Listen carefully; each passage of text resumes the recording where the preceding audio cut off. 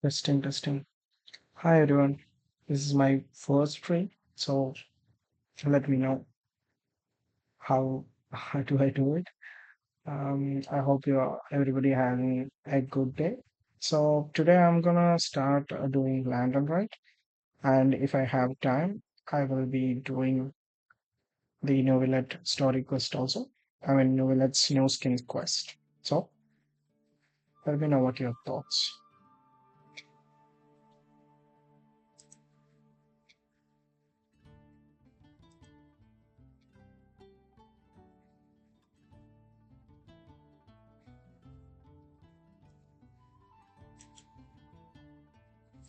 I'm doing some test. I'm doing some test. Hello, hello, hello, hello.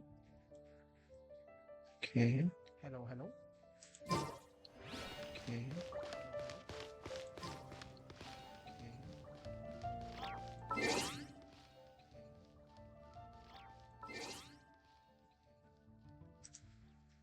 Okay. Sounds seems good. So let's start. It's been getting quite busy recently.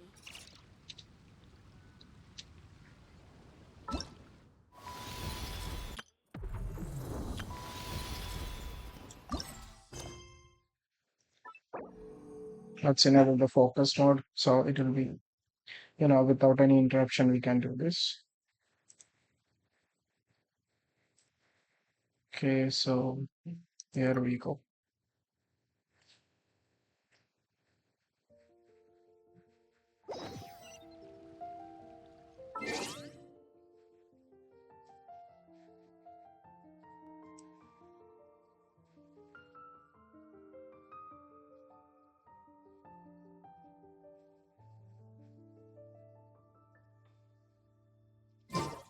Don't trust your eyes.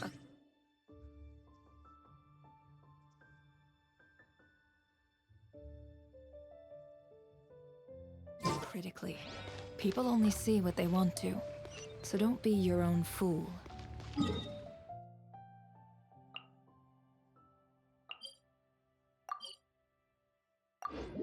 So Lantern Rite is like kind of like yearly New Year quest in UA. So we're gonna do that. We're gonna start from that.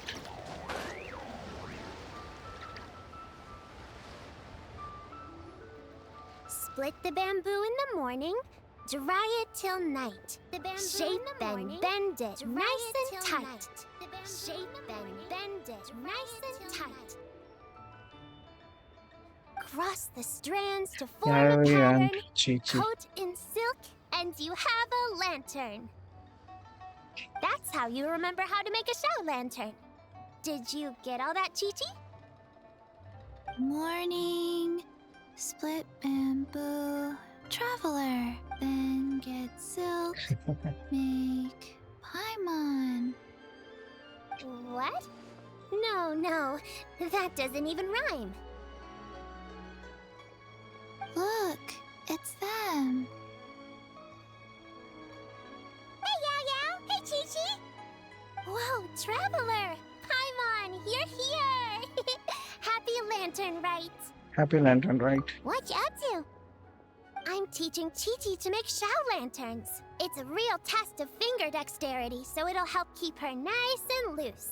Yes, I do finger exercises to be a nimble zombie. Wanna try too, you two? Thanks, but I already know how. Oh, okay. Well, we need a whole bunch this year so it doesn't get too dark at night. Too dark? What does that mean? Dr. Baiju has patients who got hurt walking at night. Oh, The moon disappeared, so it was too dark to see. the moon disappeared? Are you talking about the previous Archon quest? The moon disappeared? Like, behind the clouds? It was Jonju, the Moon Devourer.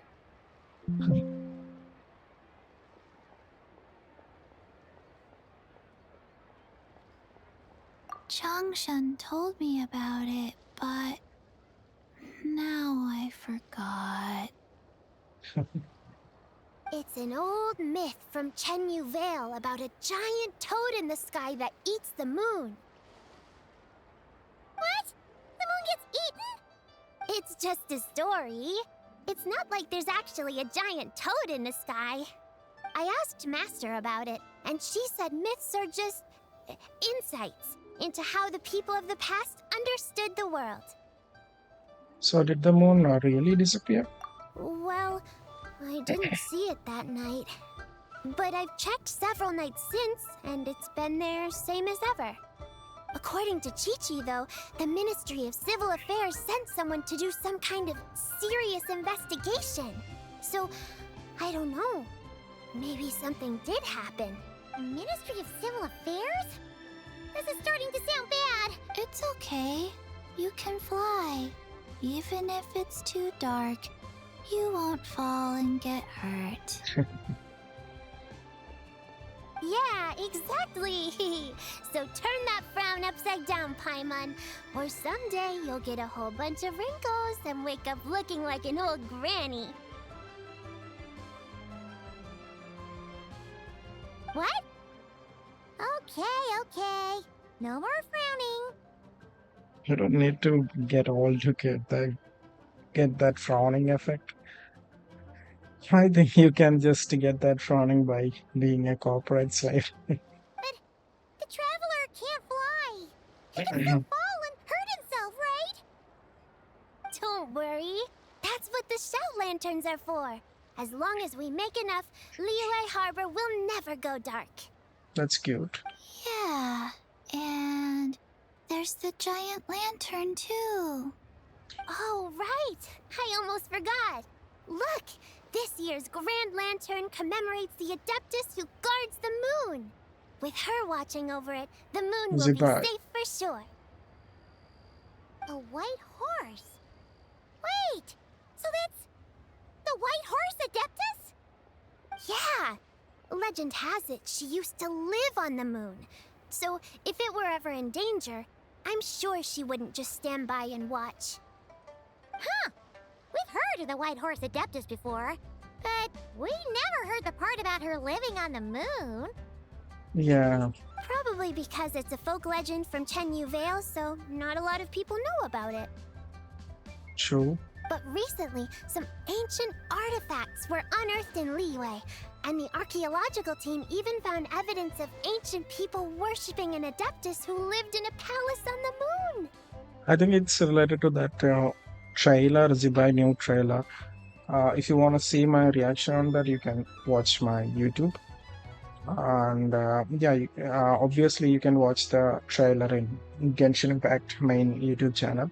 So in that, it's kind of mentioned like about that old civilization, like Langong, I guess, that I think they lived when Kandria was there, and also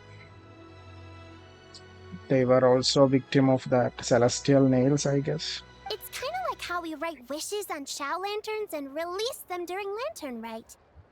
The White Horse Adeptus would descend from the moon in her jade carriage and grant people's wishes. Nice. Oh, when did that happen? She sounds different from the other Adepti in Liyue.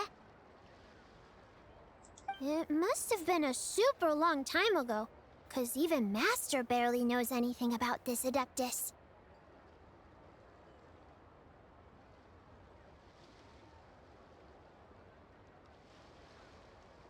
So Madam Ping has never met the White Horse Adeptus either? Nope. Kinda unbelievable, right? Yanfei said the White Horse Adeptus might even be a made-up legend, just like Janju the Moon Devourer. Yeah, a made-up horse and a made-up toad. You're mistaken, children. The White Horse Adeptus really does exist. Oh, Mr. Lu from the Baiju guest house. But how do you know that for sure?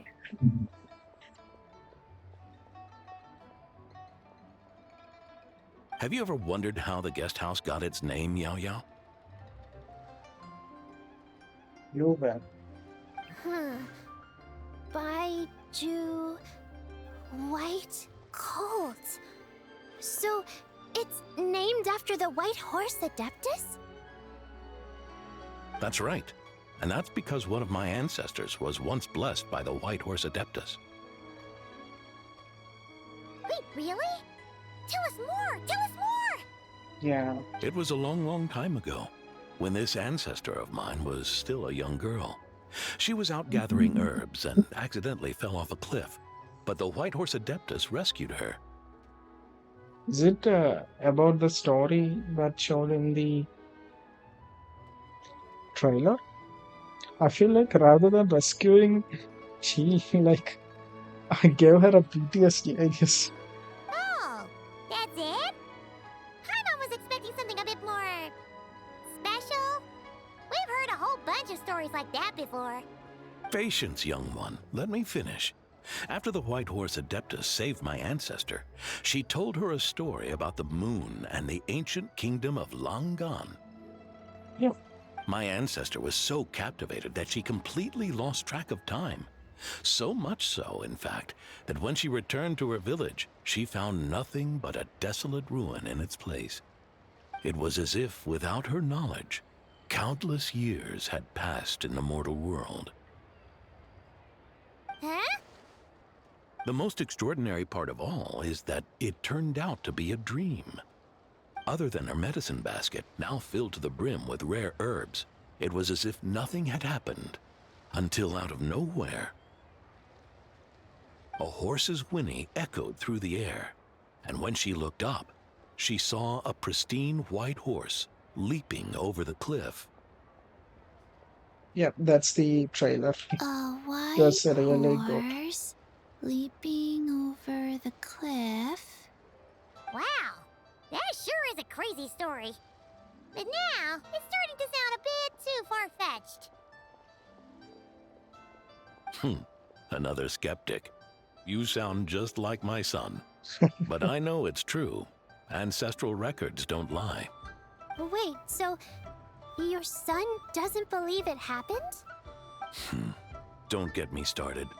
Not believing is one thing, but he even wants to change the name of our guest house. It's a disgrace, I tell you, a disgrace. Why does he want to change the name? Well, it was getting about time for him to take over the guest house. And what's the first thing he does? Starts going on about how the name doesn't attract enough customers and how we're losing business to Wangshu Inn. Can you believe that? As if Baiju Guest House and Wangshu Inn aren't miles apart from each other. Oh, what about something like the Geo Lord's Rest? Paimon bets that would get people through the doors. Geo Lord's Rest. I like that one. This isn't about getting people through the doors. This is about disrespecting our ancestors. True. Oh, White Horse Adeptus, my wish is this. Let your divine power be known. Teach my foolish son the error of his ways. Paimon wants to learn more about this Adeptus. Hey, maybe we should ask Zhang Li. Good idea. Mr. Zhang Li is super knowledgeable. He can answer questions even Master has no clue about. Any idea where we can find it? Yeah, we just saw him having tea at third round knockout. Alright, then that's our next stop. Chi-Chi and I are gonna keep making Shao lanterns. Careful on the road. Thank you. Bye, Paimon. Goodbye, traveler. Goodbye.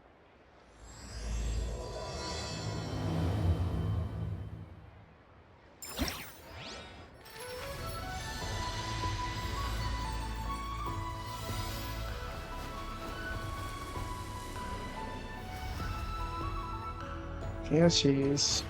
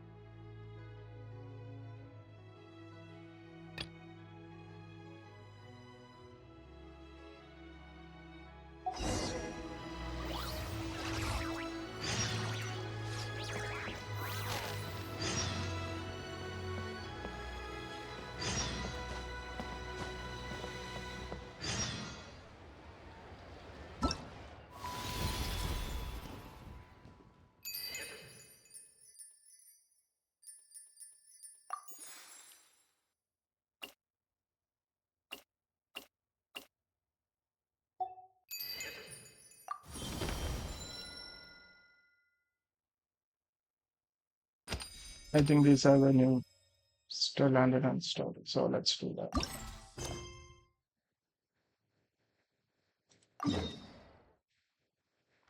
Okay.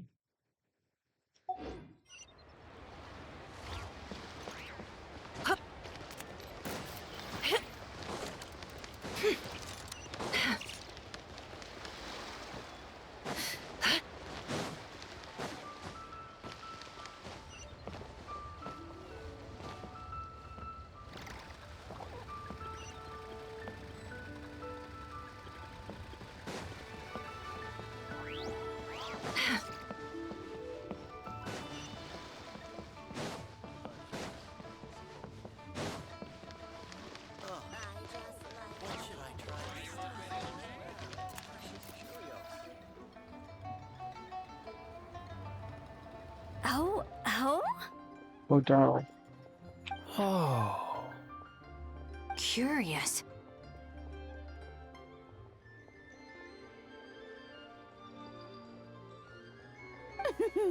Impressive, right? Impressive, right? What's with all the commotion over here? Impressive, right? What's with all the commotion over I'm again testing the sound. I'm again testing the sound. I'm again. Oh, Traveler and Paimon! Perfect timing! I have something amazing to show you! Perfect timing! I have something amazing to show you! Perfect timing! I have something amazing to show you! Perfect timing! I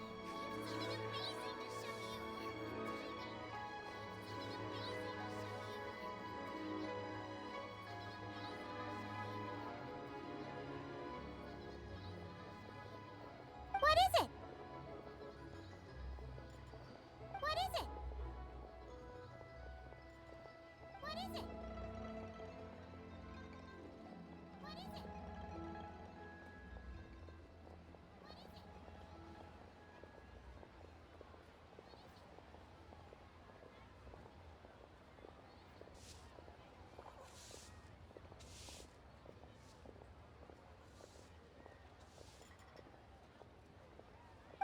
Huh?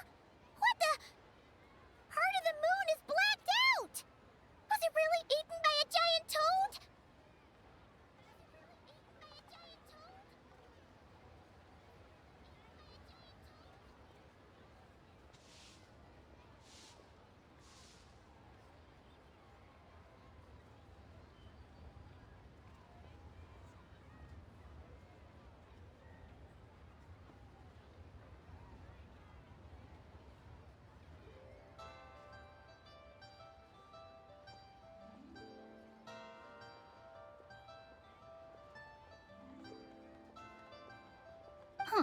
I didn't expect you to know the story of Jonju the Moon Devourer, Paimon.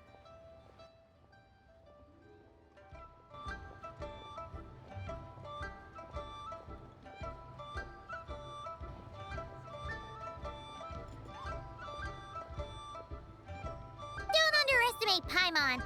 She learned a whole bunch of things in Sumeru. But Jonju the Moon Devourer is a Liyue legend. Well, knowledge knows no borders, so there. You're right about that, Paimon. But this dark circle doesn't look anything like a toad to me. A toad's egg, maybe? But that's about it.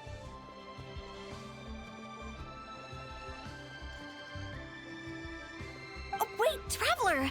You've been in Nodcry, right? The people there worship the moon goddess. So you should know what's going on here. This wasn't a thing in No Cry. Really? Not even in a place where people worship the moon? But there is a celestial phenomenon called a lunar eclipse. Oh yeah! Master told me that the tale of Jianzhu, the Moon Devourer, was how ancient people explained a certain celestial phenomenon. Okay. What is it exactly? Some kind of omen of disaster? How so? The lunar eclipse usually starts from the outer edge. Oh, but But in this picture, the moon is being covered from the center. So this can't be a normal eclipse. True. Then, it's still an omen of some impending calamity? Maybe. We never said that! Ugh, some crazy customer left it at the restaurant. Just thinking about it gives me the chills.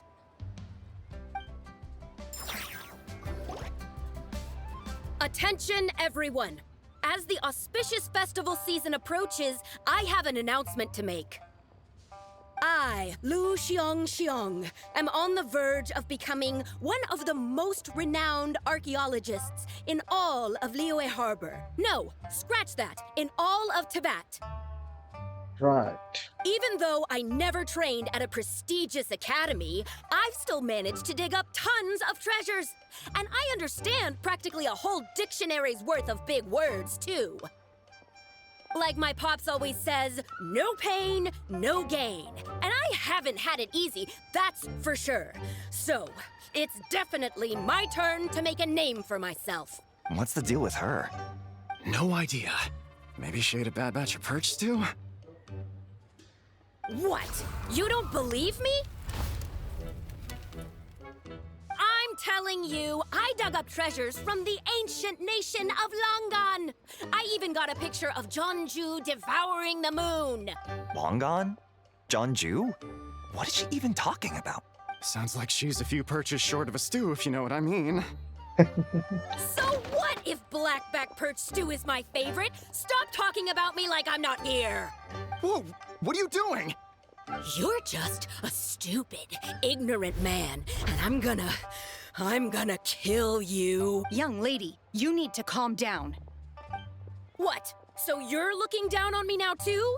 How about I take you both out then? This is a place for dining. If you wish to take me out, you'll have to do it elsewhere. Don't act like you're better than me. Do you know who I am? I'm about to be the most famous archaeologist in all of Liyue. No, Tibet. Show me some... It's respect you want? Very well. For the sake of the other customers, we'll do this your way. Yep. What? Yeah. So Shenhe started the fight? She had no choice. The woman pulled a shovel out of nowhere and started going crazy, flipping tables left and right. She even injured 2 other customers. Shenhe did what she had to do to restrain her, then took her to the Ministry of Civil Affairs. Thank goodness Aunt Shenhe was there. Or who knows what might have happened. Yeah. Yeah. I started cleaning up after all the commotion, and that's when I found this photo. I thought it might be the one she dropped, so I rushed over to show someone. She said she took a photo of Jeonju the Moon Devourer. This must be it. Can we really trust what she said, though? Clearly, something is going on with her. Yeah. Paimon's got a point. It sounds like she wasn't acting right at all. How do we know she wasn't possessed by some kind of evil spirit? Aunt Shenhe would have noticed if she was possessed. All right. But what about the part about Long Gone and the treasure she found? What about it? What if she raided a tomb and dug up some super special relic, then got herself haunted by an ancient ghost? One so powerful that even Miss Shenhe couldn't sense its presence.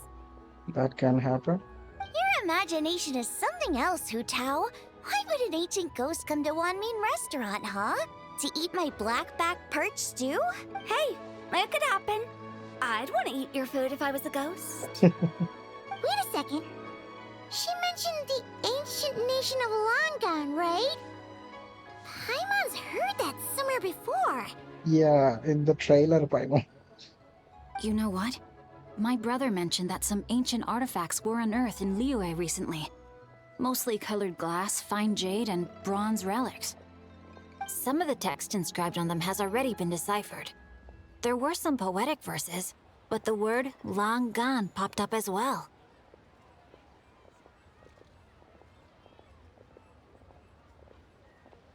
But the word jade popped up. There is a mistake in the subtitle. So, Wangan Place is real? So that means subtitles are done by humans, not AIs. That's good. Still, Paimon knows we've heard the name somewhere before. Do you remember, Traveler? The owner of the Baiju guest house just mentioned it. Okay. Right! His ancestor heard about it from the White Horse Adeptus. The White Horse Adeptus? Oh, so you must have been to see the giant lantern already. Yep. And it turns out that the White Horse Adeptus is super mysterious, too. Wait, I thought she was the gold-eyed Celadon mare of the Eight Adepts. That's just the interpretation you believe in, Hu Tao. There are other theories out there, too. The elders of Qingce village believe that during the Archon War, a white horse leapt from a clear spring, transforming into an Adeptus who aided Rex Lapis in battle. In Chenyu Vale, some of the tribes take her to be the Daughter of Time, and trace her deeds to an even earlier era. Yet in other ancient texts, including the relics I just mentioned, she appears as an emissary who listens to mortal wishes, bestowing the blessings of the heavens and moon upon the mortal realm. Yeah, all must be true, I Which guess. is why we write our wishes on Shao lanterns. That's so complicated. So what's the verdict? Which version is the truth? I'm afraid there's no definitive answer to that. You two have been all over Teyvat. Do you have an idea? Nope, sorry. We were actually on our way to ask Zhongli. He knows even more about this kind of stuff than us. Ah, looking for a consultant, huh? He's having tea with Miss Linlong. Shigu Antiques is hosting an exhibition tonight. An exhibition? For what? All those antiques Sing just mentioned. So if you head to the big ship docked in the harbor tonight, I'm sure you'll find him. Thanks, Rita. We'll check it out. So, where to next? How about we go to the Ministry of Civil Affairs to ask about the White Horse Adeptus? We might be able to find out more about the recent moon situation, too. True. If you're heading to the Ministry of Civil Affairs, could you give them this picture for me? Since it belongs to that customer, she deserves to get it back at least. It might even help the Ministry with their investigation. Of course, let's go. Ha! All right, we're off! Oh, wait! I almost forgot! Happy Lantern, right? Happy Lantern, right? Rita. Come have a meal with us when you're free. Sure. We'll be there, or we'll be, square. Thinking about it now, could it be possible that photograph was a fake? A fake? You mean like the customer fabricated it to gain academic recognition? Nice one, Chongyun. I never even thought of it like that. How about we go check out that place tonight? I know exactly where it is. All right. I'll get scolded if I get home too late. Live a little, Sing-Cho. You act like this is a first for you. Worst comes to worst, we'll get Xiangling to cook you something delicious, okay? Well, when you put it like that, I suppose it's worth the risk. Okay, we are ready. You were just waiting for the promise of free food, weren't you?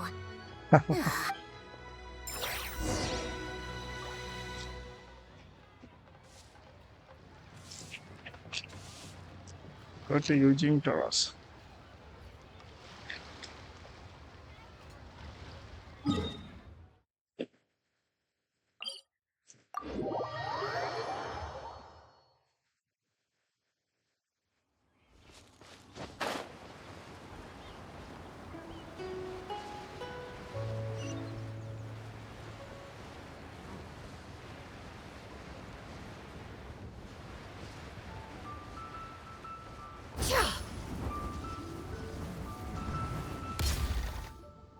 And your grandfather is of the same opinion, Miss Lanyan? Running wrong, it's been a while. Yes. On Lantern Rite, the moon shall go dark. That's what the signs are indicating. Celestial observation isn't Grandpa's strong suit, but he discussed it with several other elders from our clan, and their conclusion was the same. Oh, it's been a while since we see Lanya. So she's her ancestor from Langkong. That's It's maybe. consistent with the information we've received from other sources as well. You mean the whole thing? About the legend of Jeonju the Moon Devourer? Happening in real life? Yes, that's one of them. So it's true. I thought it was just a rumor. It's true. But right now, the bigger issue is that all our sources indicate the phenomenon's gonna happen again. I'm not sure this bodes well. Let's remain optimistic for now. We're making progress interpreting the artifacts, and Ganyu is consulting with the Adepti as we speak. Besides, apart from the incident at Wanmin Restaurant, there haven't been any other moon-related disturbances. Minglong, Kuching, and Lanyan! You're all here! Oh, Traveler! And Paimon! It's been a while. Happy Lantern Rite. Happy Lantern, right? Yes, Happy Lantern Rite. You're certainly not the type to visit Eugene Terrace for no reason. Is there something I can help you with? What? We're not allowed to just drop in on our friends during the festive season? I was only teasing. You're welcome to visit us anytime you wish. Happy Lantern Rite. Happy Lantern, right? Oh, and about all the moon business you were just talking about? We have something to show you. Here, take a look! Whoa! Something really did take a chunk out of the moon. Someone managed to capture a picture of it.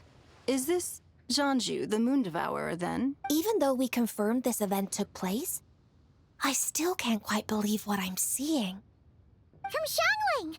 She found it when she was cleaning up after that customer caused a scene. She thinks they must have dropped it. Wait, is this Chawang Terrace? Yeah, is something wrong? No, it's just where I'm from. It said that Chawang Terrace was where the ancient people of Chenyu Vale communicated with the heavens. And in this picture, the moon happens to be right above Chawang Terrace. I was just surprised, that's all. It's probably just a coincidence. That's interesting because the ancient people of Chenyu Vale migrated there from the chasm area. Hi, Hazel. Thank you for the follow. The chasm? So, that place is involved too? Hi, how are you? According to our investigation, that customer you just mentioned, Lu Xiangxiang, her father and grandfather are merchants in Liyue Harbor, and her mother and grandmother grow tea in Chaoying Village. Can you hear me clearly? A few days ago, she left her home in Chaoying Village to join a civilian archaeological team funded by Hoishan Hall, and ended up excavating some artifacts in the chasm area. Yeah, I'm also doing good. Thank you. These artifacts were then entrusted to Shigu Antiques and are set to be featured in an upcoming exhibition. Then, of course, the incident at Wanmin Restaurant occurred. We suspect something happened during the excavation that left her with quite the shock. And now, it seems like she also went to Chawang Terrace and took that picture of the moon disappearing. This is my first stream, but I'm not new to this game. I've been playing this game for the past 2+ years. What about you? The chasm, Chawang Terrace, things are getting pretty complicated.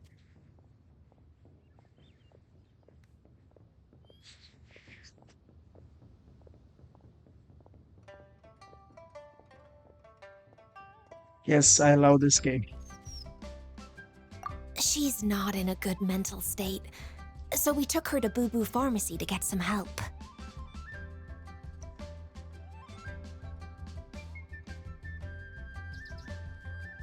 Why don't you come with me to check up on her? At this point, you seem invested in this case too.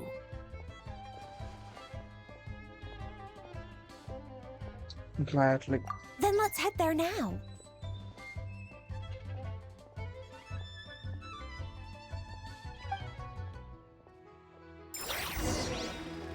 So, how long you been playing this game?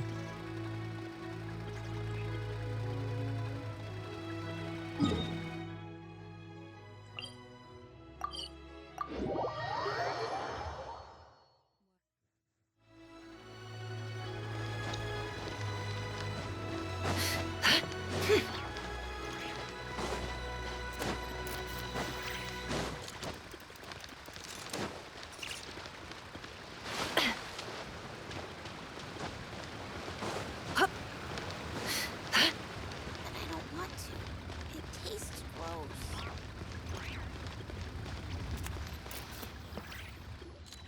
Ah, Lady Yuheng. Oh, and the Daiju. Traveler and Paimon are here as well. What a pleasant surprise. Happy Lantern Rite. You're playing this for the past 2, 3 months. So, where have you reached in the story?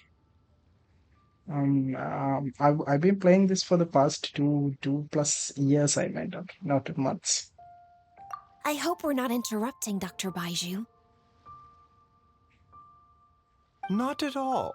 I assume you're here to see the patient? Unless it's urgent, however, it would be best not to disturb her rest.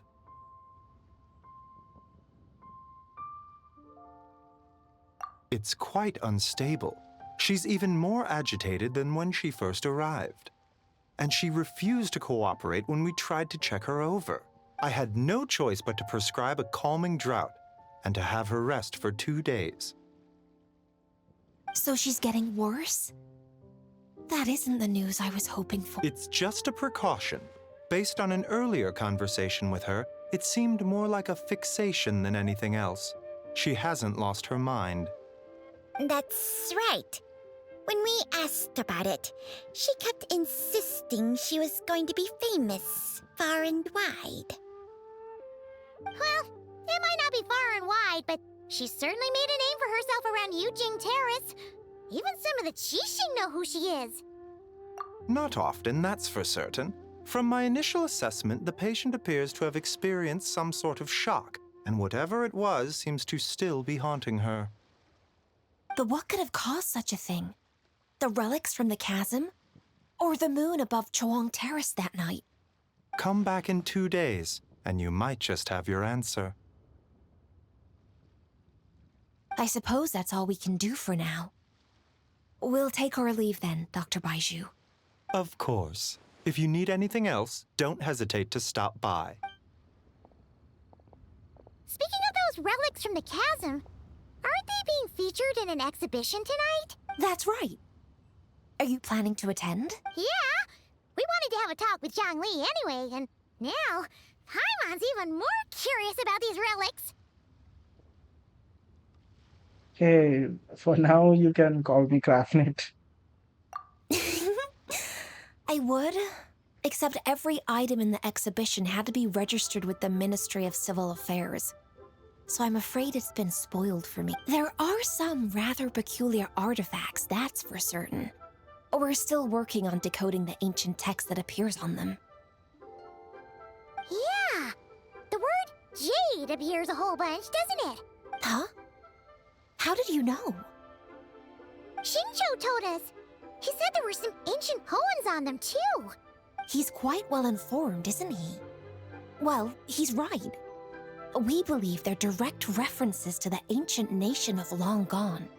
So since you are playing for the past 2, 3 months, where did you reach in Archon Quest? I think this quest might give you spoilers if you're okay with it. As for the other text, instead of regular poetry, it seems to be more like ceremonial language used to worship the moon and the gods.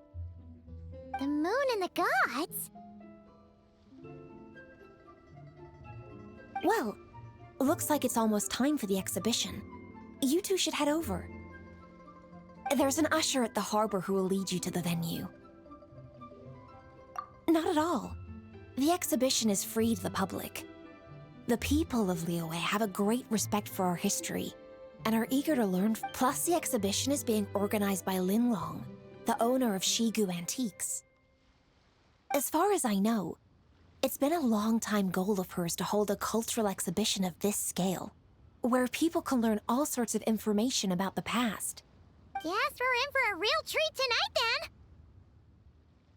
Yep. Happy to see you. You're the first person that came to the chat. I'm not from USA actually. Yes. Have a great time. There's still more artifact decoding work I need to finish, so we'll have to part ways here. After seeing the picture you brought, there's a few ideas I'd like to follow up on. You're hard at work even during festival season? Huh. You haven't changed one bit, Ka-Ching. Yeah, she's a hard worker like Gani.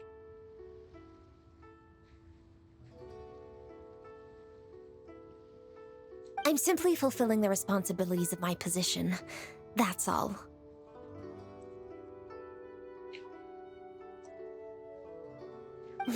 All right. I should get going. See you later. Bye. Well, guess we should head over to the harbor and find that usher.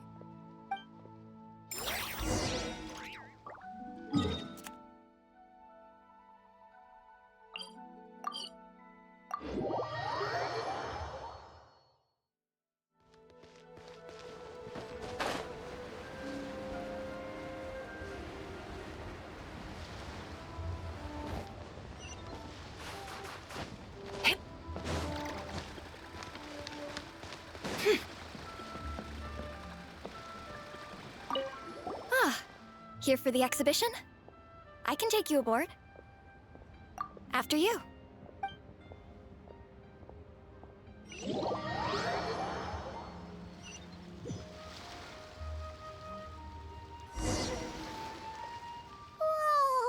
Look at all the antiques on this ship! It's almost too much to take in! Greetings. I trust you've been well since last we met? Aha! Speak of the devil! You're right where Hu-Tao said you'd be! Ah, so Director Hu gave me away, did she? Don't act like you're up to some super secret business! We know you just do whatever you feel like. Yo, Traveler! Paimon! What's up? Oh, Peiju is there. It's been a while, you two. Happy Lantern, Rite. Beidou! Yunchin! It's great to see you! You're here for the exhibition too? Stupid.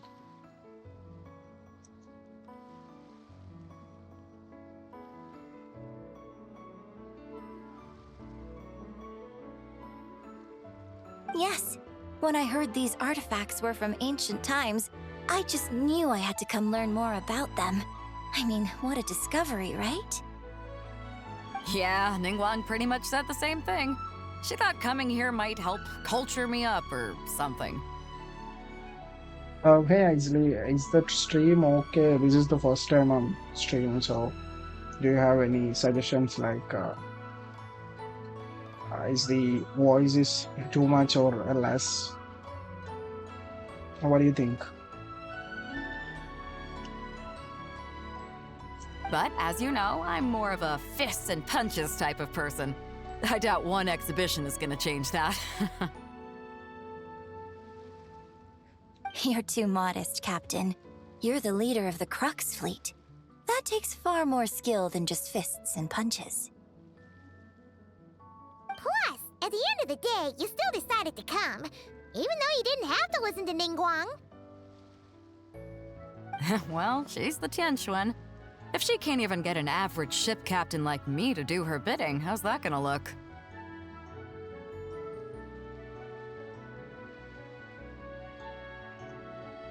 You sure know how to think from her perspective, huh?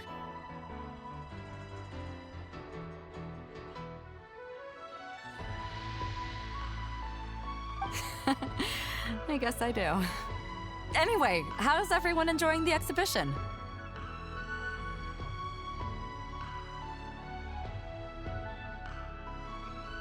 Whatever between animation okay. Yep, I will try to do that. Thank you for the suggestion. Like I said, this is my first stream, so I'm just experimenting with it.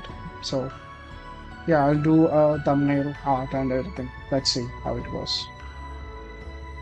I heard that if you see something you like, you can negotiate the price with the owner and take it home. Wait, so we can buy this stuff? Indeed.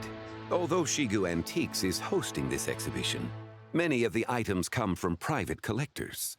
As long as both parties reach an agreement, you can make an offer of mora or an equivalent trade. Well, shall we continue our conversation as we look around? Let's go!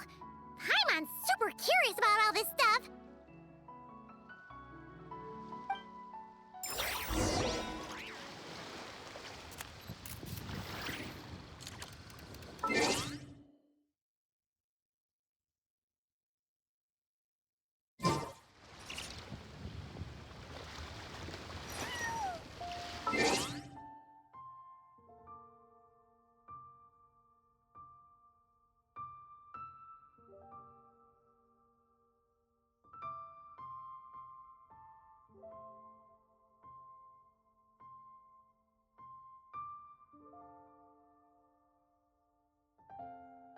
Well, yeah, if I feel, if, let me see,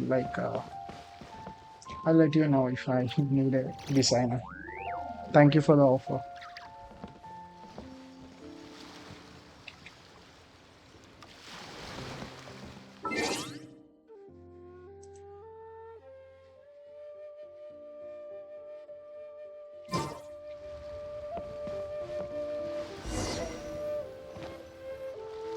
Whoa, look at this painting! There's a huge toad on it! Could it be... Huh. This material is quite unusual. It doesn't look like paper. More like silk, or some other kind of fabric.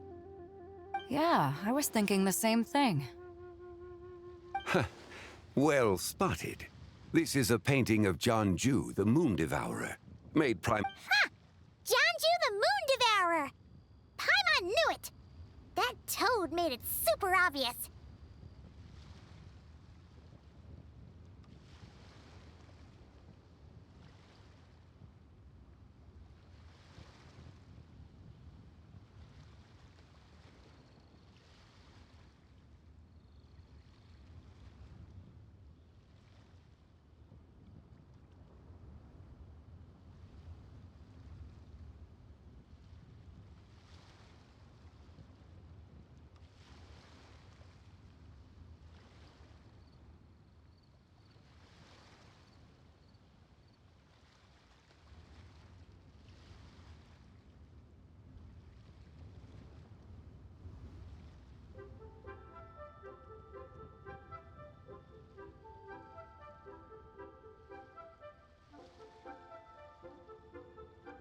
So you didn't hear me. So I was saying that, yeah, I will think about it. So if I want a graphic designing for something for my channel or anything, I'll let you know. Thank you for the offer.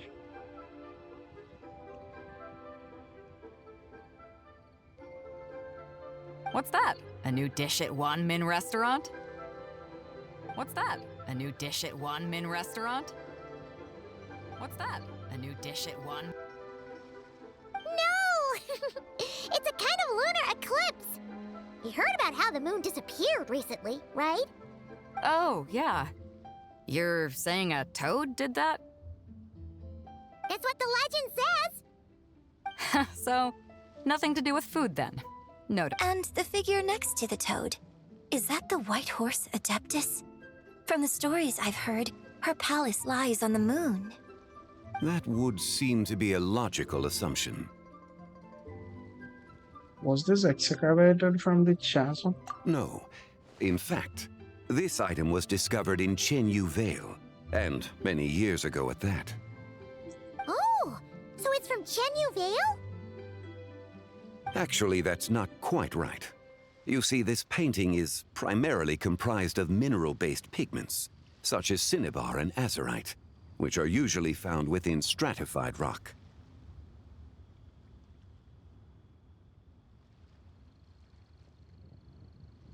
Sure, I'll take a look at your work. Like, send me a follow on the Twitter, and I will check your Twitter profile.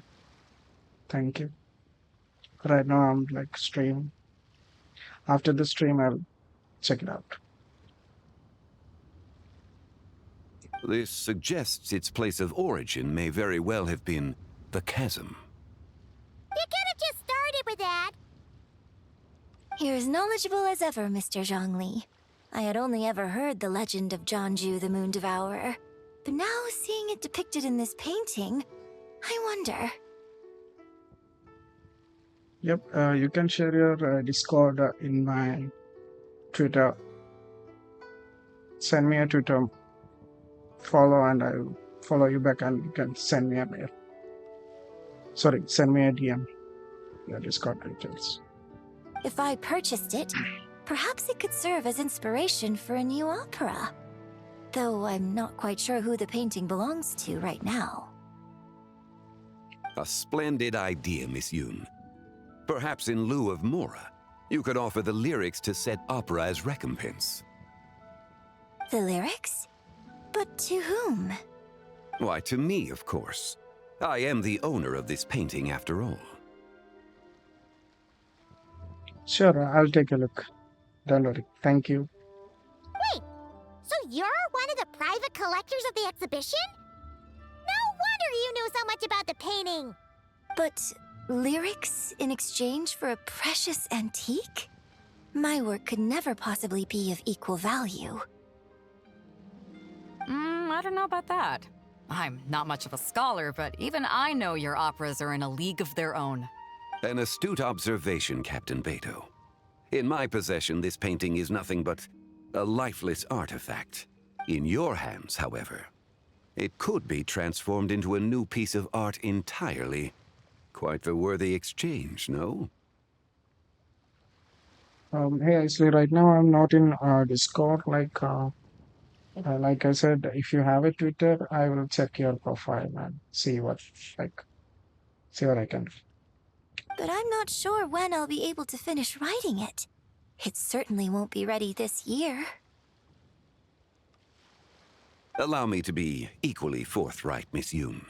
This silk painting is merely a copy I made of the original work. There is no need for such concern over its value. Huh? So it's a fake? I had no idea you were such a skilled artist, Mr. Zhongli.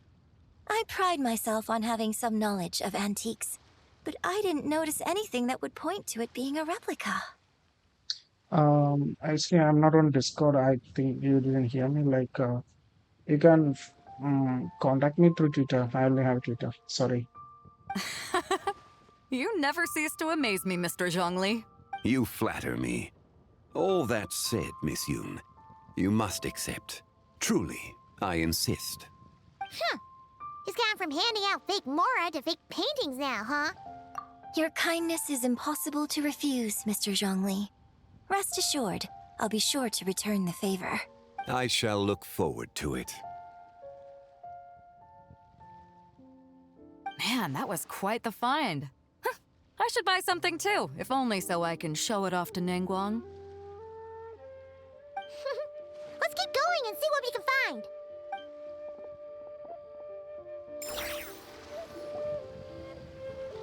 Wow, this bronze war chariot is really something.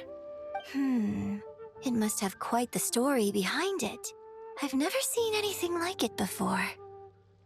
Do you know what this is, Zhongli? Ah. I heard from Miss Linlong that a carriage made of Celadon jade was unearthed in the chasm. A copper canopy, a body adorned with flowing clouds and geometric patterns.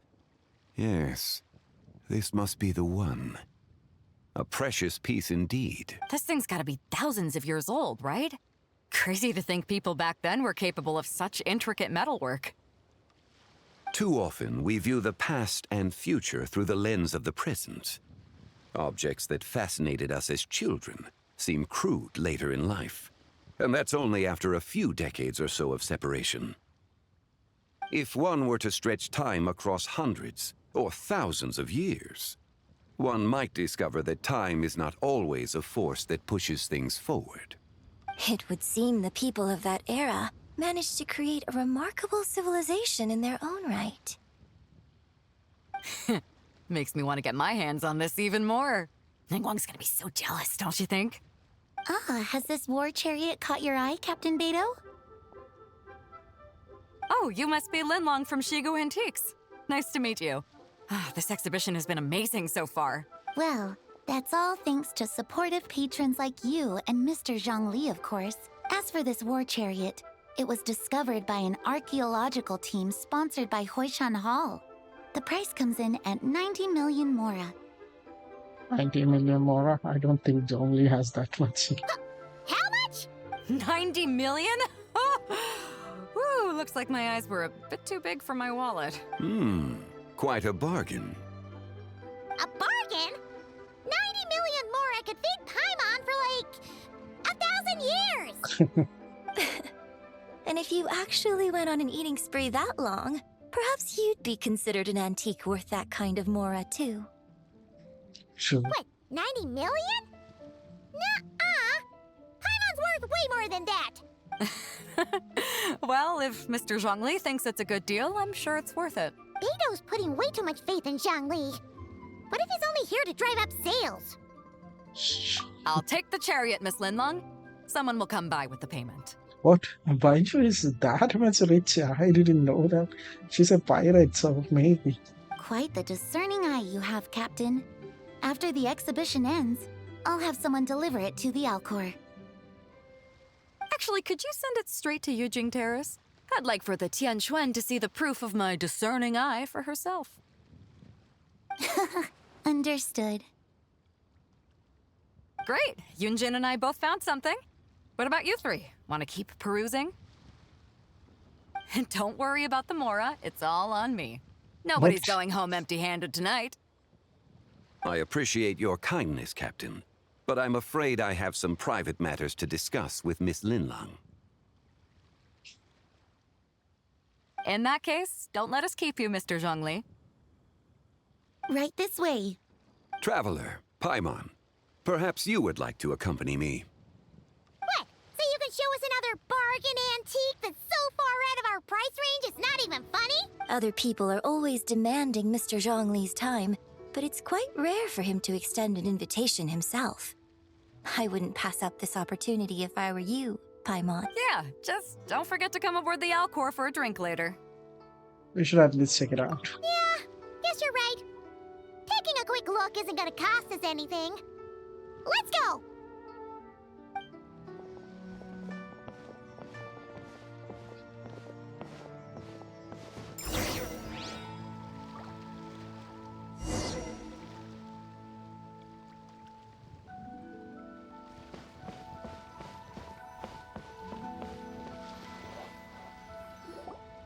These are all the jade pieces that were found, Mr. Zhongli.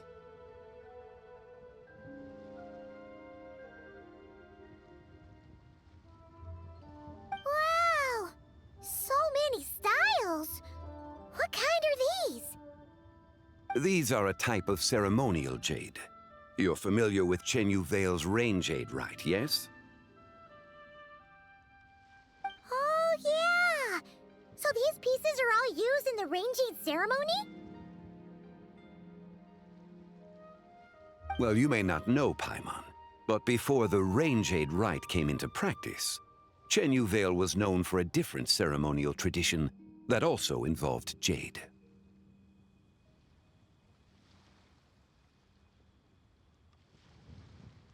The Bi is used to honor heaven, the Cong to honor earth, the Gui to honor the east, the Jiang to honor the south, the Hu to honor the west, and the Huang to honor the north. These form the 6 ritual jades.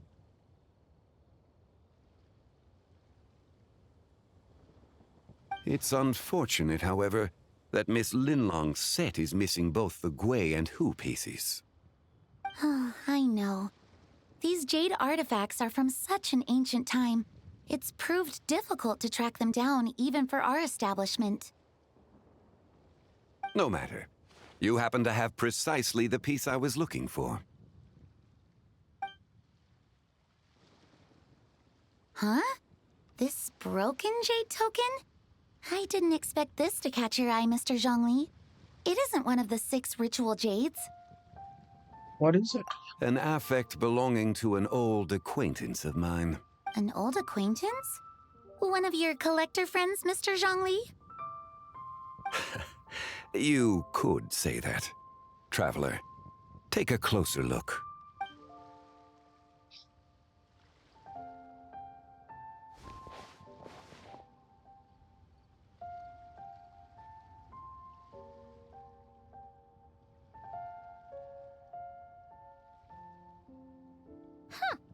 It doesn't look all that special to Paimon. Just seems like a broken artifact. There's a crescent moon. Indeed. It's been thousands of years since the moon has appeared in such a form. So, in the past, the moon wasn't always full. Then, could this missing chunk be from when Jeonju devoured part of the moon? It's worth looking into. Your insight is invaluable, Mr. Zhongli.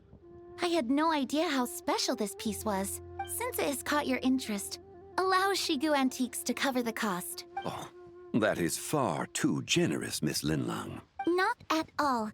I've always wanted to give people a chance to appreciate these snapshots of history. So holding an exhibition like this has been a lifetime wish of mine. Zhongli's knowledge always gives him free meal, free mora, now free antiques. And it never would have been possible without your help, Mr. Zhongli. I merely put in a good word with a few acquaintances of mine. And it had a profound impact. Without your recommendation, I doubt half of these collectors would have come to the exhibition.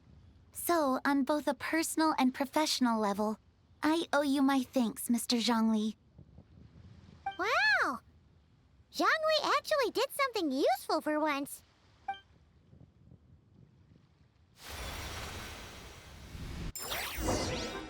What?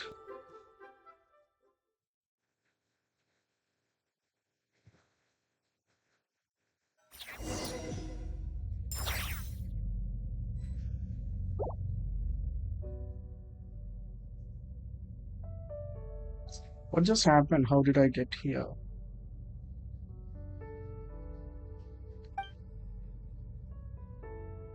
A light ahead looks like it could be an exit.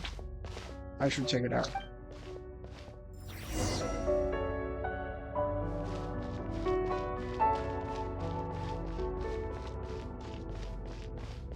I don't understand why travel is not. 5, 7. Well, 6, 7.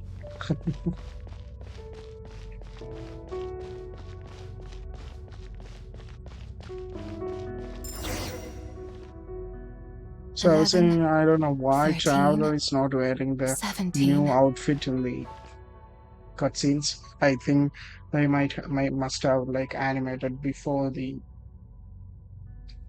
new costume. Maybe in the upcoming the future story quest and Archon, once we will start to see his new outfit.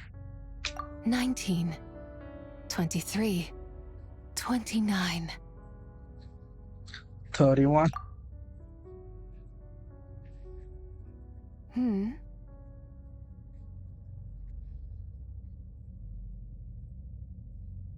You also enjoy counting in such a fashion, lost child? The same loneliness as them. It seems to exist in your heart as well. What? Me? I'm sorry, I don't remember. What is this place? The shadow of the moon? Or a dream of time? Is that Langa? I'm sorry. No one has asked me such things before. I've been here for so long. There is much I have forgotten. Did you bring me here? I know nothing of your arrival. All I know is the longing in people's hearts. Yet, I sense the moonlight's guidance within you, child. Perhaps that is what brought you here. The moonlight girl, does she means Columbina? You seem confused. Perhaps I can help in some way. How do I get out of here? It's not asking. It's not helping her. Usually, traveler first help, then only think about himself. The path home is... that direction. I believe someone told me that before. But I was never able to reach the end. You should take a look. How about we go together? No need. It would seem... my time has already run out. Farewell. May the moonlight ever shine upon you. Oh, she just left?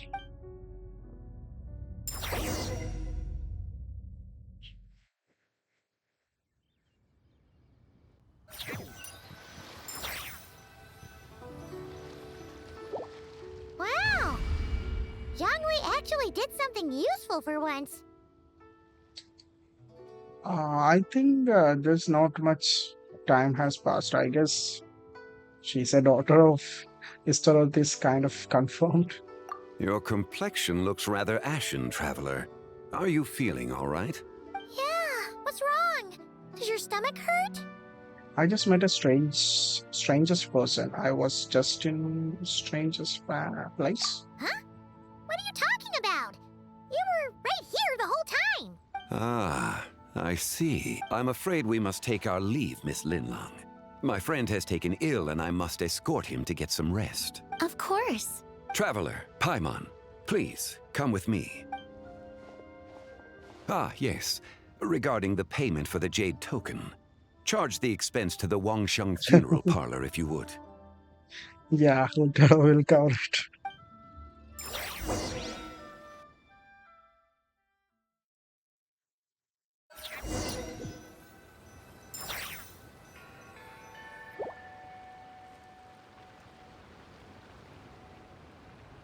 Oh, they're in this place. Where is it? Where is this place in here, actually? Okay, I'll be back.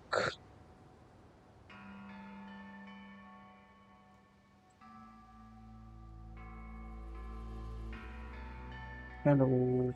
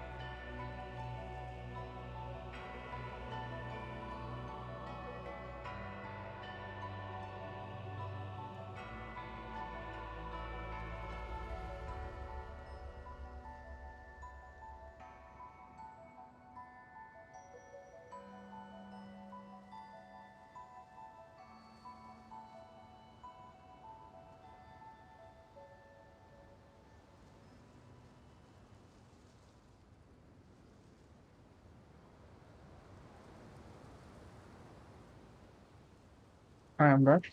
Let's come in. Guess someone's thinking of me. But Yeah, it this must late be at night? the traveler.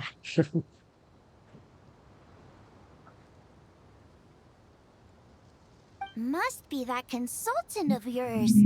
I bet he's out there spending all your more at the exhibition. Songly. Yeah, he'd be the perfect employee if he just knew how to rein in the spending. But never mind him. Let's focus on the moon. We gotta see if it gets eaten tonight. I think I always have a feeling like Utao knows that who it is, and she's just okay with he's being him. I don't think it's going to happen. We've been out here all night, and the moon's the same as ever.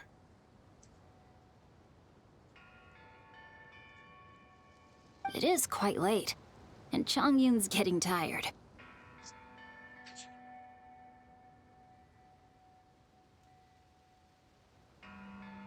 How about we head back? We can come back another time. Yep. Head back? Already?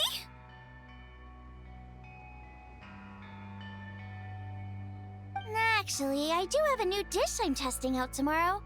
And as part of my New Year's resolution, I'm trying not to oversleep. Right. All right. Guess it just wasn't meant to be. Let's go.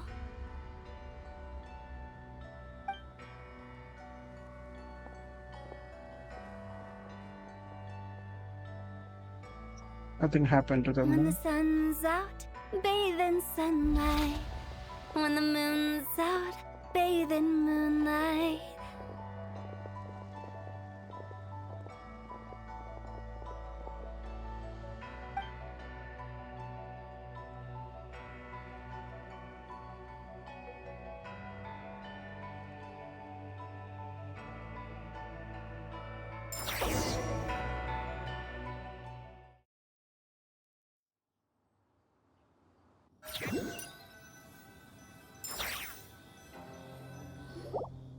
Wait, aren't we going to rest? Why did you bring us here?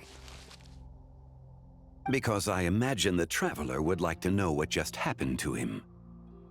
Oh, he's in a mood to talk. I thought you're like, your mouth is like closed with the contracts. Oh, right. Ugh, Paimon's confused, though. She could have sworn you were there the whole time. You explain your mysterious encounter in the strange space. How is that possible? It sounds like his spirit formed an inexplicable connection with the being in that space. Was it the White Horse Adeptus? Ah, you suspected from the beginning, didn't you? Indeed, the being you met is the fabled White Horse Adeptus, and the original owner of this jade token. Her name is Zibai. Zibai. Wait, does that mean she's inside this token? No, she does not reside within this token, but rather within the moon's shadow. This token is merely a medium. The moon shadow, what do you mean? Word has it you accomplished quite the feat in Notcry. You and your friend brought the Frost Moon back to Tevat. Yep, that's true. Tell me, did you ever wonder about the other moon? The one that hung in its place for thousands of years? Oh, the fake moon. We never really thought about it, but it must have been a fake, right? A fake moon! Indeed, it was false. Its true nature, nothing but a projection of the moon. It also happens to be the prison that confines Zibai to this day. So basically, the true moon, or like that moon's reflection, was also a person. The fake moon also was a person. What was Nebula doing? Like, or heavenly principles? Like, kind of Nebula was like created that moon's reflection to imprison the moon goddesses. Then heavenly principles imprison Zibai. It's kind of like she or that AI or whatever. It's copying the Nebula, right? Wait, the White Horse Adeptus is trapped inside that projection? Then we need to rescue her! But the moon in the sky right now is the real one, right? Where did the fake moon go? And why can't Paimon see it? With the return of the true moon, the shadow naturally lost its place in the heavens. Now, it is disintegrating bit by bit. It's a process that comes and goes. When it occurs, it looks like the moon is being obscured by a black shadow. But when it stops, the shadow disappears and becomes invisible to the eye. So, you're saying there's an invisible fake moon blocking the real moon right now?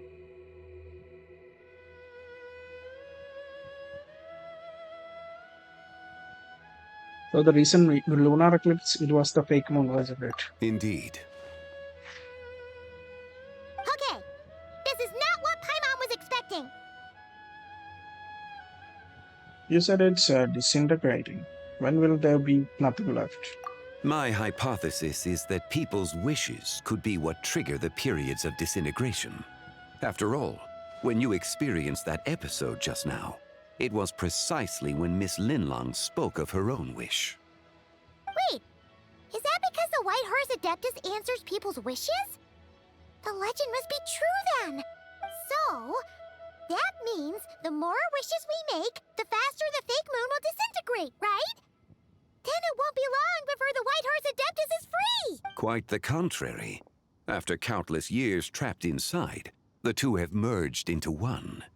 When the moon shadow is gone, Zibai will cease to exist in this world. Oh no! So, by bringing the moon back, we actually hurt the White Horse Adeptus? Do not burden yourself with such thoughts. Because of your actions, a promising opportunity has presented itself to us. Let us not forget, what is crumbling is also precisely that which imprisons her. So there's still a way to fix this? Yes, and that is why I invited you here tonight. Your connection to that broken jade token confirms that you can do what I envision. However, while I had hoped to receive your assistance, this matter could have significant ramifications. I must admit a certain reluctance to implicate you in more of Tevat's secrets. Often, the deeper one's knowledge of such matters, the harder it becomes to extricate oneself from them. Why everybody's talking about Ivat's secret and nobody's explaining them? You are someone who once traveled through the boundless sea of stars. I cannot help but wonder, perhaps it is wrong for your fate to become too entangled with the fate of any one world. Zhongli is always a sus guy. Like, Zhongli and Venti is the oldest Archons, right? Maybe Zhongli was a dragon. Meaning dragon sovereign who made a contract with the Heavenly Principle. That's what he does, right? And Wendy is the reincarnation of Istaroth. I already know a bunch of secrets. Such is your conviction, then. Since journeying beyond Liyue, you have had ample time to reflect on these matters, it would seem. Yes, so tell me what I need to do. Very well. The first secret I must reveal is that Zibai has long since passed away. Oh. The being within the Shadow Moon is merely one of the 3 deadly selves she severed before her death. What? Wait, the White Horse Adeptus is dead?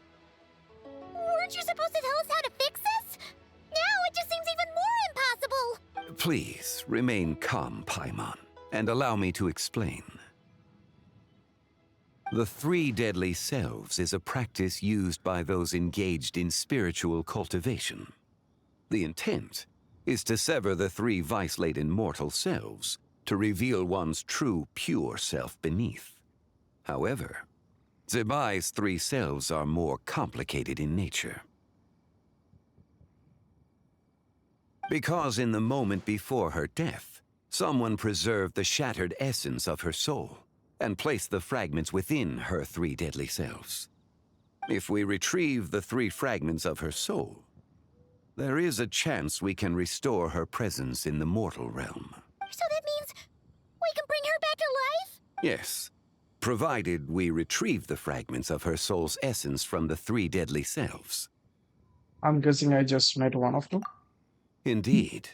The being you encountered was Zibai's first deadly self, Ziju. After Zibai's death, she ascended to the heavens and became one with the Shadow Moon. The essence that resides within her is a heavenly soul, also known as Taiguang. Thus, this self is the closest to Zibai's true nature. That said, because she is trapped within the Shadow Moon, we have no choice but to seek out the other 2 soul essences first. Then we can unite them as one. Okay, so where are the other 2? Her second deadly self is called Zibai. After Zibai's death, she fell into a slumber deep beneath the earth in what is now known as the Chasm. The essence within her is the Earth Soul, also known as Xuangling.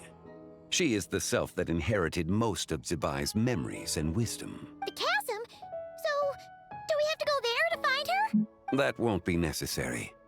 I sensed her presence on the jade carriage from earlier, the one at the exhibition. It's possible the return of the frost moon awakened her, and she emerged from the chasm alongside that batch of ancient artifacts. Wait! That must be why you agreed to help with the exhibition! To investigate the artifacts! Indeed.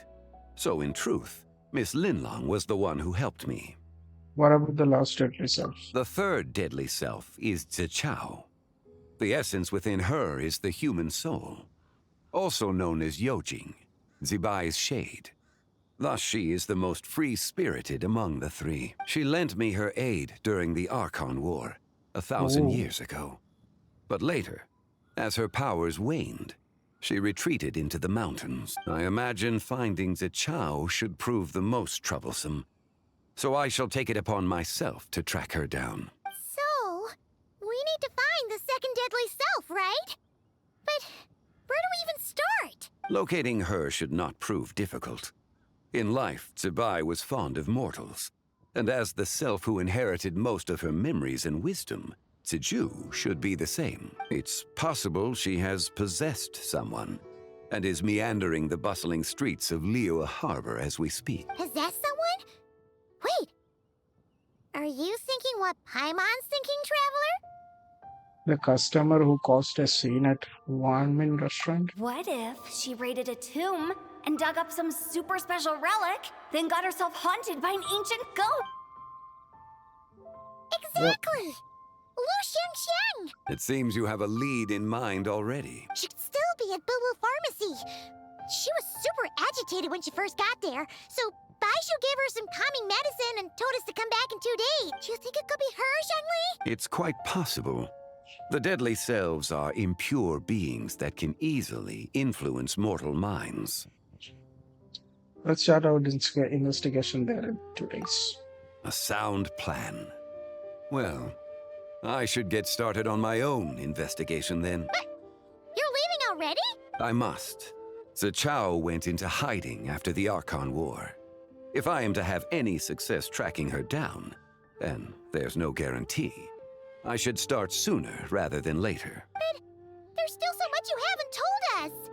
Like, who the White Horse Adeptus actually is, and how she died in the first place! Not to mention who it was that preserved the fragments of her soul. Should our endeavor prove successful, then naturally those answers will follow. If not, speaking of them would be rather meaningless. Yep, always talks in quotes. The one who preserved her soul's essence, was it you? It would seem that this is a question you are unwilling to set aside. Very well. I shall tell you. It was the Avatar of Time. Istrat?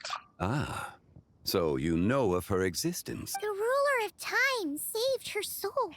That's why she's called as her daughter. Indeed. Preserving what remained of Zibai's soul in the moment before her death. Only the power of time could be capable of such a thing. However, there is no telling what effect it has had on the three deadly selves. In other words, you must exercise caution when seeking out Zibai. How much time do we have? On the night of Lantern Rite, countless Shao lanterns, and the wishes written upon them, will be released into the sky. I estimate that this event will trigger the Shadow Moon's collapse. When that happens, the cage that confines the first deadly self will open. That is our moment to act, but also the moment where all could be lost. For if we fail to retrieve the other two soul fragments in time, Zibai's resurrection is hopeless. Understood. As I mentioned before, the answers to your remaining questions should come in time, providing our efforts bear fruit. Let us hope that all proceeds smoothly in the days to come.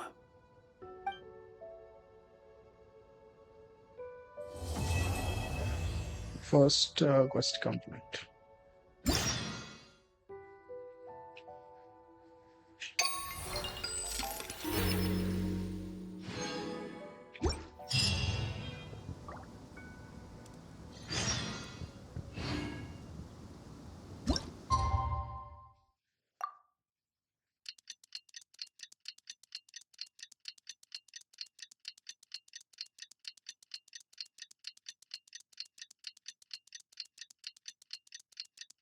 Oh,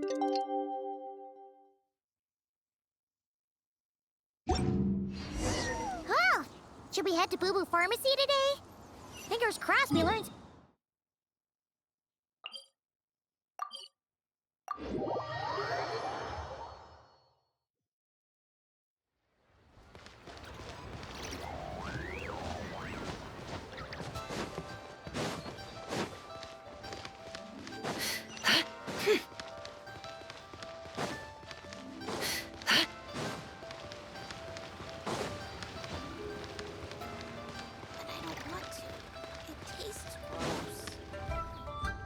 So let me get this straight. The patient disappeared right as you were delivering the medicine. I know it's hard to believe, but that's exactly what happened. It's true. 1 minute she was there, and the next she was nowhere. Hey, it's Yelan! Fancy seeing you here! Oh, is this a bad time? Not at all. Just a small roadblock in the case I'm working. Ningguang asked me to investigate a patient named Lu Shangshang. If you're here to find her too, then you're out of luck, I'm afraid. She went missing this morning. What? According to Dr. Baiju, the patient vanished right under his nose. But it just seems like that should be impossible. There 1 second, then gone the next? Pretty sure Xiao can do something like that. Then you're suggesting this Lu Shangshang is the vigilant Yaksha in disguise? Or some other adepted? Guess not. But this is so weird. How can a living person just... Unless... Linny decided to take his act to Liyue? Who is this Linny you speak of? He's... Oh... Never mind. Paimon's just grasping at straws. Let's set aside the how for now, and focus more on the where. You mentioned this patient has a strong obsession with achieving fame and recognition? Yes. She kept talking about becoming a renowned archaeologist and making a name for herself. So, are we looking for a place where it's super easy to become famous?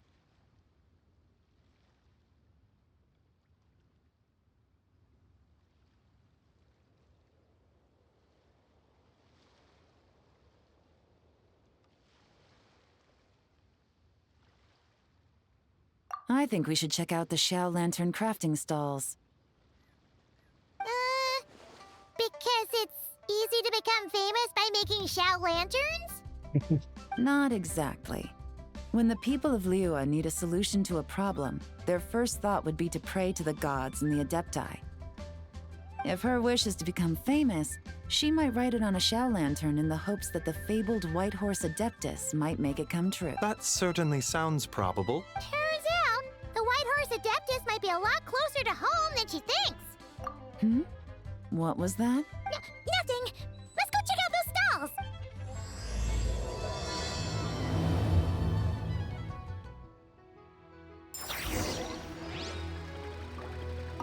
Is it possible I was just imagining things? But I I don't saw think it too.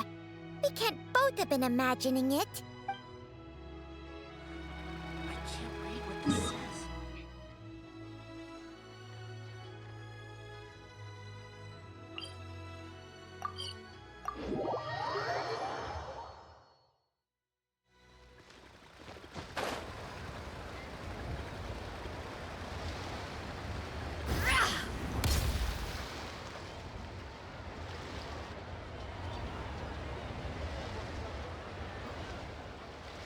Alright, we're here! Still no sign of Lu Shangshang, though.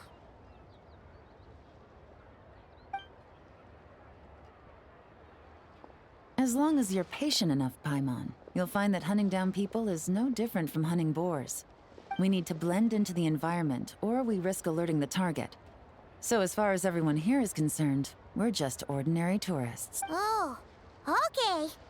If we need to blend in, then let's make some Xiao lanterns and write our wishes down, like everyone else. What's your New Year's wish, Yelan? I haven't given it much thought. Now's the perfect time to think about it. Yeah. Oh, and it can't be work-related. You gotta take a break once in a while, right? You're always digging out this suspect, tailing that criminal, hunting down this gang or that. Which is super amazing and all, but it's gotta be exhausting. Yeah, you should think about yourself every once in a while. Really getting into this, huh?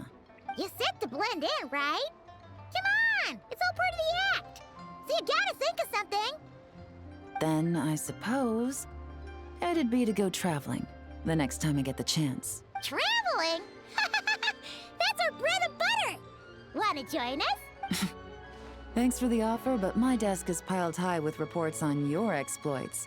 And that's not quite the kind of traveling I had in mind. I was thinking more the lie down and do absolutely nothing kind of travel. Ah, something a bit more easy and breezy, right? Hey, wait! We know just the place! The Easy Breeze Holiday Resort in Netland. It's super relaxing and full of fun activities. You've got the beautiful ocean and tons of cute little creatures called Asha. Seriously, you gotta go! I suppose I'll have to check it out. Hey guys, happy Lantern Rite. Happy landing, great coming. What a coincidence! You here to make shell lanterns too? Well, it's that time of year, am I right? Thought I'd join in on the fun. You can't have Lantern Rite without making one of these. What you gonna wish for? Oh, man, it's kind of embarrassing, but whatever. The truth is, the mighty mythical beasts are seriously struggling with recruitment. So I'm hoping to find a few apprentices and teach them the art of wushu dancing. Awesome! Shurfugami, here we come! Whoa there, Paimon. One step at a time. Yeah, but Paimon bets people will jump at the chance to learn from you! Well, I wouldn't be so sure. Wushu dancing is super physical and takes a lot of hard work to master, so it's not easy to find people. At this point, if the Adepti can't help me, no one can. I'll do it! What? Huh? You just said you wanted an apprentice, right? Well, I'm offering. What do you think? Whoa, the White Horse Adeptus works faster than I thought. Traveler, it's her. Lucia. Our target! Hey, didn't you hear me? I said I wanted to be your apprentice. No need to shout. I heard you the first time. What's your name? Step back a bit, Gaming. This person could be dangerous. What? Hey, what are you trying to do? Do you know who I am? Get back! Lu Shangshang, we have no intention of harming you. We just need to ask you a few questions. Get back, I said! Try to remain calm. If you come any closer, I'll...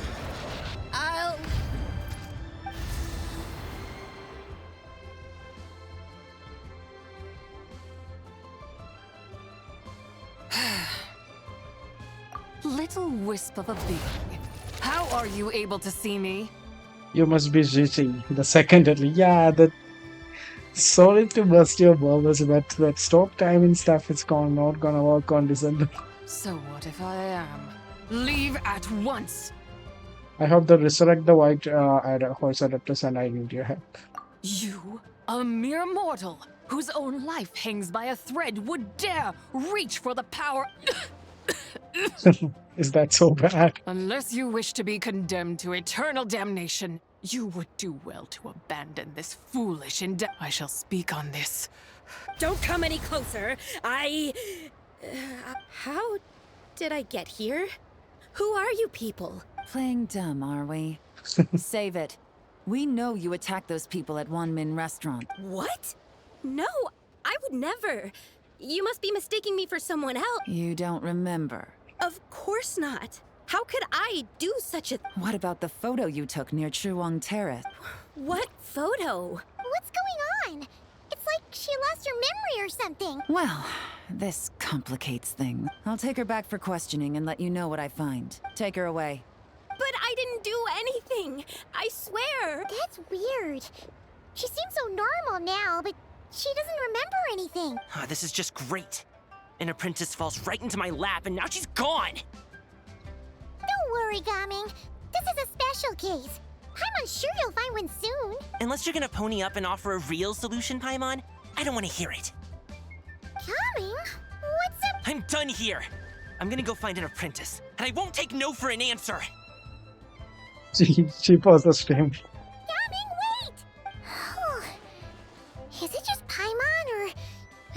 screaming, acting super weird just now. He might have been possessed. What? How do you know? You tell Paimon about your encounter just now. Whoa! So you saw the second deadly self? And you think she moved from Lu Xiangxiang to Gamin? It's possible. Uh-oh. Then we better find him before something bad happens. Let's go!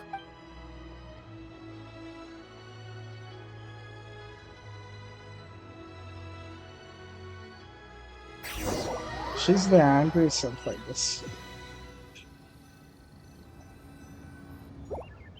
Alas, why must Cloud Retainer inflict such woe upon us, Mooncarver? By the order of Rex Lapis, we were supposed to make haste to the harbor to stand watch. Yet we arrived late, for you, in your inscrutable wisdom, chose that very moment to tend the mint. It is no wonder Cloud Retainer banished us to the wilderness in anger. A pity only that I, blameless as I am, was made to share in the punishment.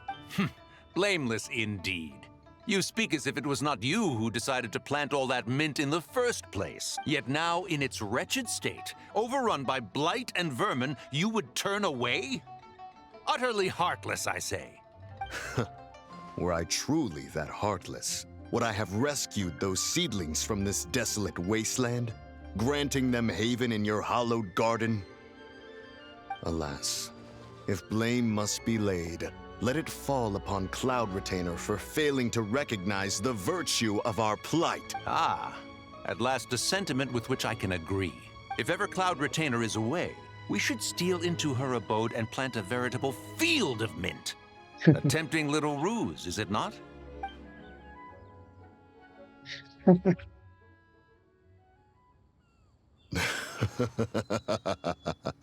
Positively ingenious. Please stop chasing us. Just let us get back here!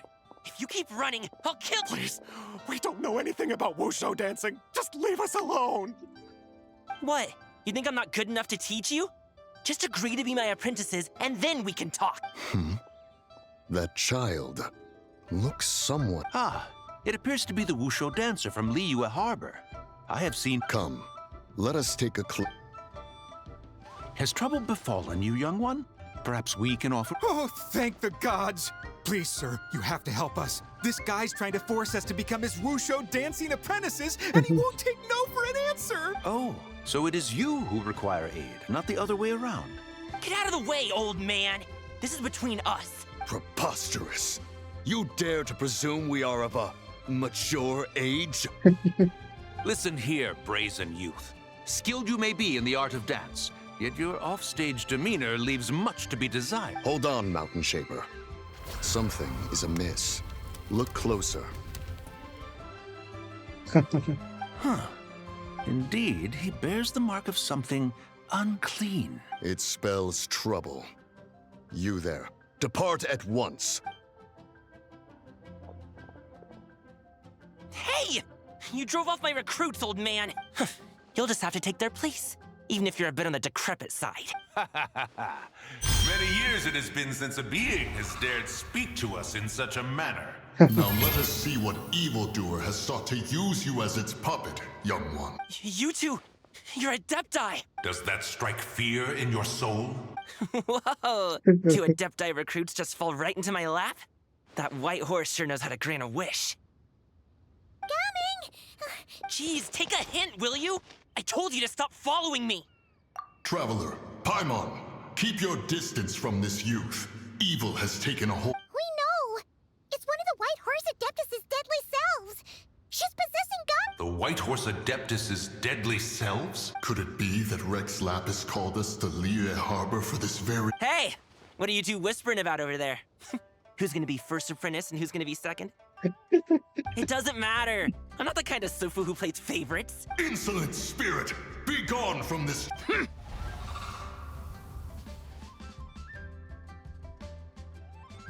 Little mite of a mortal.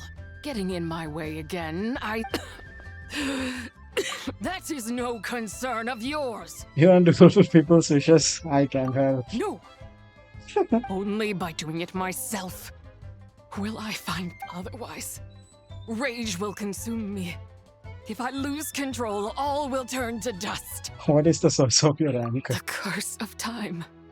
The memories this Come no closer. This is your final warning. Insolent spirit, be gone! Huh? Traveler and Paimon? Where are we? Weren't we just making Ah! The sun is most scorching. Agitation stirs within me. I require cooling mint to beat this heat. Did she just possess an adaptance? And speaking of, Cloud Retainer has scorned this verdant wonder long enough. It is time for her to feel its wrath. The wrath of mint! Mountain Shaper, where are Oh no! Now Mountain Shaper's acting weird! Oh, you don't think it spread to him, do you? Spread to him? Quickly now, explain to me what has been happening. What? Was I really that rude? Jeez, someone get my dad to throw a slipper at me. I'm so... Whoa! You okay, Gaming? He is fine. It is simply exhaustion. But to think Mountain Shaper would succumb to something like this, it is most unexpected. So, what do? We can't just leave Gaming like this, but we can't ignore Mountain Shaper either. My cultivation level rivals that of Mountain Shaper. Were I to give chase, Zizha would but flee from his form and take refuge in mine. Seek out Streetward Rambler. Cloud Retainer and the Conqueror of Demons should be with her. I shall take this child back to the harbor and join you post-haste. Whoa! What are all the Adepti doing to get— Rex Lapis charged us with keeping watch over Liyue Harbor should danger rear its head. I dare say this is the very crisis he— Come, we must devise a strategy before confronting Zizha.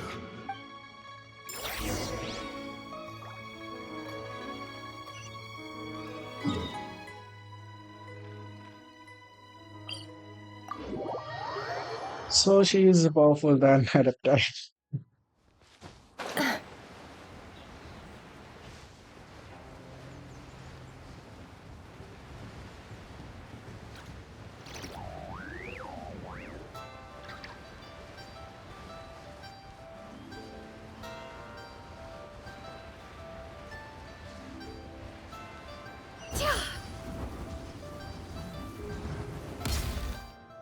The White Horse Adeptus?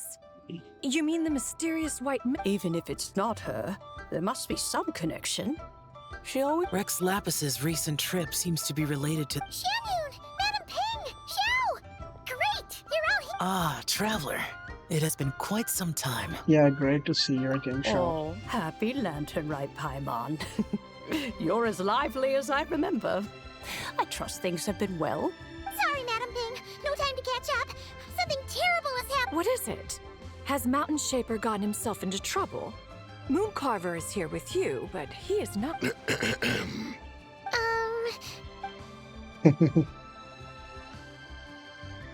The Wrath of Mint? That old fool dares to utter such nonsense behind one's back. Yeah, that's not really our biggest concern here. So, even a mere deadly self of the White Horse Adeptus was able to possess Mountain Shaper and affect his mind. No wonder Rex Lapis told us to gather here and await his orders. Mountain Shaper's cultivation is inadequate. He was caught unprepared. Were it one of us, Zizha would hardly have found a vessel quite so ready for the take. Hey, that's not what you said earlier. Where is Mountain Shaper now? A question that hardly bears pondering. Obviously, he intends to plant mint in the vicinity of one's abode. Ah, then he poses no great threat. We might as well let him be. Once he fulfills his wish, it's possible that Zizha will relinquish him of her own volition. Your ulterior motive is most obvious, Mountain Shaper. You two hope for Mount Eltsong to be covered in mint. One can see it clear as day. Not to mention, deadly selves are born of malevolent human desires, and naturally pose a great risk to the form and mind of all living beings. We cannot let this go unchecked. Let me handle it. I have relevant experience and know how to deal with such situations. One has no doubt of that. Yet your involvement would likely end in armed confrontation. In one's own estimation, the time for such measures has not yet come. Before his departure, Rex Lapis knew that Ziju was active in Liyue Harbor, yet told us only to wait. It would seem, then, that Rex Lapis did not believe extreme measures were warranted here. Yes, this is quite a peculiar case. After all, Ziju's possession does not seem to come with ill intent. It's more like she's guiding those she possesses to fulfill their own wish. There is another matter of import, however. I sense tremendous resentment emanating from her. What could be its source to render her so unable to find peace?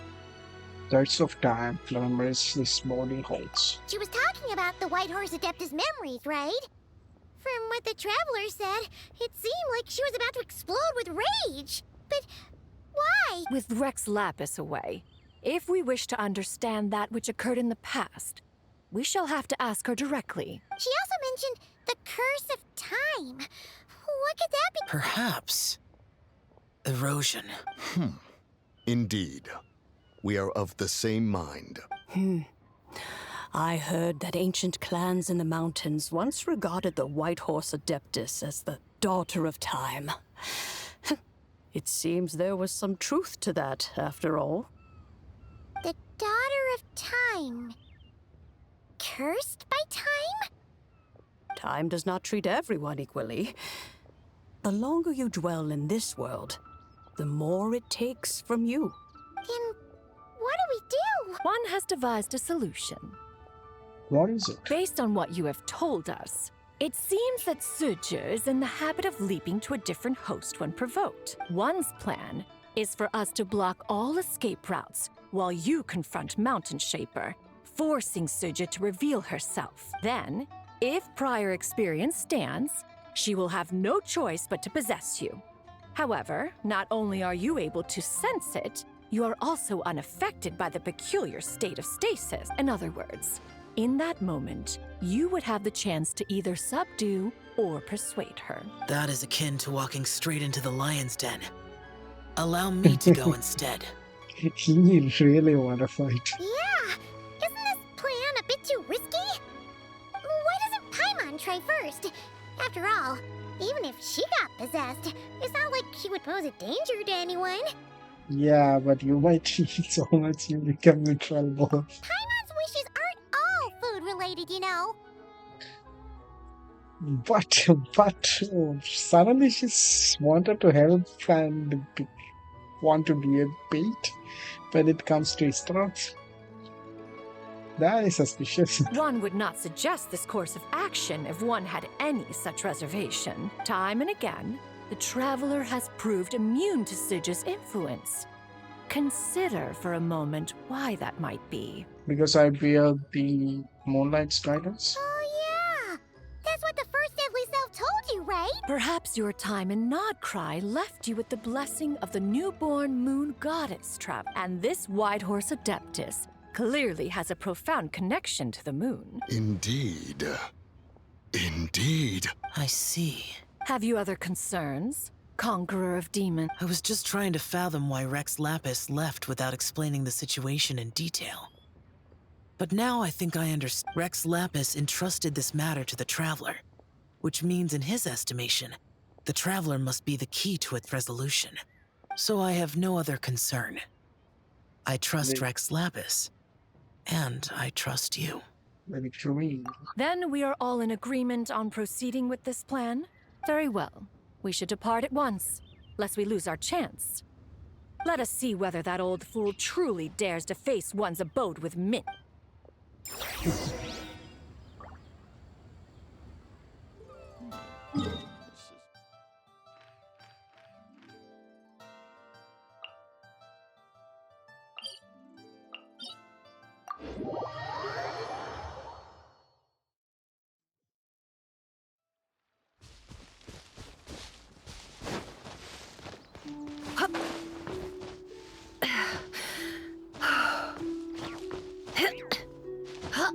Oh, I completely forgot how far it is. Maneuver through Leo.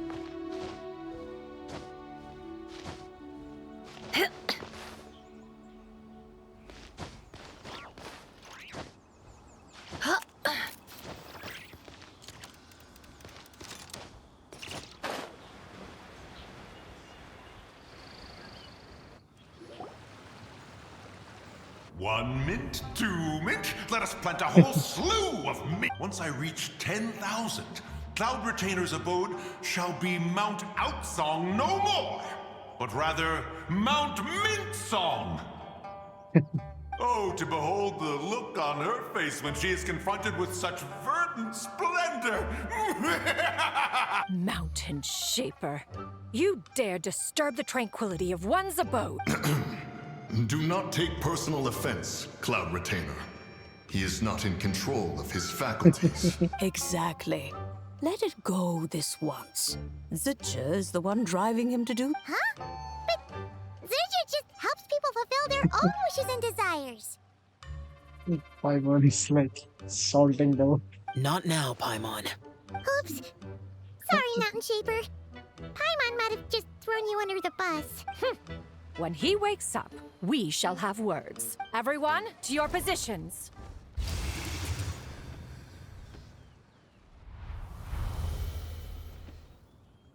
Be careful. A pest? I must catch it. Again!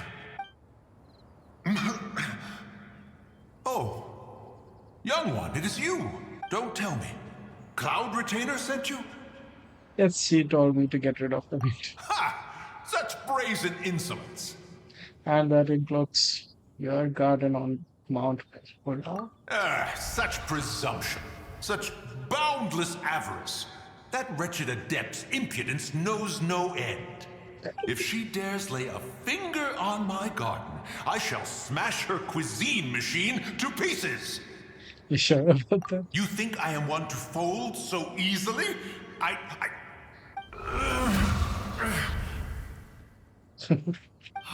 Insolent mortal! Time and again, you interfere in that which is beyond you. Make it exceedingly difficult to contain my rage. We need your help. You have no conception of that which you seek. It is forbidden! Copy You know nothing of my past. My warning was given. The cost entwined with this is beyond what you can bear. I'm here because I want to know. I want to understand. Stubborn mortal! You could even say it's my wish. You... Will you grant it? Very well. If death is what you seek, who am I not to oblige? Come, let us see the extent of your resolve. Your wish is to behold the curse of time and the memories of this form?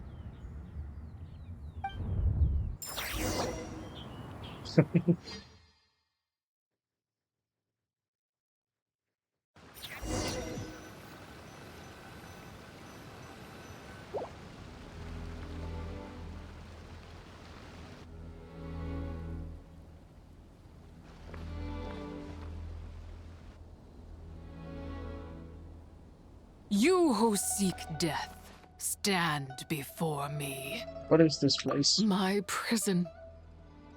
Job here? I was merely a trace of impure energy within Zibai's immortal body. When her soul was shattered, it should have been the end of me. But then, the one who governs time descended from on high and froze the moment of her death. And so, I remain in this world, unable to find release. Was it restored? A mortal who knows of her existence and would dare to speak her name. Who are you? I am someone who can help you. Help? No, there is nothing we can do for each other. I am not a mortal. Her power, the one who governs time. It has surrounded me ever since. A blessing and a prison, all at once. So you have been trying to break free? No. I have been asleep in this prison for countless years, until a familiar Then, through that mortal girl's eyes, I saw it. As pure and bright as ever, unchanged across the millennia. It was the moon. No wonder she took that picture at Chihuahua Cross. That place is called Chihuahua Terrace. Did later generations rebuild the altar in a new location? It looks just like the one used to honor Zibai. Could it be that traces of what happened back then still remain in this world? Where is that happening? That memory is embedded deep within the essence of Zibai's soul. It is one that should have been forgotten, yet it is precisely that which haunts my every waking moment, fuels my rage, and denies me a modicum of peace. Now you, a mere mortal, come to seek that which is forbidden. So, let us see whether the fire that fuels your ambition is a hero's wisdom or a fool's courage. What do I need to do? I shall relinquish control over this body's curse and let it devour everything within sight. Run as fast as you can, lest this prison become your grave.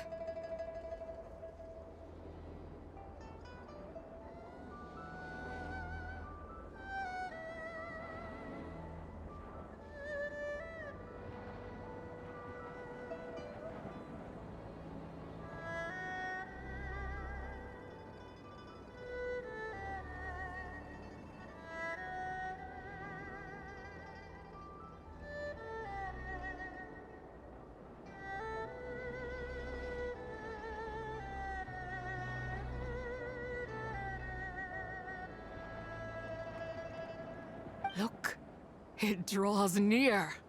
The river of time, come to sweep all into oblivion. A torrent of tears for the dead and departed. This must be the course of time. I shall wait for you at the end, mortal. Evade being swept up in its waters, and I will show you everything.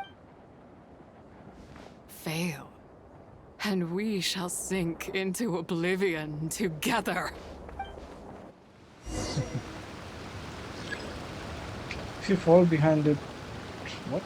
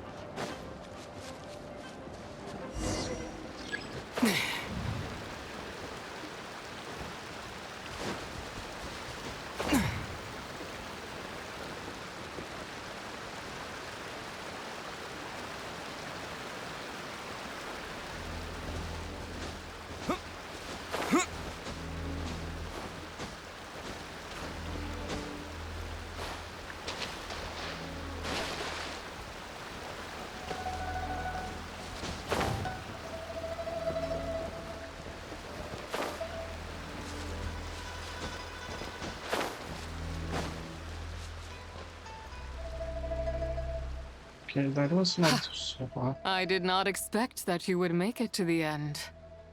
Well, I did it. Yes, It would seem even time cannot hold you back. In that case, perhaps this truth is one you can bear. Come, let your wish be granted.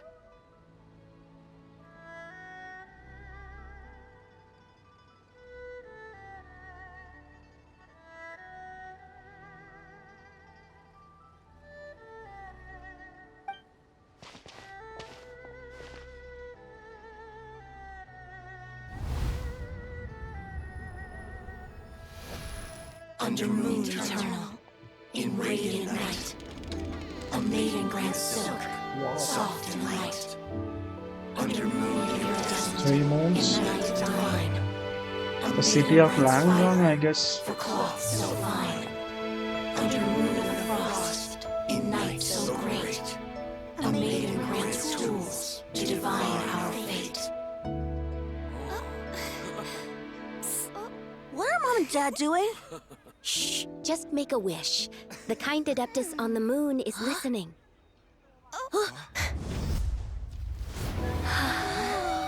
Look, it's Lady Zibai. Wow! Lady Zibai? Is she powerful? Of course. She taught us how to grow grain and beans, millet and rice, how to peel hemp and reel silk, spin thread and weave cloth, how to cut stone and build houses, cast bronze and forge tools. According to Mom and Dad, the Adeptus Zibai is the god of soil and grain, who blesses our land and its crops. So he's the emissary of heavenly principles, I guess.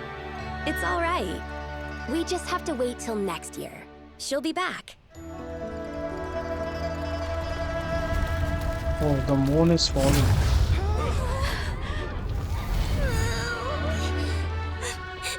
Mom and Dad are gone.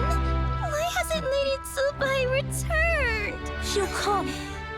We just have to believe. What? The Celestial Knight?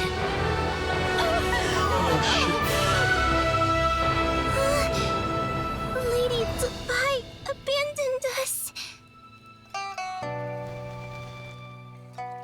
All places tainted by the abyss need to be purified.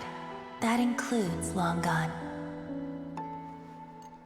And what of its people? You know what will happen.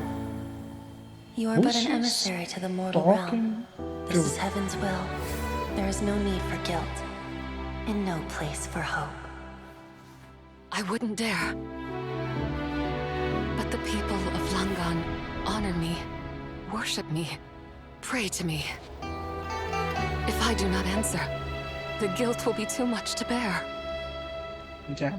And if you do, you will meet the same end. Then as their god, I shall die among them. Whoa. Who's that? Is that Gugu's? Look! Lady Zibai came to save us! I knew she wouldn't abandon us! Did she get stopped in Celestial Knight?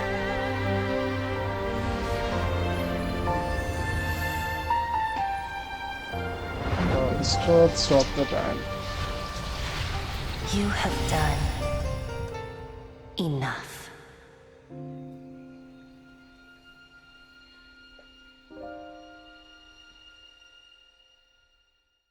Damn. Now you know the truth.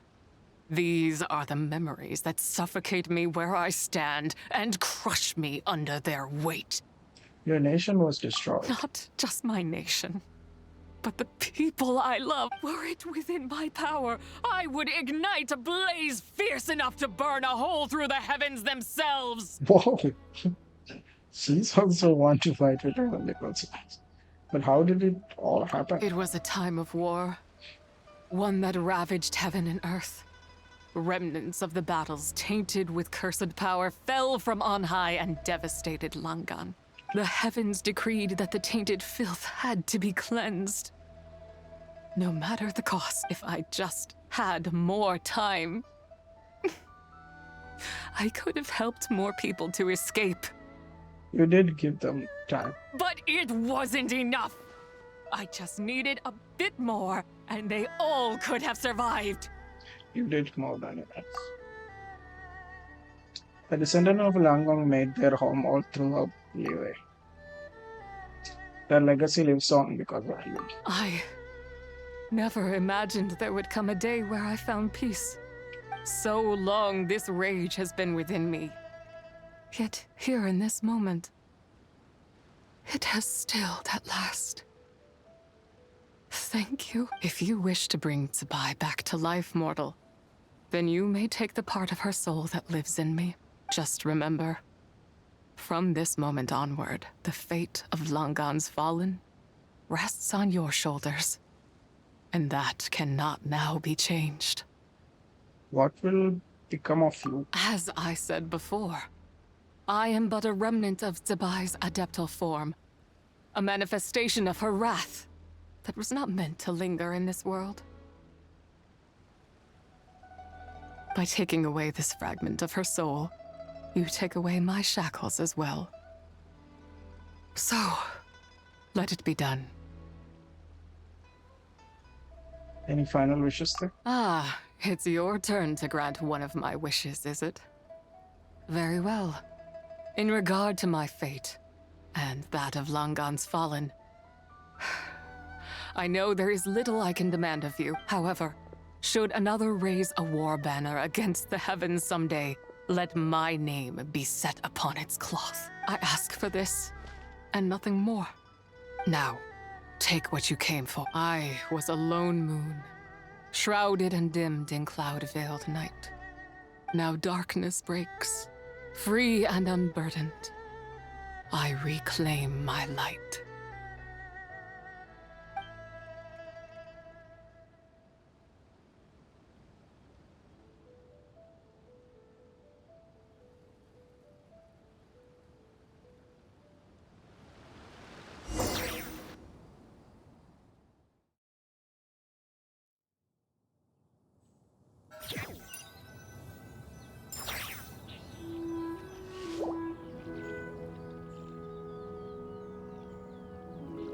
You think I am one to fold so easily? Ah, young one. What brings you here? My, what exquisite mint seedlings. Was it you who planted them?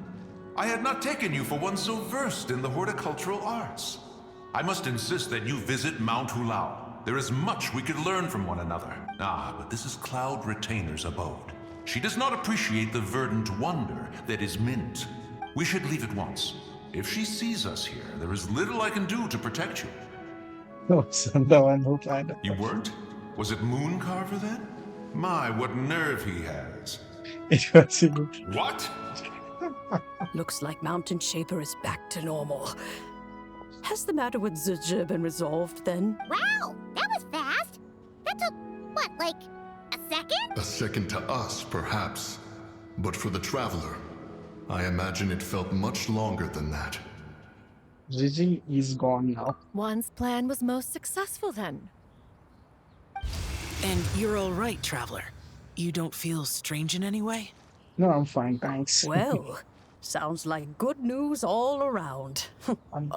I'm glad this matter is resolved. What is this matter you speak of? The possession of that mortal child? The matter of Zibai may have been resolved, but there is another that is far from over. The mint you planted around my abode. Perhaps you have a moment to spare for a little chat, Mountain Shaper.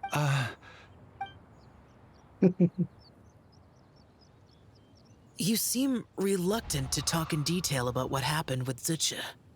She told me about her past. Don't worry. I won't ask you to reveal her secrets to me. And I doubt the other Adepti will. Huh? You don't want to know what happened? The expression on your face. I know it well, Traveler. It's one I've seen Rex Lapis wear on many occasions. Whatever you learned, it must be too heavy to share. But you're okay, right, Traveler? That deadly self didn't hurt you, did she? No, nothing like that. I'm fine. Well, as long as you're not hurt, doesn't need to know anything else. Even so, I hope you feel like you can entrust me with it. If I learned anything from our time together, it's that one should not have to shoulder such a weight alone.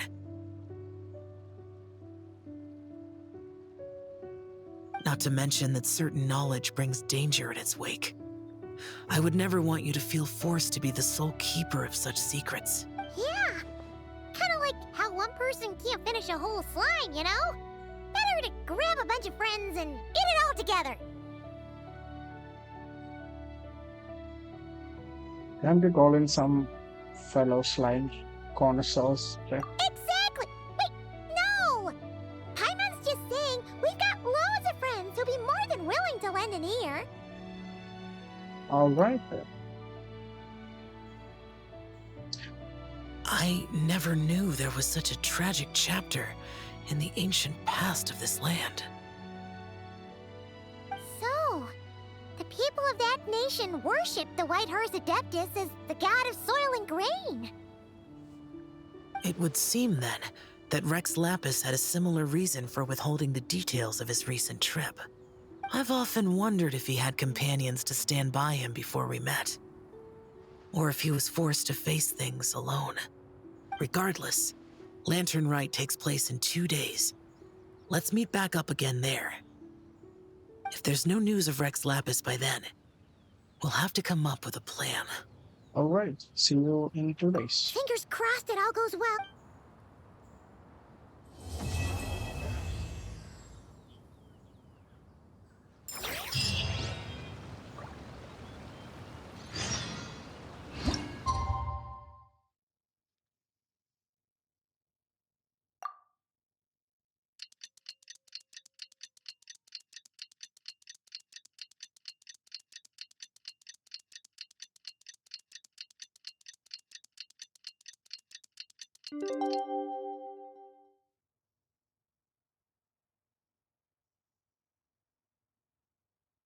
It's time to meet back up with Xiao. Let's head to Mount Outsong.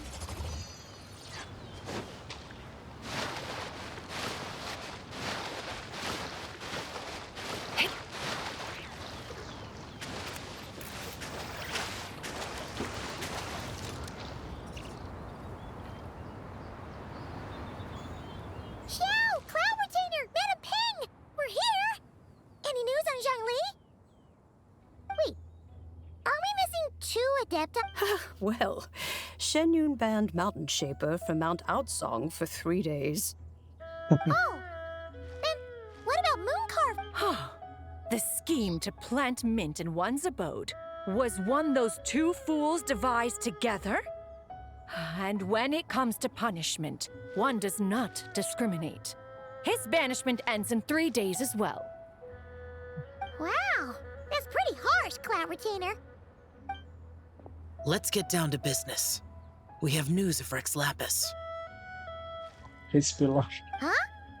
Isn't that... Yes, Rex Lapis's Geopillar. It descended from on high this morning. He must have sent it for a reason, but it does not respond to our touch. So, what does it mean? Is he in trouble? Not necessarily. It could be a message only a specific person is meant to receive. Traveler, you alone spoke to Rex Lapis before he left. Oh, so it must be for the Traveler. Give it a try. That's the pillar. As even solid. What? Come to the spring on Mount Qingse. I have left an entrance for you. Yeah, solid rocks. Well? Seems like he might be over at Mount Winch. Just as one surmised, it seems that Rex Lapis will not countenance our involvement in this matter. That would not surprise me in the slightest. He's always had a soft spot for the Traveler, after all. But be that as it may, we have served Rex Lapis for millennia now. In other words, I'm sure this has nothing to do with favoritism. He's probably just trying to protect us. They're jealous. That's right. So you mustn't let your guard down, even if Rex Lapis is by your side. Don't worry, I won't. All right, try not to keep you all waiting.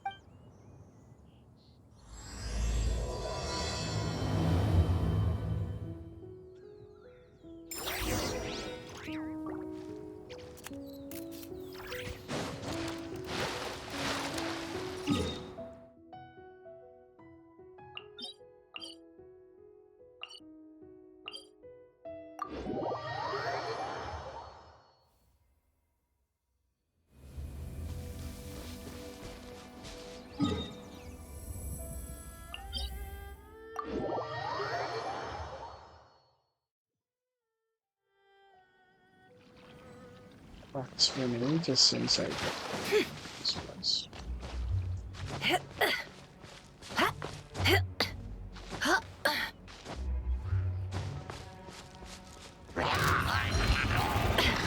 really what's scared.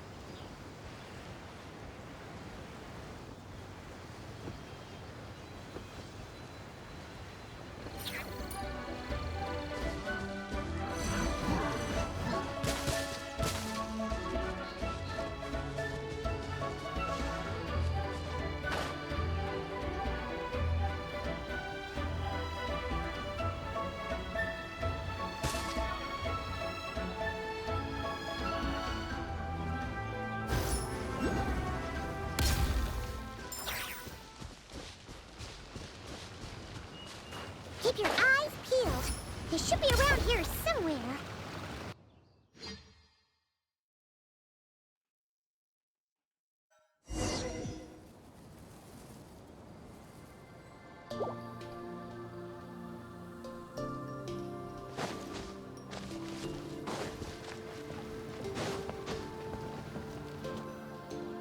Who could have imagined that the once mighty Geo Archon might end up so, sitting on a humble stool in the woods, quietly weaving moon lanterns?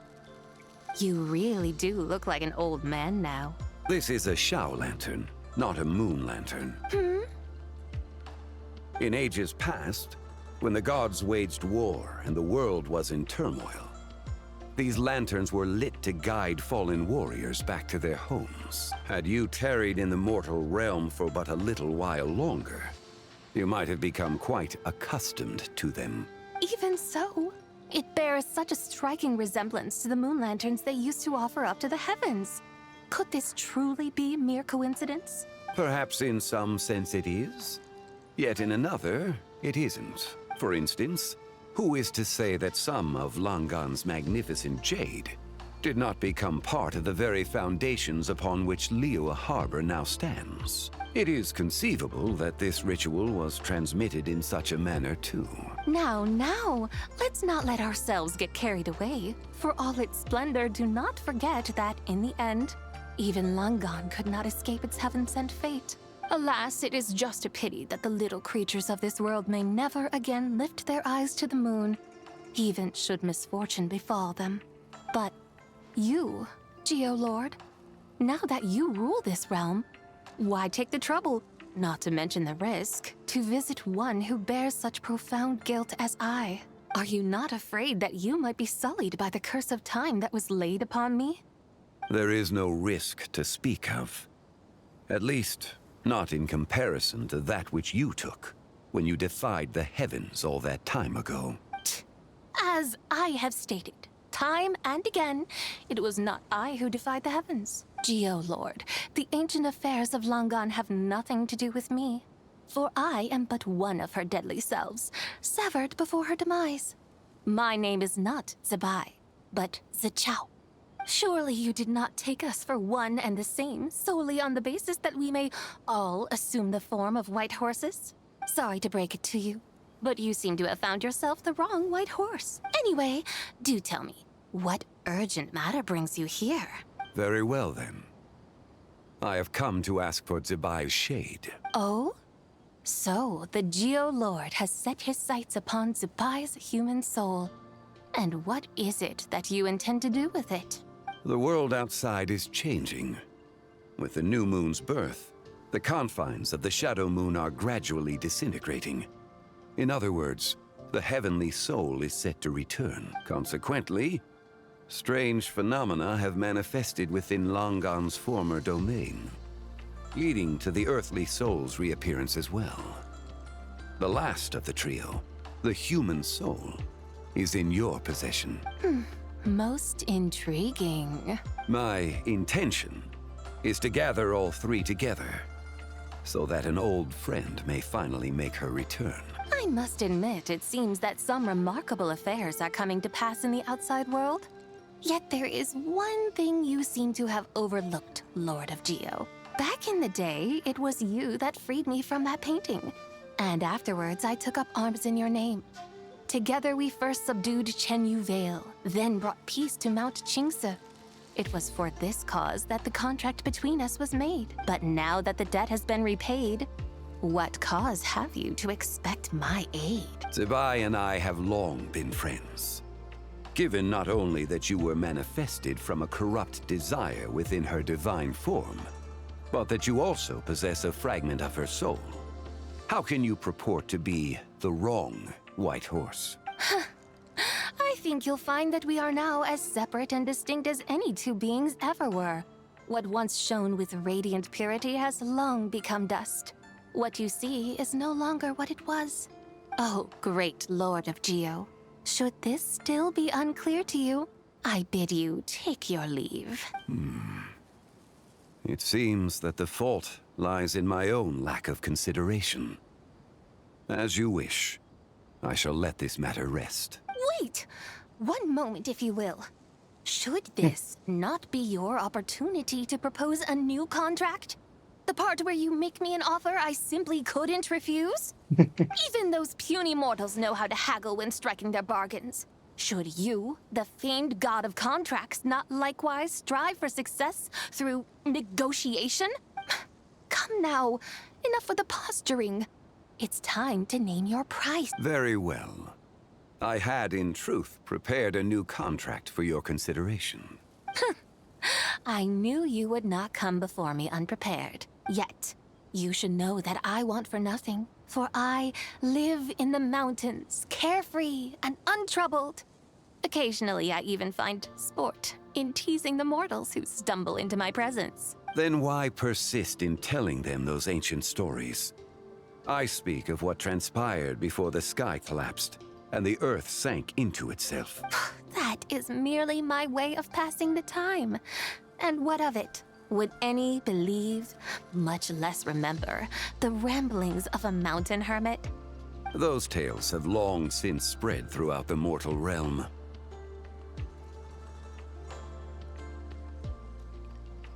Who? Should my words prove insufficient, I invite you to see the world for yourself. To this end, I have found you a pair of trusty guides. The Lantern Rite is presently underway in Liyue, and should prove quite intriguing for you. So this, then, is the contract you have prepared for me? Indeed it is. Think of it as a contract for a one-day festive excursion.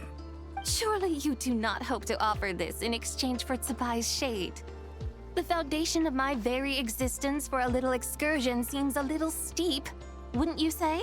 Why not see for yourself? You can always decide afterwards.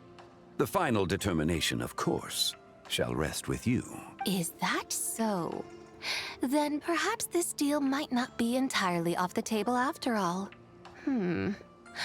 Where then are these guides of which you speak? Hey, it's Young Lee! Oh, we've been looking for you everywhere! And this You're is... here. So these are my guides. Well, well. They certainly look the part, I'll give you that. Guides? Oh, you poor innocent little creatures. The benevolent Lord of Geo has sold you to me, which means that for the rest of this day, you belong to me. Sold us to you? Just what have you gotten us into, Zhongli? The situation is not quite as dire as that would sound. I ask only that you accompany my Adeptus friend on a tour of Liyue. And you'll help us after that? I would suspect that depends on how well you entertain me. Entertain you? Where would you like us to take you? Let us start with this Liyue harbor of which I have heard so much. Nowhere is quite so fascinating as a place teeming with little mortals. How come this Adeptus sounds so different from what Paimon imagined? Let's just play this by ear. Okay, we'll take care of it. Get ready to find out why they call Paimon the best travel guide in all of Tibet.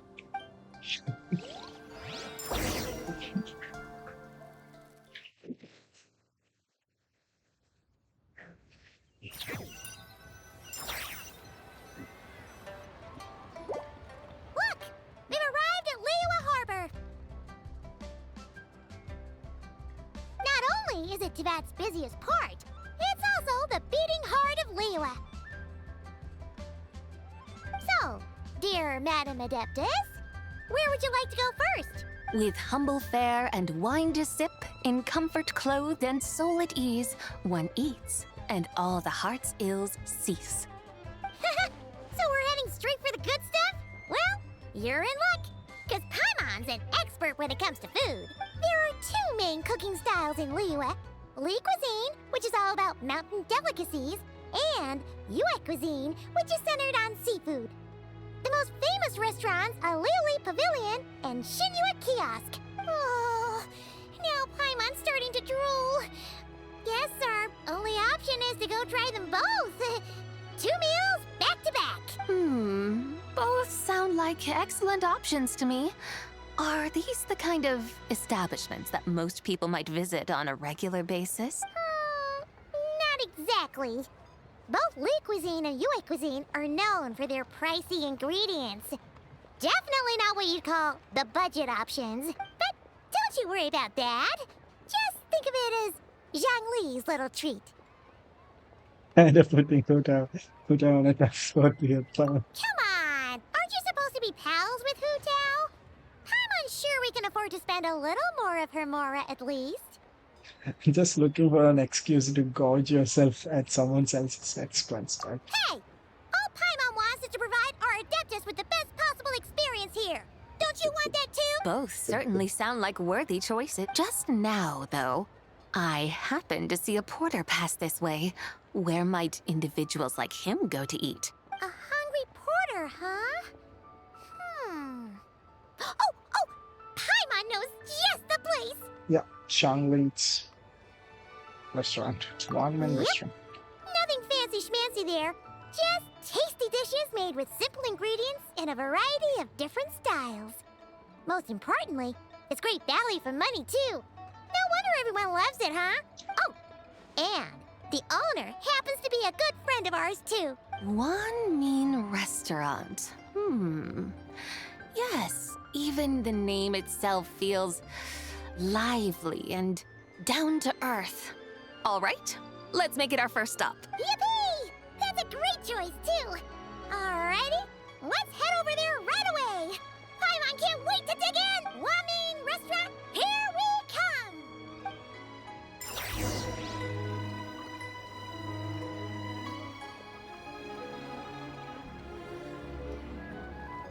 Can't hide the truth.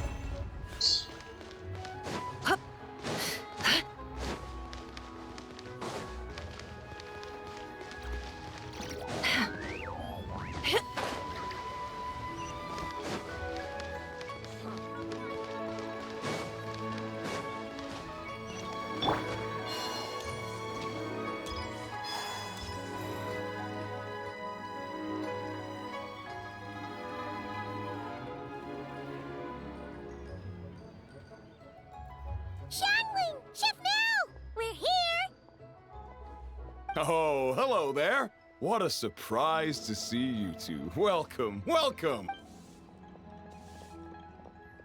Hey there, Traveler and Paimon.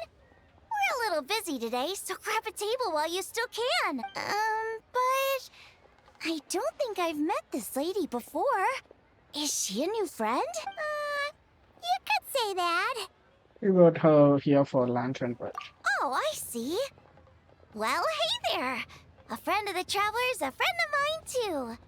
Don't worry, we'll take good care of you. Just order whatever you want, it's on the house. By the way, I'm Zhangling. I cook here at Wan Min Restaurant. What's your name?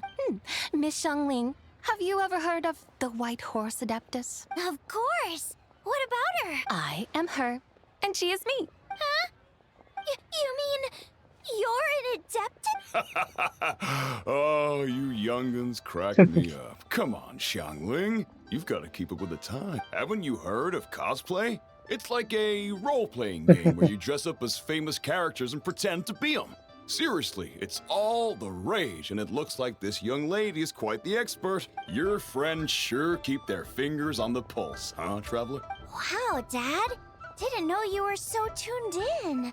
But how come I haven't heard about it? You gotta listen to our customers.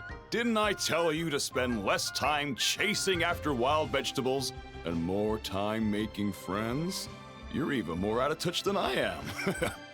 Hey, I like making friends too. Isn't that what I'm doing right now? Anyway, even if it is just a costume, is it alright if I still call you White Horse Adeptus? Of course it's all right, because that's exactly who I am. Okay. I can see you're really committed to the role. How about I call you the real White Horse Adeptus instead? In that case, you can call Paimon the real Traveler. What? Guess that makes me the real pilot. You're right. You could have at least switched outfits. Puny mortals. Nevertheless, I suppose it might be amusing to indulge in your little charade for a while at least. All right. Go grab yourselves a table. I'll come take your order in a bit.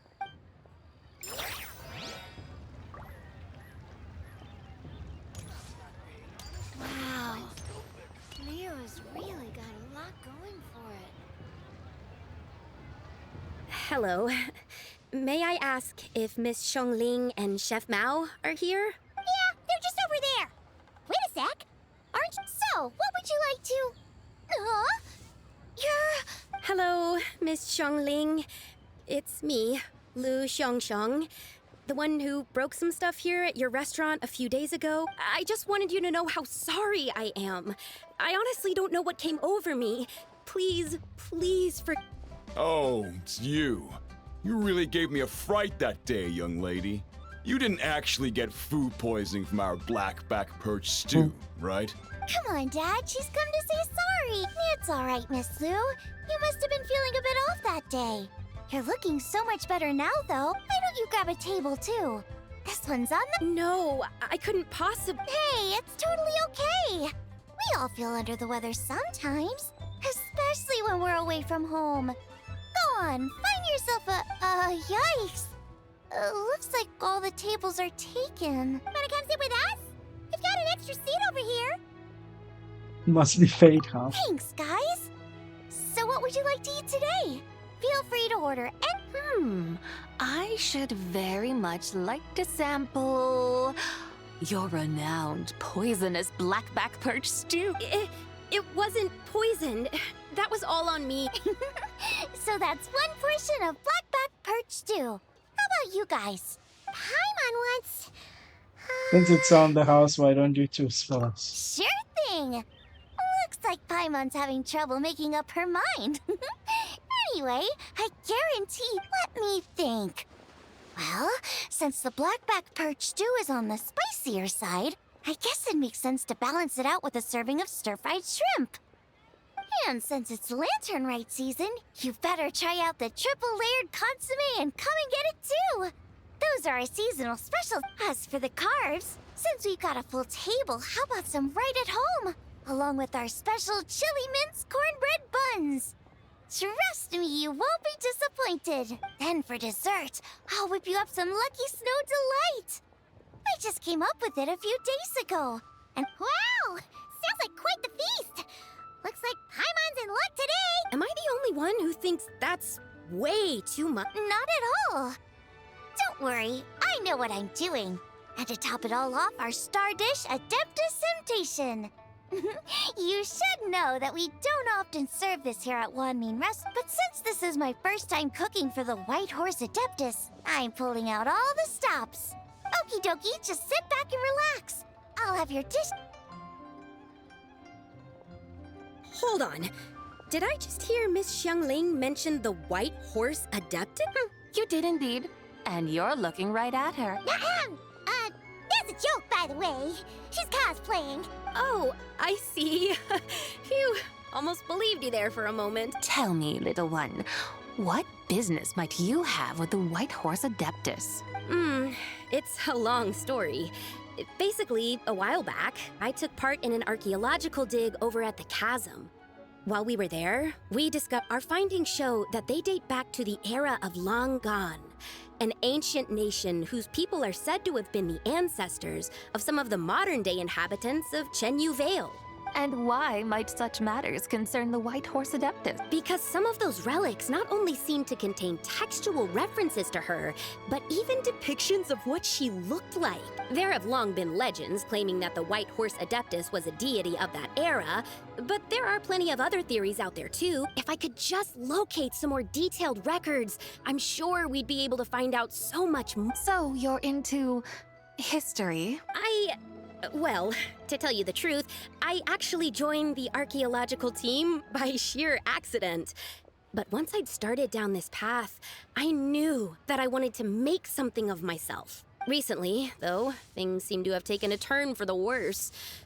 Still can't believe I caused such a mess and even ended up hurting someone. Oh, so you're considering becoming a martial artist now instead? She is like a taunting personality. No, I mean, they weren't seriously hurt. It was just a few scratches, and they let it go after my mother compensated them. Either way, my career's pretty much over. And even though both the victim and the Ministry of Civil Affairs say they won't be pursuing the matter any further, my father says he's going to punish me according to our family rules. Family rules? Yeah, he's decided to ground me. I'll have to return to Chaoying Village after Lantern Rite, and goodness knows when I'll be allowed to leave again. Wow, that's harsh. Sounds like the kind of thing only rich, super traditional parents would do. We're not exactly rich, though. All we own are a few tea fields in Chaoying Village and a guest house in Liyue Harbor. A guest house? It isn't Baiju Guest House by any chance? Ah, so Boslu must be your... Yep, he's my grandfather. So, you've heard of the guest house before? Small world, huh? Come to think of it, didn't Boss Lu mention something about hoping that the White Horse Adeptus would show up and let her divine power be known? Well, she should have tried. Sure, but Paimon's guessing this wasn't exactly what he had in mind. Shh, keep it down. Little one, it sounds to me that your family is rather well off after all. What then drew you to archaeology? Why subject yourself to such unnecessary hardships? Even if I stayed at home, there's no guarantee I'd lead a nice, easy life. Just look at my father. Recently, my grandfather put him in charge of the guest house, and he came up with a bunch of ideas right away, starting with changing its name. That didn't turn out well, though.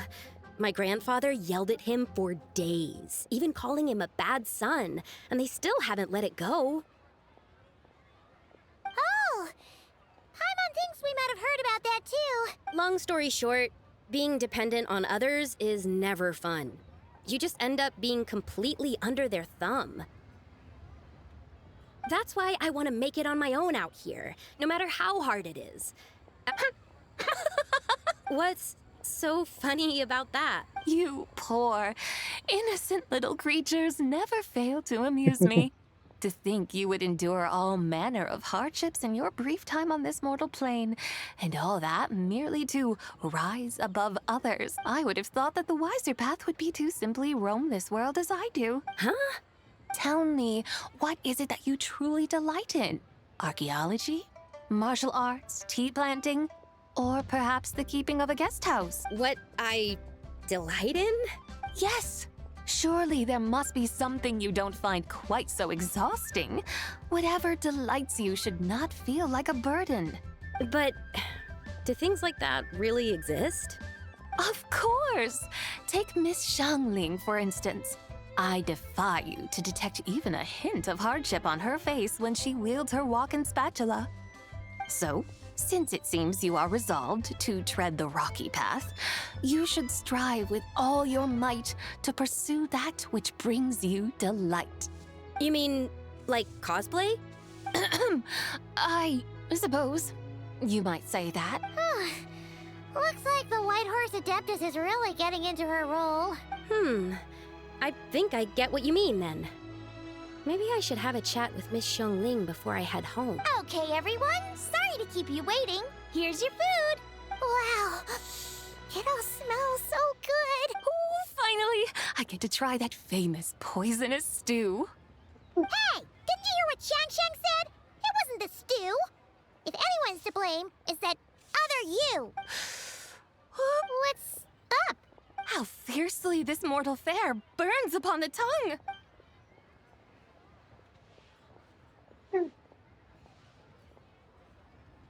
Yeah, no, that's develop the food thing. Once you're finished, options, the stuff will make your way to.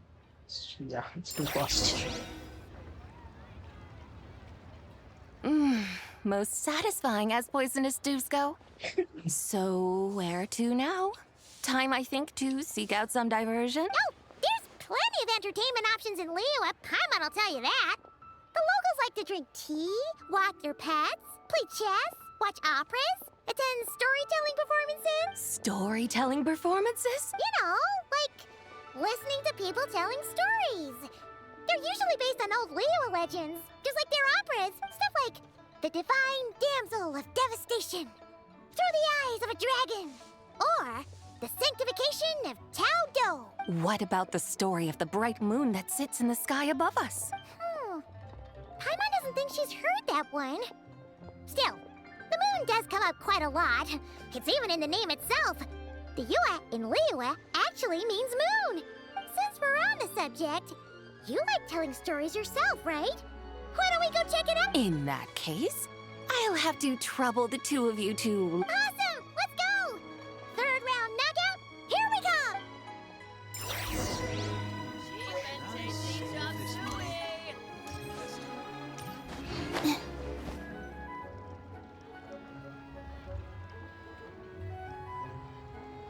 What a tongue twister! I'd have made a complete fool of myself if I tried to say it on stage without practicing it first. Huh. Call yourself Iron Tongue, Tien. Wobbly Tongue, Tien, more like. I used to have that problem a lot. But if you just take your time to grasp the meaning and commit it to memory, you'll be able to say it smoothly in no time. You're right, Miss Yoon. I'll give it another try. Hey, Yunchin! Fancy seeing you here! What are you two talking about? Traveler and Paimon, we meet again. And who may I... You may call me the White Horse Adeptus. The White Horse Adeptus? She's not really an Adeptus. She's just cosplaying as I see. Well, it certainly looks like a lot of fun. Oh, funny you mention it. This type of thing is actually something I'm quite familiar with. Once, to perform Through the Eyes of a Dragon, I decided to imagine that I was Rex Lapis himself. It was the only way to truly inhabit his mindset and understand his resolve to quell those demons. Sounds like you just wanted an excuse to feel all big and powerful. Hey, that's... You just don't understand how inspiration works. You're one to talk. Paimon's traveled all over with the Traveler, and she's seen things that would make your jaw drop. All right, then. Since you claim to be so knowledgeable, why don't you prove it by reciting an ancient poem? An ancient poem? Which one? Ha! See? You mean to tell me you've never even heard of the ancient poem called An Ancient Poem? What kind of a title is that? Quit teasing, Paimon. We only just found out about that ourselves. He's talking about the writing on those ancient relics. When we first saw it, we couldn't figure out what it all meant. So in the meantime, we decided to just refer to it as an ancient poem.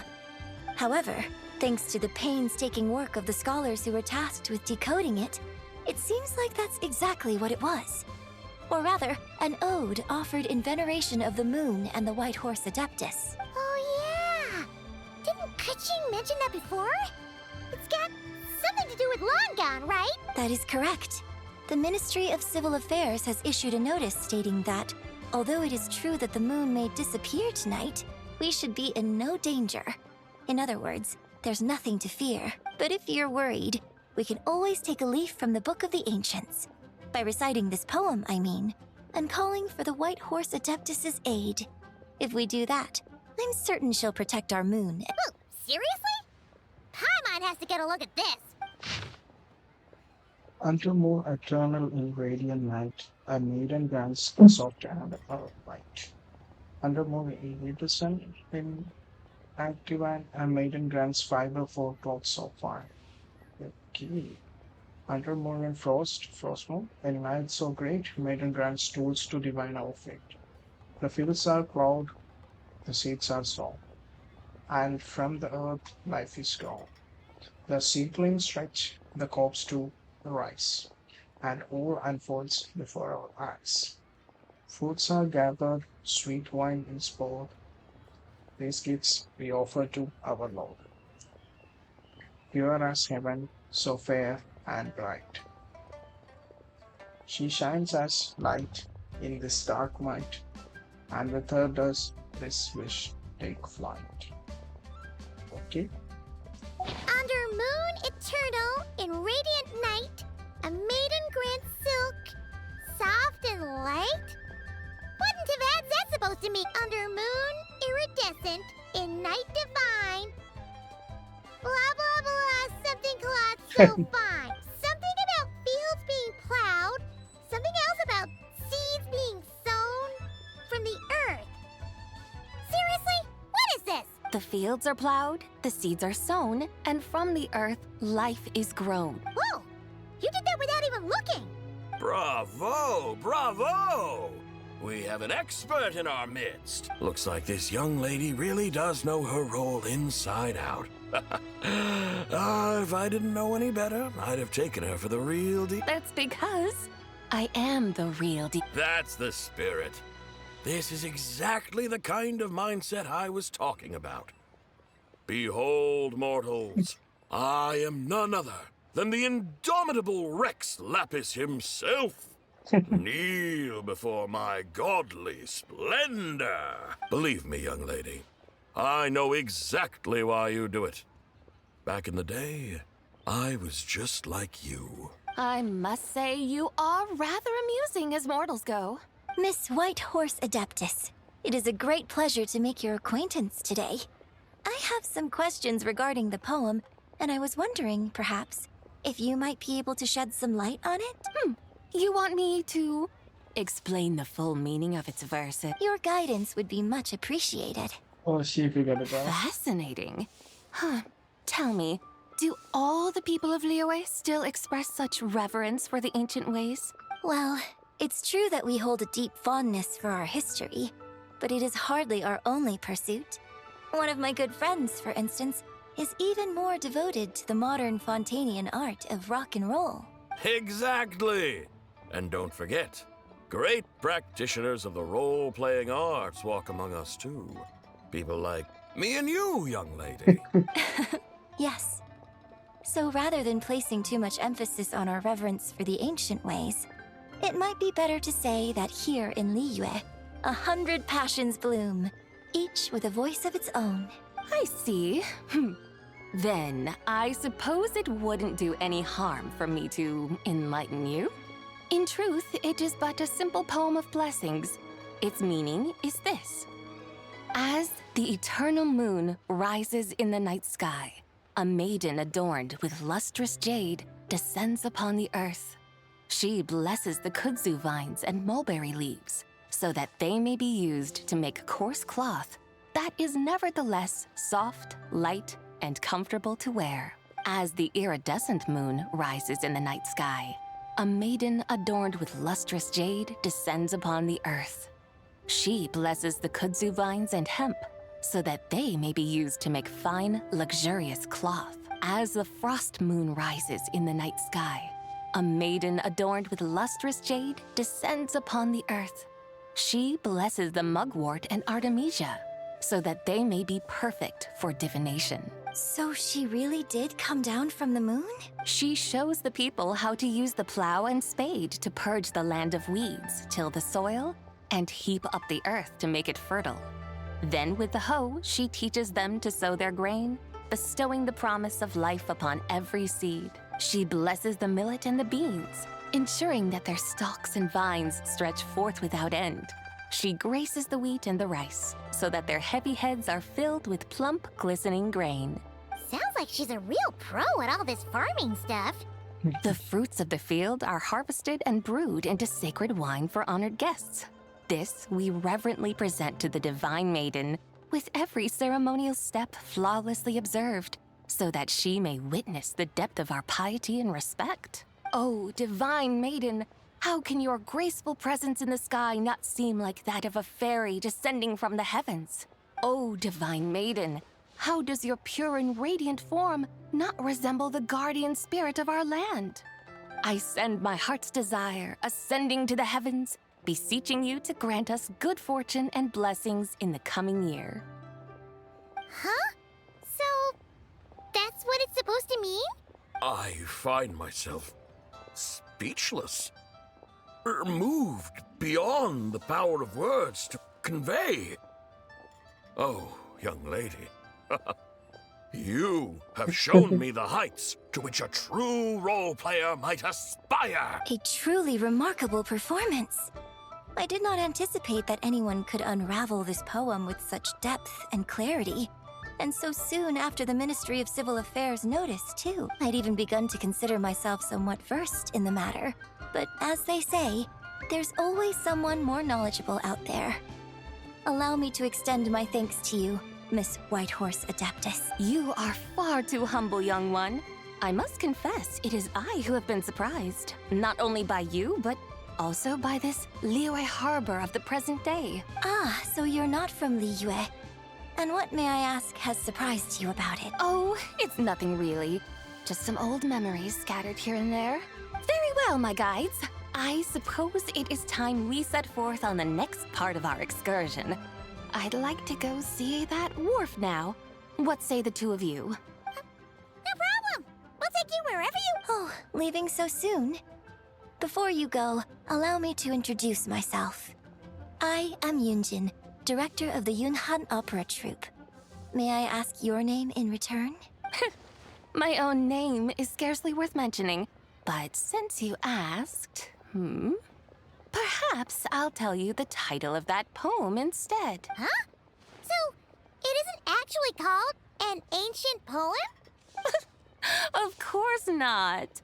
Its real title is Odes of Long, Zibai. Odes of Long, Zibai. Yeah, that gave me goosebumps, like it's all made. The real name.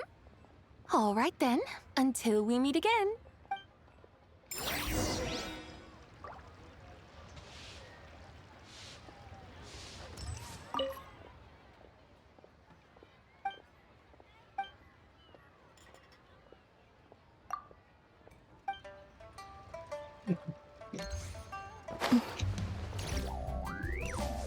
Yep.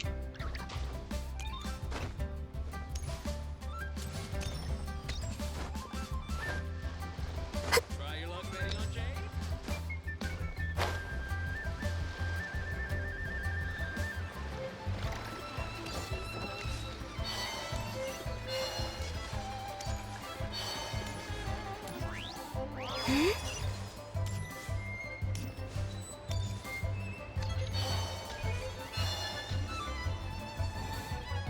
Ganyu. Hey, Ganyu! I almost forgot to mention. On my recent trip to Notcry, I came across something really fascinating in the Frost Moon Scion's library. I found records in their collection of another divine envoy living on the moon. A divine envoy on the moon? You don't think it could have been referring to the White Horse Adeptus too, do you? No way to say for sure. Still, the similarities between our legends are intriguing, to say the least. Isn't it amazing? Especially when you consider how far apart we are. It truly is. We might live in different lands, but when we look up at the night sky, we all see the same moon and stars. Right? It's like we're all bound together, no matter where we are. When you think of it like that, it's almost as if our friends from other nations will be right here celebrating with us. Isn't that a wonderful thought? No wonder you were so excited to go see the giant lantern when you first got back. Sounds like you're a real fan of the White Horse Adeptus, huh? I guess you could say that. Just a pity she's so elusive. Even Granny's never met her, you know? Maybe she really is just a legend after all. Hey, Yanfei and Ganyu! Trust, Paimon. The White Horse Adeptus is as real can be. Huh? Oh, look! It's the Traveler and Paimon! Feels like I haven't seen you two in, like, forever. Happy Lantern Rite. It's so good to see you again. Hey, you two. Happy Lantern Rite. Did I hear you right just now, Paimon? Does that mean you've actually seen the White Horse Adeptus? She has indeed. And now, so have you. And why, who else? The White Horse Adeptus, of course. Could you maybe start with something else next time? You're the White Horse Adeptus? She's cosplaying as the White Horse Adeptus. That's right. Allow Paimon to introduce you to our new friend, Zichao. She's been low-key obsessed with cosplaying the White Horse Adeptus ever since we met her. Oh, that was a weird glitch. I see. Well then, greetings, Miss Zichao. My name is Yanfei, and recently I've been low-key obsessed with learning everything I can about the White Horse Adeptus. I'm sure the two of you will get along like a house on fire. Oh, and by the way, House I'm on Ganyu. fire? What? So, Miss Zichao, you must be here to see the giant lantern too, right? A horse-shaped Zhao lantern? Is that what I think it is? That's right. A lantern made to honor the White Horse Adeptus herself. Isn't it gorgeous? Huh? What are you laughing at? Both the lantern and myself. What do you mean? Oh, this lantern truly is an artistic masterpiece. But tell me this, have any of you ever seen a horse before? Come to think of it, Paimon can't remember ever actually seeing one herself. What about you, Traveler? Me neither. This horse appears to be mid-trot, but it has adopted what is called a lateral gait, where the legs on one side of the body move together in unison. A rather rare sight indeed. Just now, I suddenly pictured myself, I mean, the White Horse Adeptus running the same way. The image was so absurd, I could barely contain my mirth. Oh, really? I never knew that. You learn something every day, huh? Oh, come on! It's basically a giant piece of fan art! Who cares if it's different than the original? So why laugh at yourself? I was merely laughing at my own ignorance. I came here thinking that the White Horse Adeptus's tale had been long forgotten. Yet here I am, gazing upon a lantern made in her honor.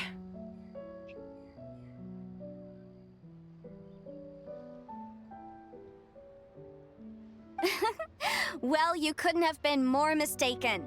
There are so many tales about the White Horse Adeptus, I'm starting to lose count. Just off the top of my head... Just so you know, Yanfei, we've heard it all like a million times before.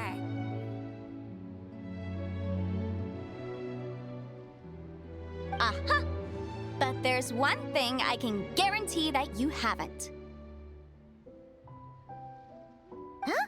You mean like a new chapter of her stories come to light?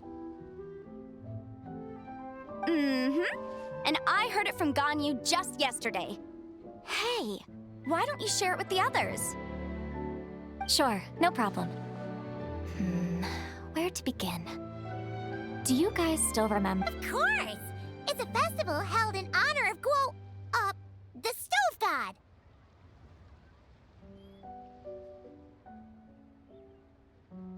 That's right. But it took a really long time for the Stove God Festival to become what it is today. In its earliest form, it was actually an adeptal ritual known as the Moonchase Rite. Paimon remembers Madame Ping mentioning that before, but she never explained exactly what it was. According to Cloud Retainer, the Moonchase Rite was originally a ritual meant for communicating with the moon. Communicating with the moon? But for what purpose? At first, Cloud Retainer wasn't entirely sure either, as it was always Rex Lapis who performed the ritual. Whoa! Rex Lapis did it himself? Must have been a really important ritual. That's right. Unfortunately, despite numerous attempts, they never actually received any response from the moon, which is why they eventually stopped performing it. But then, just yesterday, Kaching took a picture of the moon being obscured by a dark hole to Cloud Retainer and asked if it had anything to do with the Moonchase Rite. The moment Cloud Retainer saw it, it suddenly dawned on her that the rite might have been an attempt to reach the White Horse Adeptus all along. Does that mean Zhongli's been trying to bring back the White Horse Adeptus all this time? Yeah, it's his friend. So how about that? Bet you never thought there might even be a link between the White Horse Adeptus and the Moonchase Festival. It is quite the revelation, yes. If Kaching hadn't taken that picture to Cloud Retainer, we would never have known any of this. This is probably what Kaching was referring to that day when she mentioned there were some ideas she wanted to follow up on. So, Geo Archon. All this time, you've been striving to awaken her. Huh? What do you mean, awake? Nothing. What I truly meant to say was, this new insight you've provided has been truly eye-opening. Oh, by the way, my trusty guides, I've been meaning to ask, where in Liyue Harbor might one enjoy an expansive scenic view? Huh? We're off to the next stop already? But Paimon's barely done digesting that lore bomb just now. All the more reason to find the right spot to let it sink in. Oh, so that's what you're up to. A tour of Liyue Harbor? In that case, if you're looking for a spot with a panoramic view, I'd recommend Yujing Terrace. That's a great idea. Since the terrace is on higher ground, the sea view from up there's so much better. Great! Well, the Lantern Rite's about to start, so we should get back to Granny's now. Hope to see you all at the festival tonight. Oh, you're off too? All right then. See you both soon! See you soon!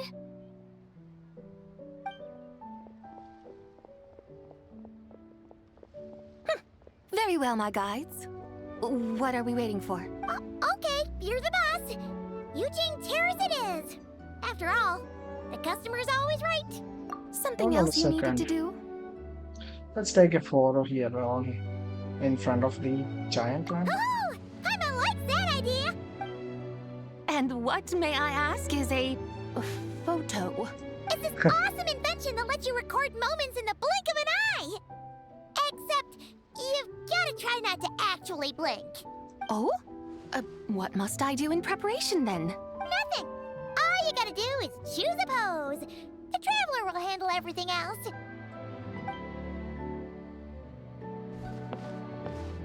Come on, let's give it a try.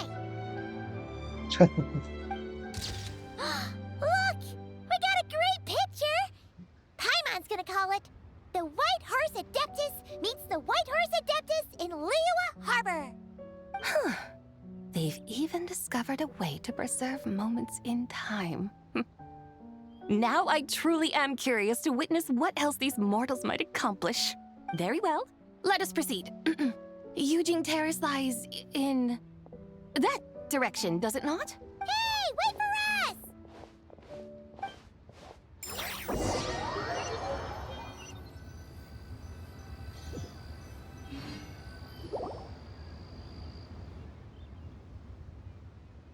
Truly a marvelous view if ever there was one. It seems the charm of this Liyue Harbor is only heightened by the sun's dying light.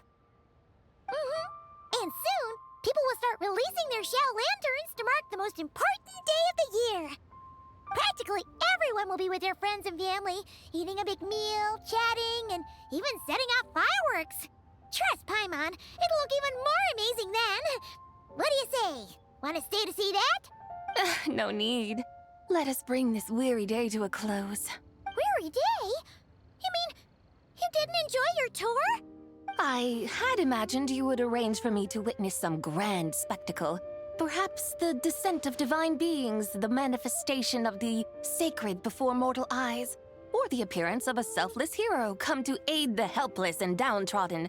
Or, should that not come to pass, then at the very least, spend a little more coin. For that, it seems, is how one finds true enjoyment. Alas, but there was none of these.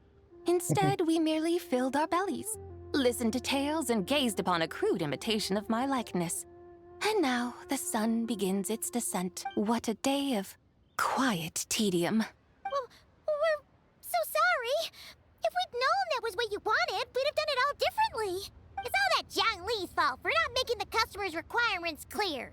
Well, it's too late now. Do you still believe I would part with that soul fragment, now so intertwined with my very being? But Quite scary. I don't know. I knew you were the more astute of the pair. Huh? You were just trying to scare Paimon? It seems the realm of the Geo Archon has a way of making one more stony-faced. So, you were just pulling Paimon's leg? Of course. I was merely engaging in a little banter with the two of you. Long ago, I shared tales with various mortals who chanced upon my mountain abode.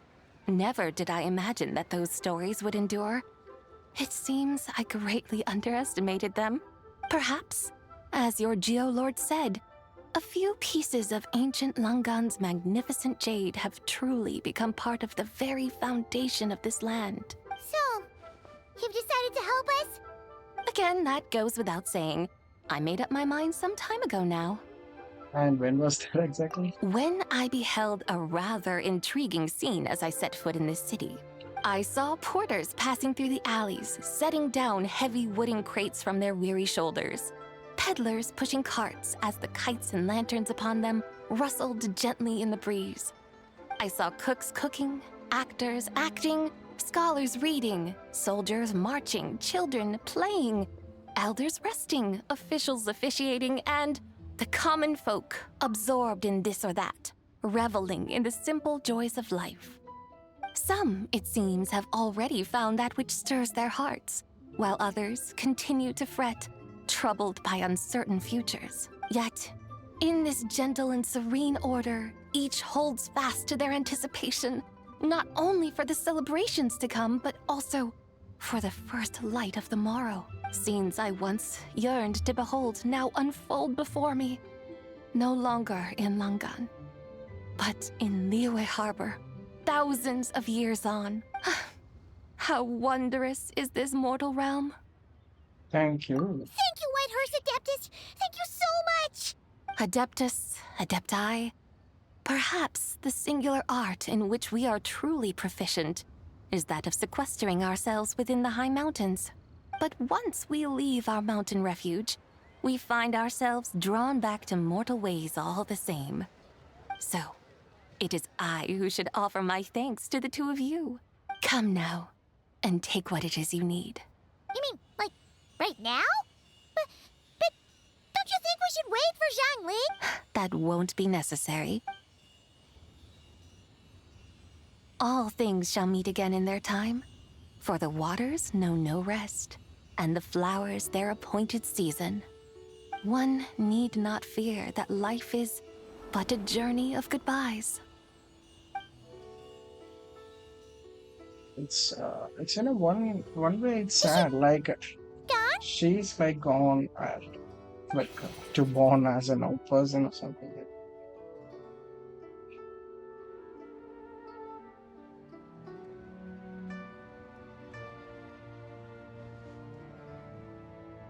Yes, she's gone. A deadly self is formed from the body's impure vapors, so naturally it cannot survive long in this world. Had it not been sustained by the remnant of Zibai's soul, it would have faded away a long time past. Now that the remnant is gone, it has severed its ties to the mortal world. Shen-Li! When did you get here? A while ago, I would have thought you'd at least want to say goodbye. though mountains endure, the ceaseless waters will, at last, wear away their sharp edges. Thus must I meet the marks wrought upon her by the ruler of time with great caution. Actually, you're just terrible at saying goodbye. It may be goodbye for now, but someday we will meet again. Really? And when might that be? Who can say for sure? Years and years from now, perhaps. Or maybe tonight. At the Lantern, Rite. Are you saying that if the White Horse Adeptus were to be resurrected, she'd still have the memories of the three deadly selves? That she'd still remember us? We will find out soon enough.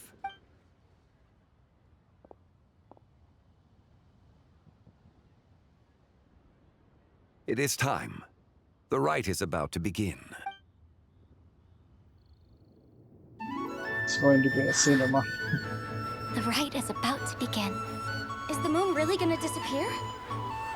Got your lanterns ready, everyone? All set.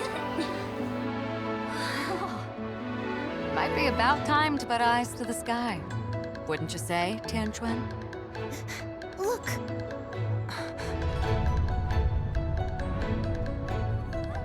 When the sun's out, eat the sun. When the moon's out, eat the moon.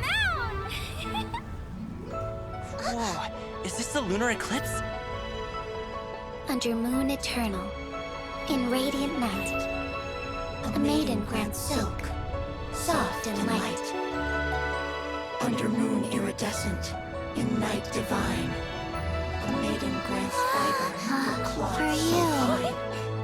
Under moon of frost, in night so great, Teaching they would have like our tools to divine our fate.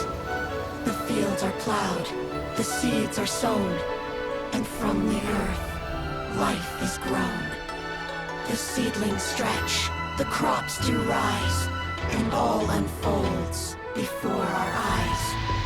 Fruits are gathered, sweet wine is poured. These gifts we offer to our Lord. Pure as heaven, so fair and bright, she shines as light in this dark night. And with her does this, wish take flight.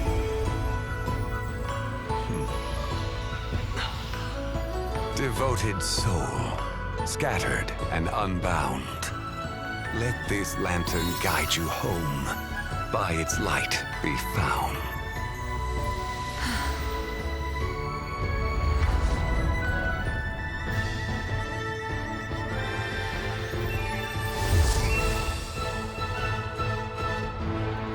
Oh, so beautiful.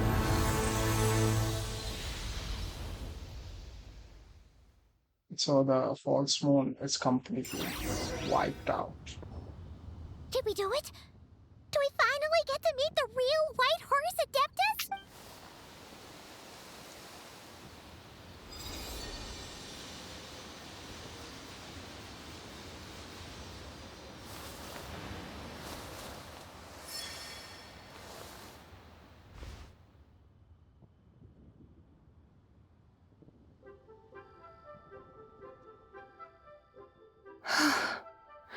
This place.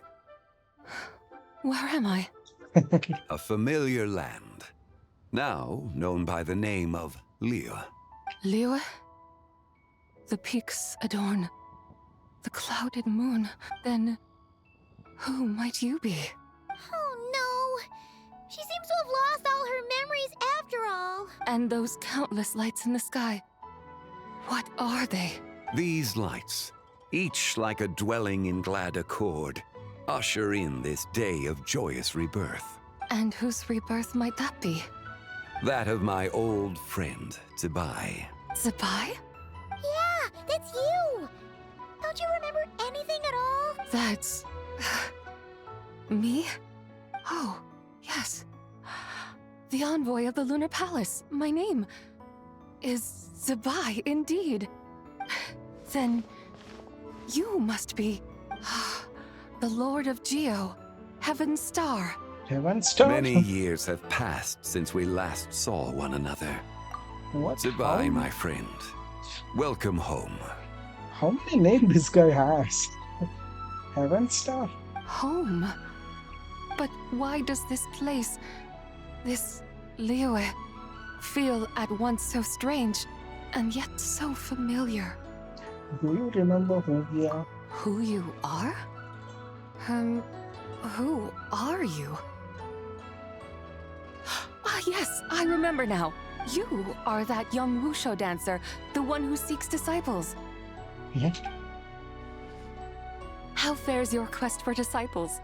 It must have yielded a truly prolific body of students by now, I trust. Hey, you've got it all wrong! You're talking about Gaming! But I could have sworn... Oh, that's right. You're that impudent blonde youngster who kept meddling in my affairs. And to think you even had the audacity to presume yourselves worthy of being...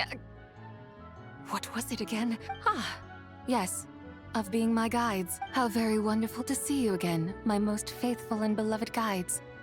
I trust all has been well in my absence? Well, she finally got it right. But that sudden mood swing felt even weirder. It's like her head's packed full of slime. It is possible that her cells have not yet settled. After all, they've only just been brought back together.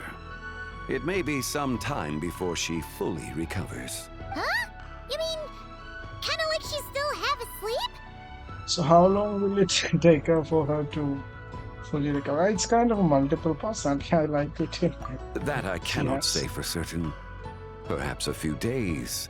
Perhaps a few years. A few years?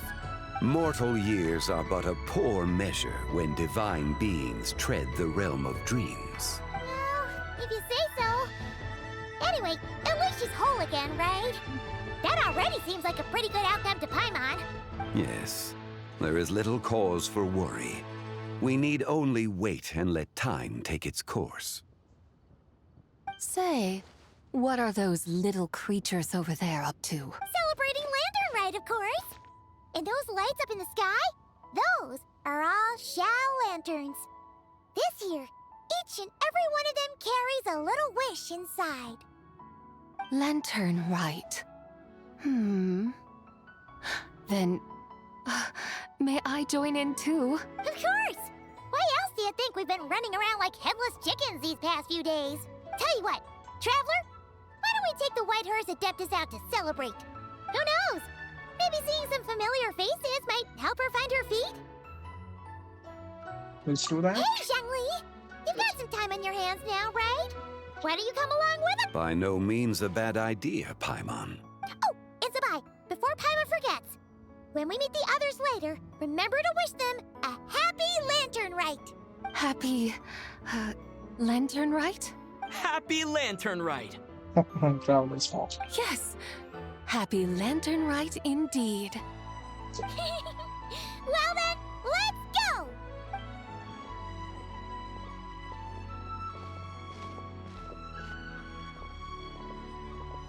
Dude, you're still full of mysteries. Lantern Rite. A night of joy, reunion, and moonlit blessings for all.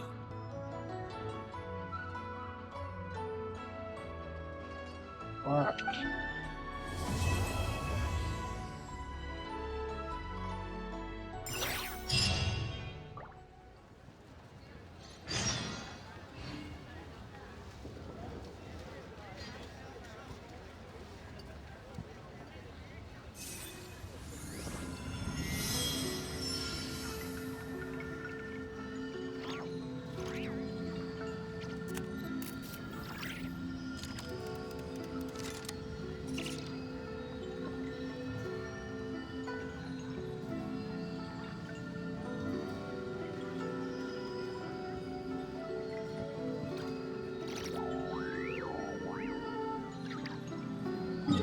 Yeah, let's see some characters, maybe.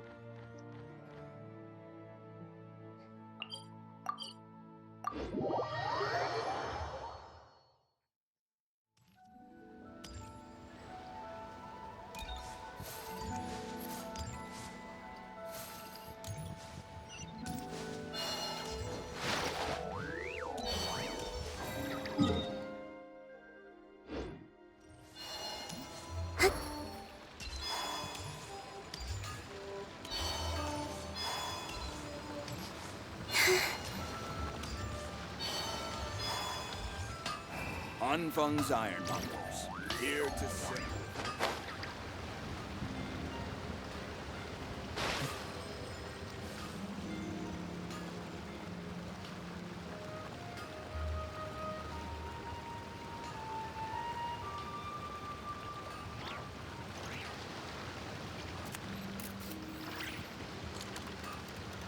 Would you like to go moon gazing?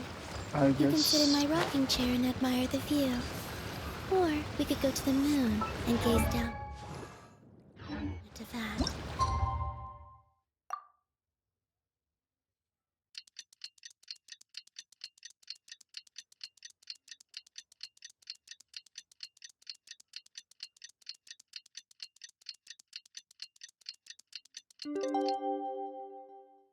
Whatever you prefer. Paimon wonders how the White Horse Adeptus is getting along. Maybe we should check in on her? We can ask Zhangli where she is. Huh?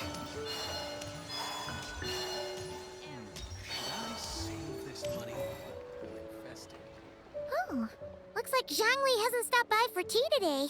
Hey, are you two looking for your friend? Try going up that way. Is Zhangli up that way? No, but that young lady who was dressed up as the White Horse Adeptus the other day is.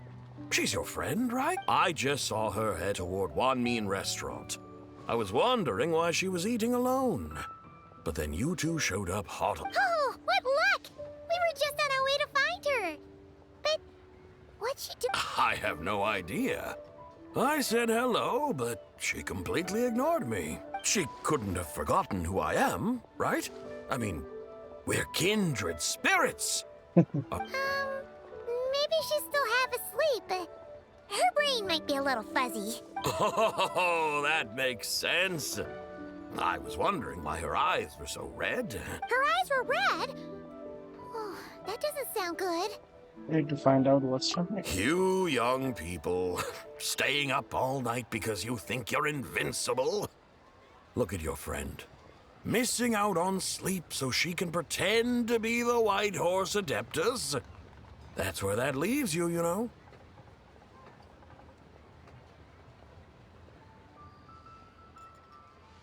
A word to your friend from someone who's older and wiser. She really needs some rest.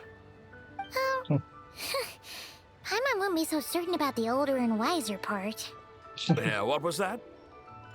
Nothing. We'll make sure to pass on. Hurry things. along, then.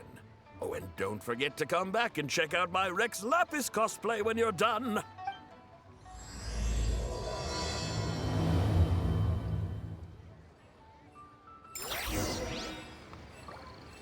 What?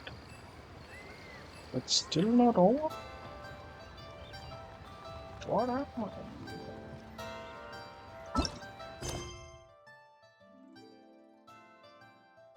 Oh, it's an epilogue. Oh,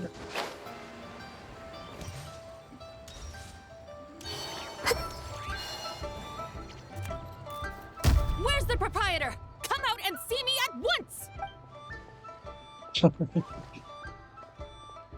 Xiangling and Chef Mao aren't here right now. What can I help you with? And who might you be? My name is Shenhe. I work here at Wanmin Restaurant. Shenhe. Shenhe. Are you that crane adeptus who loves planting mint? It's been a few days. Have you improved your gardening skills? Did you manage to cover the slopes with mint? Mint? I don't know anything about mint. But I am familiar with Qingshen and glaze lilies. Ha!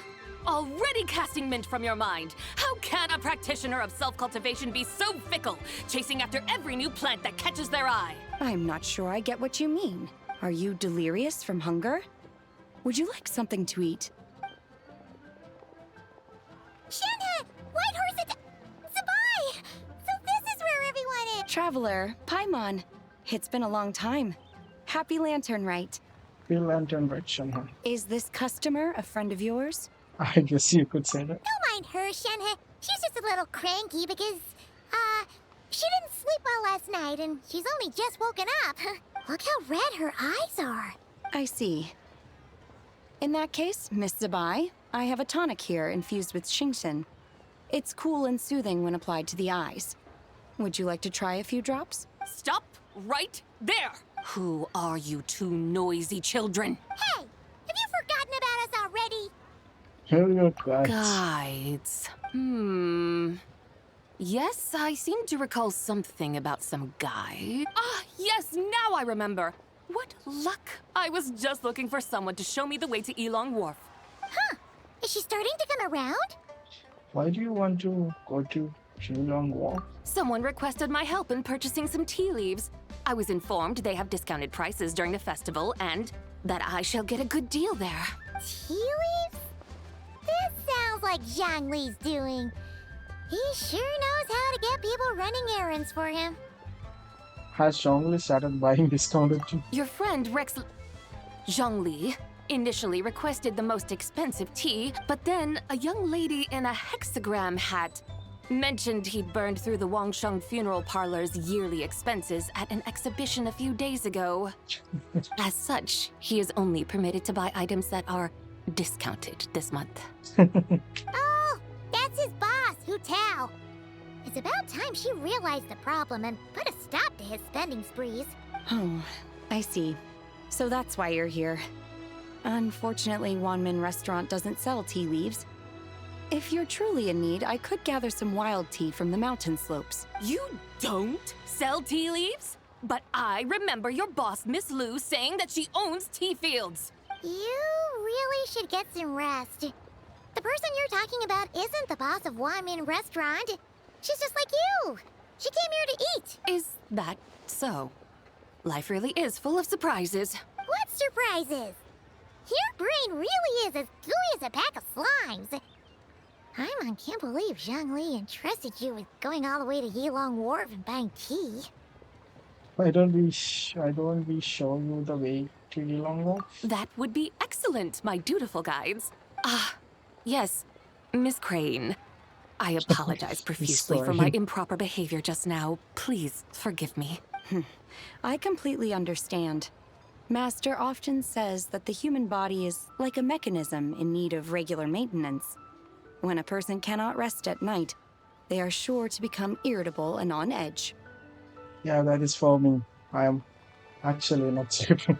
Miss Crane, you appear reasoned and compassionate on the surface, yet I sense dark forces churning within your spiritual core. Those red ropes you wear are what bind them, am I correct?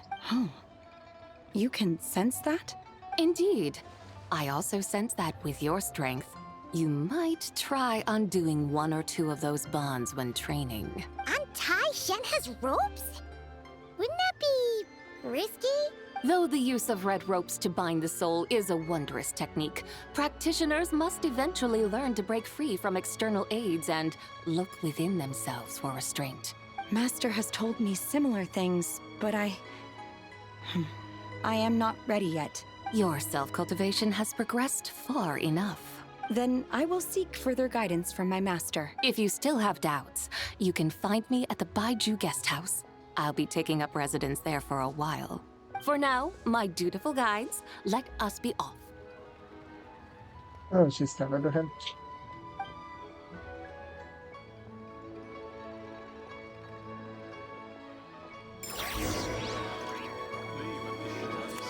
It's a Yilong Wharf.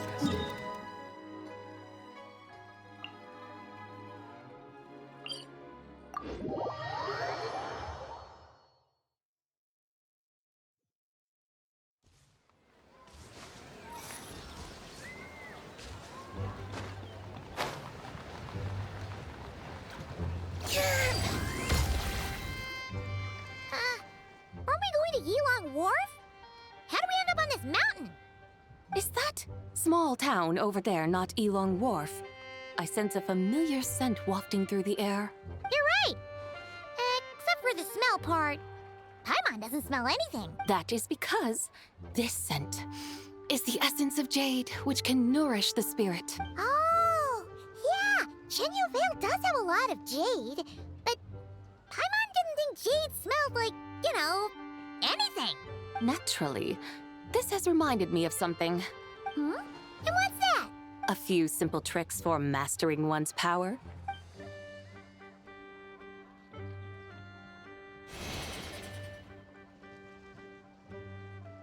What is that thing?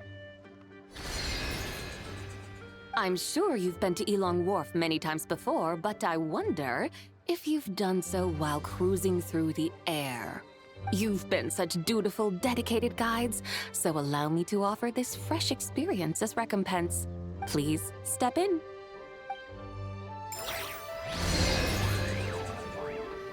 Okay.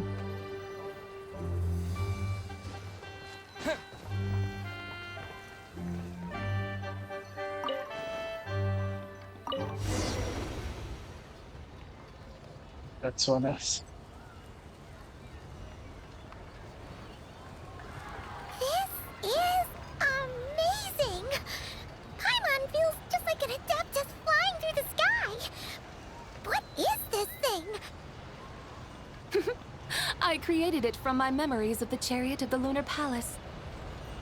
Many years have passed since I last laid eyes upon it, so there may be some discrepancies.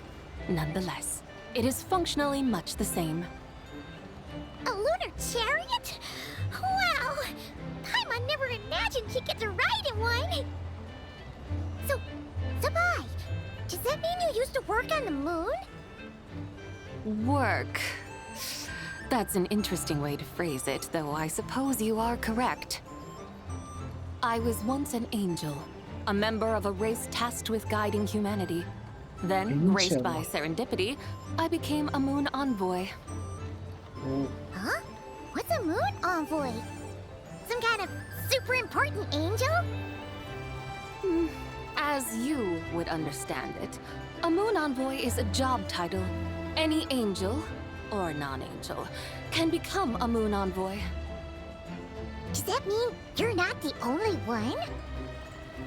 Of course not. Though my memories are still hazy, I vaguely remember some of my colleagues. There was one who liked to take on the form of an ibis. An ibis? Could it be... Can all moon envoys turn into animals? Does that mean Lauma could take that job? She can turn into a deer, and moon chanters are some sort of Luna envoy anyway, right? Moon chanter? I have no idea what those are. Oh, okay then.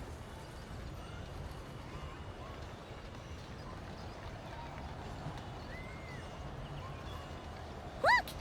Paimon thinks she saw a tea vendor over there! Very well. Let's take a look.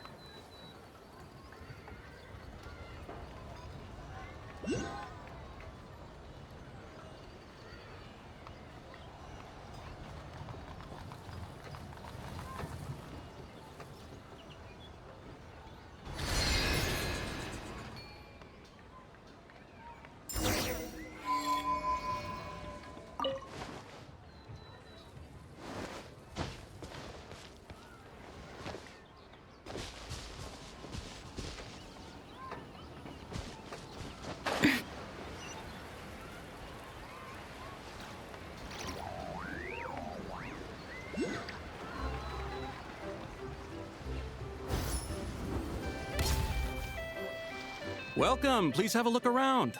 We only sell teas of the finest quality sourced directly from Chaoyang Village. Right now we're offering a special discount for Lantern, Rite? Look over there! Discounted tea!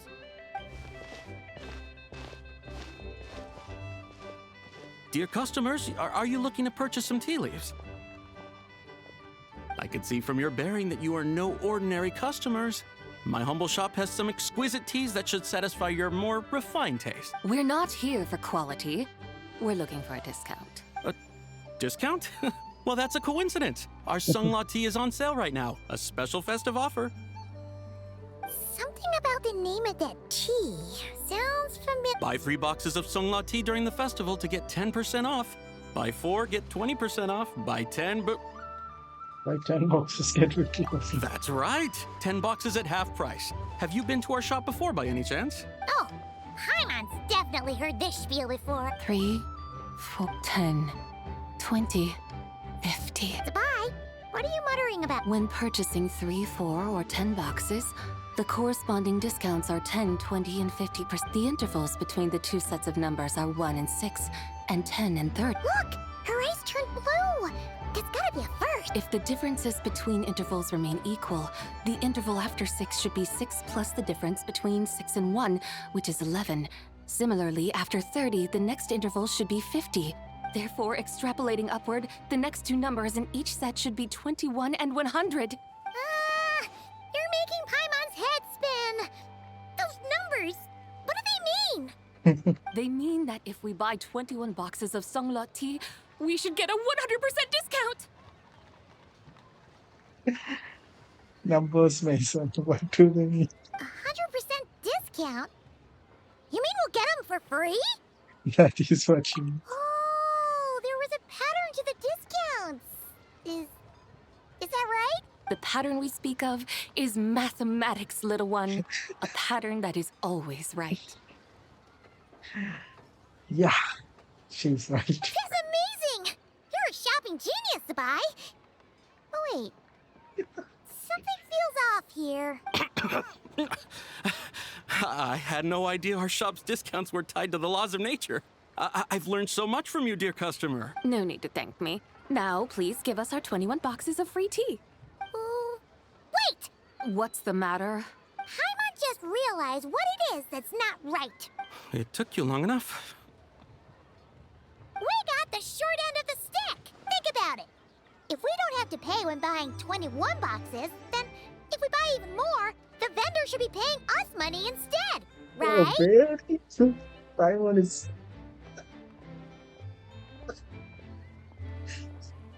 Huh? Hey, Zibai, work this one out. If we buy 100 boxes, we'd make loads of money, wouldn't we? It stands to reason. Yeah, right. Wait a moment, dear customers. Don't you think you're haggling a little too hard? You are the one dictating the discounts. We're simply extrapolating the numerical patterns within. As such, we are hardly haggling. You have a point. However, that's right. I'm so sorry. I just remembered. My supplier didn't come today, so we don't have any tea after all. Such a shame. Terribly sorry about this. Awful luck. Where can we find your supplier? Well... Not to fret. We'll save you the effort and go straight to the source ourselves. Well, you see, dear client, the supplier's discount isn't as generous as ours. You won't be able to get the same price from them. Huh? Does that mean they won't pay us for taking their tea? They might not even offer you a 100% discount. How very unfortunate. Nevertheless, as the original supplier, they must offer some sort of discount. Besides, we're not looking to make money. We just want a good deal. Well, that's great. My suppliers are all tea farmers from Chaoying Village. You can go ask around the village, but please don't say I sent you. Do not worry. We appreciate your referring customers to your business partners, even choosing to remain anonymous. The demeanor of a true gentleman indeed. Your business will surely prosper. I hope you're right. Then let us head to Chaoying Village. Do you know the way, my guides? Of course! Just follow us.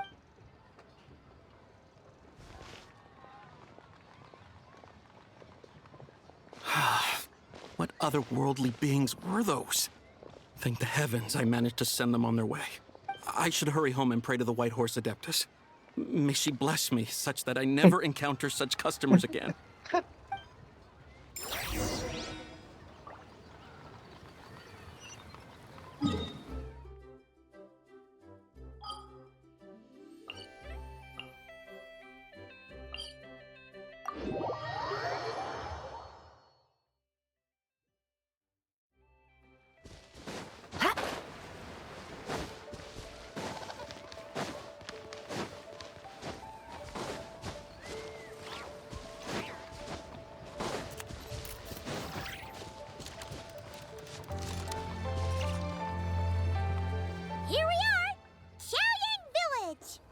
The mountains and waters are pristine.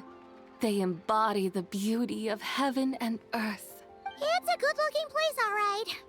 But it's hard to enjoy the scenery when Paimon can't stop thinking about all that tea-buying Mora we're missing out on. Should fate dictate, Mora will find its way to you sooner or later. Well, Morak certainly finds us often enough. He even sought us out in person this lantern rite. For now, let's look around and see if any tea farmers are selling their crop. We'll be able to see more clearly from up high. Let's take to the sky and enjoy the beautiful scenery while we're at it.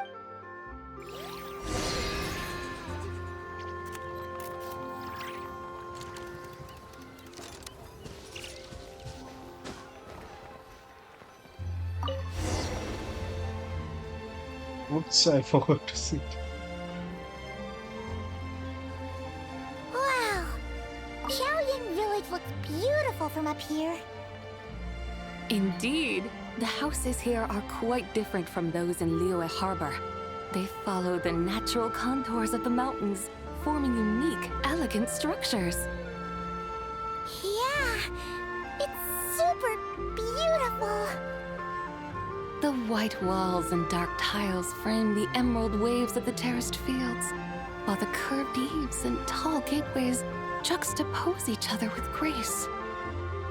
It's almost too beautiful to be true. The crowing of roosters and barking of dogs, the calls of farmers working the fields, a vibrant pastoral chorus overflowing with earthly vitality. Yeah, it's incredibly beautiful, huh? Have you studied the linguistic arts by some chance? Huh? Your vocabulary... Paimon knows how to say pretty as well. I see. Now then, let's take a look around and see if we can find any farmers selling tea.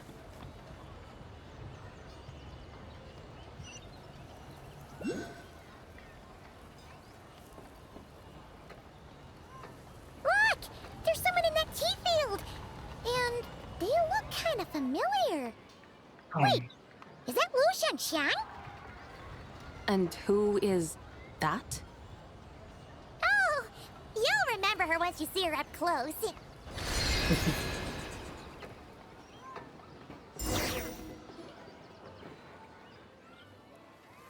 there, Lu Shanxiang! It really is you! Huh?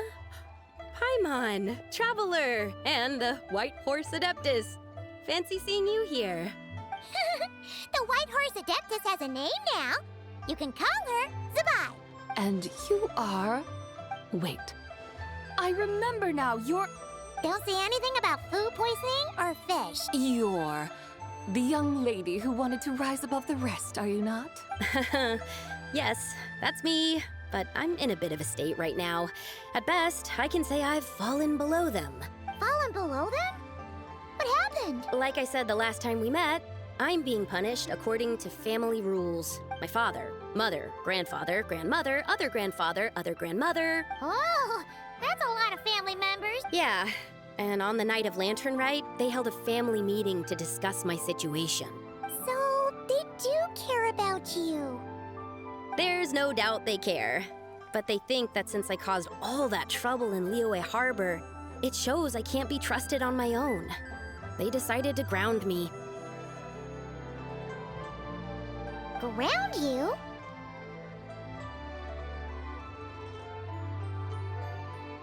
Yeah, though they're not confining me to my room. Instead, I have to Aw, a tiny little tea baby.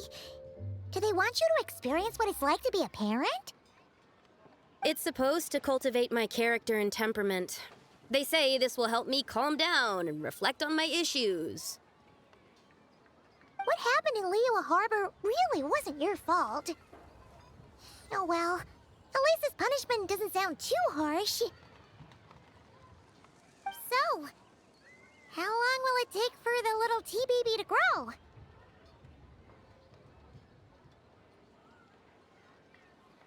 Actually, I don't know. I've never grown a tea tree before. It usually takes 2 or 3 years. 2 or 3 years? Yes, the tea in this garden requires 2 or 3 years to mature. That long? Zibai, you're not making this up, are you? How do you know so much about growing tea? When the plants thrive and grow, that is the meaning of my name. I can tell at a glance when their season of ripening will come. Do I really have to waste 2 or 3 years here? Why is this happening to me? I'd only just found my direction in life. Did you figure out what you could do to make it on your own? Yes, during the night of Lantern Rite, I heard many people reciting poems from Long Gone in praise of the moon. In that moment, I suddenly felt a great sense of pride. I mean, I helped excavate cultural artifacts from Long Gone, so I contributed to the revival of these poems too, right? So I decided to stay with the archaeological team. I want to unearth even more history. I'll come back after 5 minutes.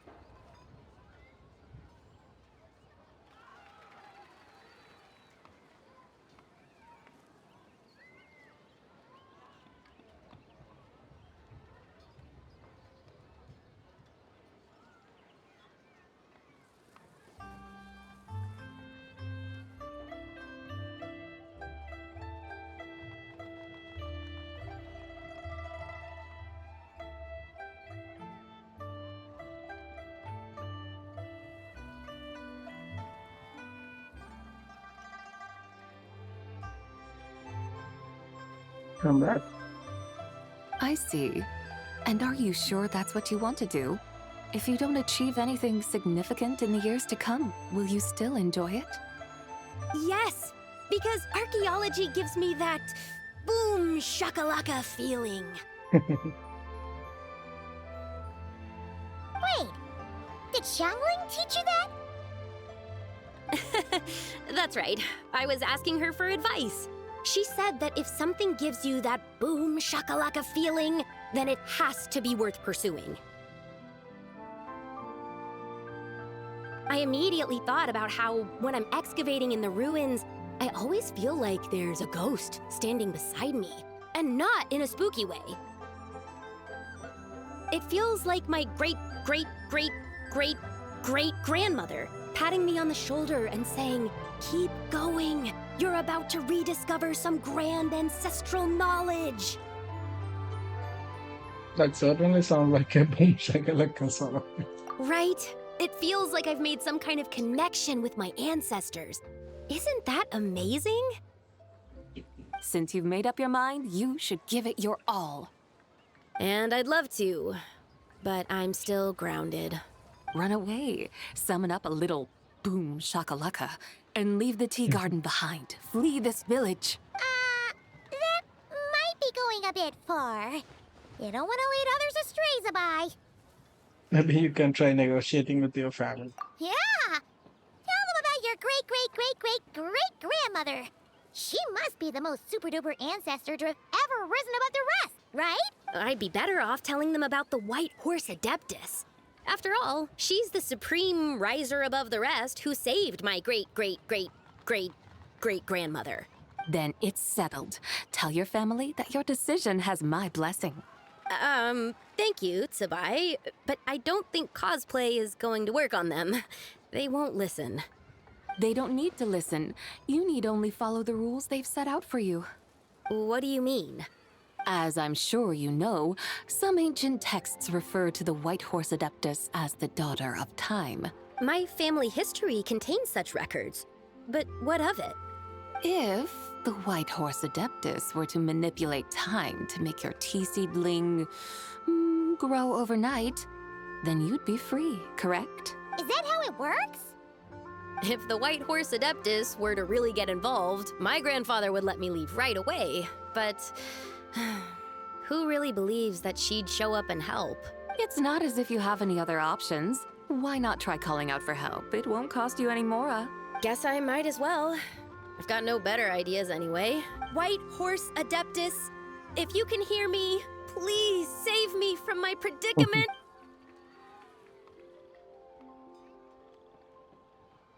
Ugh. Nothing happened, as expected. Perhaps the White Horse Adeptus has already heard your prayer. Why not come back here tomorrow and take a look? By then, the seedling you planted may well have grown into a thriving tea tree. Thank you, Zibai, for trying to comfort me. I do feel better now, kinda.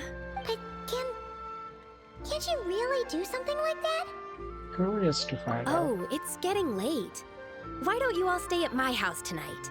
My family may be strict with me, but they're always welcoming to guests. That sounds great! Let's get some sleep and then come back here tomorrow to see if our...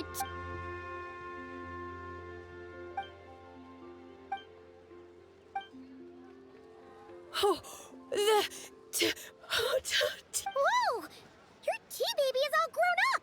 Indeed, it has grown into a mature tea tree that can stand tall in the face of wind and rain. How is... It must be the work of the White Horse Adeptus. Her prayer must have moved her. Are you sure? Perhaps she heard your prayer and chose to answer the call. She once saved my great-great-great-great-great-grandmother.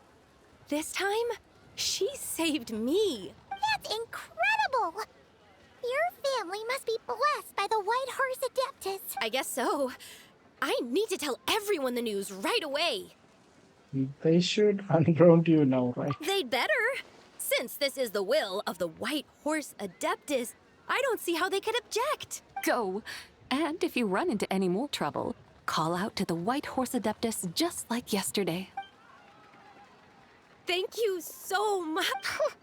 Paimon really thought you were going to use Adeptal energy to make the tea baby grow, Zibai.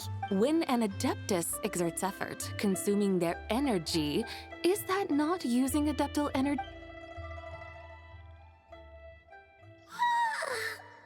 All right.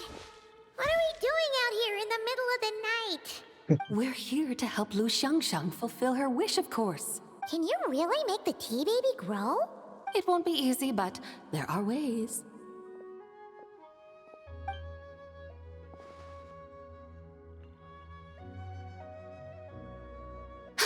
There, it's grown. Hey! You just transplanted a tea tree from over there! So, there's a mature tea tree here now, yes? She cheated. Oh, yeah, but... And am I not the White Horse Adeptus? Well, yeah. Is this tea tree then not a manifestation of the White Horse Adeptus's will? You're... not wrong. But again, there's something not quite right about this. Maybe this will become another mystical Adepti tale recorded in their family history. That would be marvelous. Paimon thinks so too. Hey, Traveler! Zibai seems to be doing much better now, don't you think? Maybe being outside is good for her. Oh!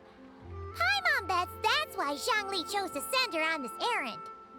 Why don't we continue showing her around? That's a great idea! We've already shown her Liyue Harbor, Yulong Wharf, and Xiaoying Village.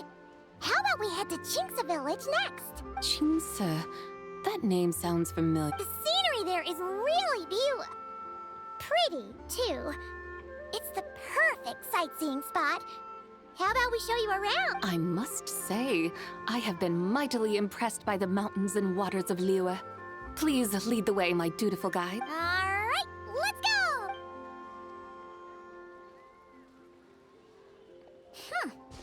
Paimon can't help feeling like we've forgotten something. Pay it no mind. I've already forgotten more than you will ever know. Alright. If we forgot something, it can't have been that important to begin with. Are they getting serious now? You forgot to buy tea leaves. Qingce Village, here we come!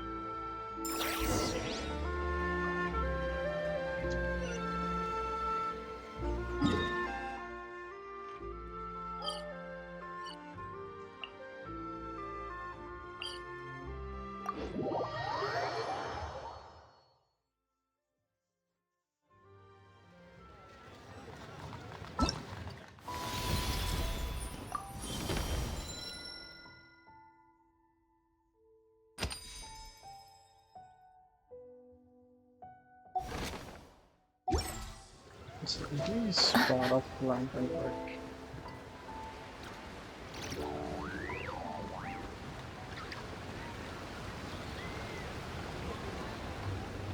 Oh, I still remember searching for this flower back in the day. There were no like maps or like we had to use interactive. I mean, there were maps, but not like now that inbuilt interactive stuffs. We should plant canola! We should plant cucumbers! They're easy to sow! We should plant canolas! The flowers are pretty! What are you arguing about, little ones? We're deciding what to plant in our field once Lantern Rite is over. Yeah! Dad gave us a small plot of land to grow our own crops. He said we can keep all the more we get from selling them. We should plant cucumbers, right? Dad plants cucumbers every year. We should plant canolas! We can press the seeds for oil! It smells good and sells for a good price. Ah, an agricultural debate. This should be easy to sort out. Granny, are you a farmer? Granny. Could you tell us what to do? Granny? What did you just call me, you rapscallion? Oh no, her eyes are gonna turn red again. It's just, my granny smells really nice, and you smell nice too. Sorry. How about we call you Auntie instead? Auntie? The star her big sis, you know. Oh, alright.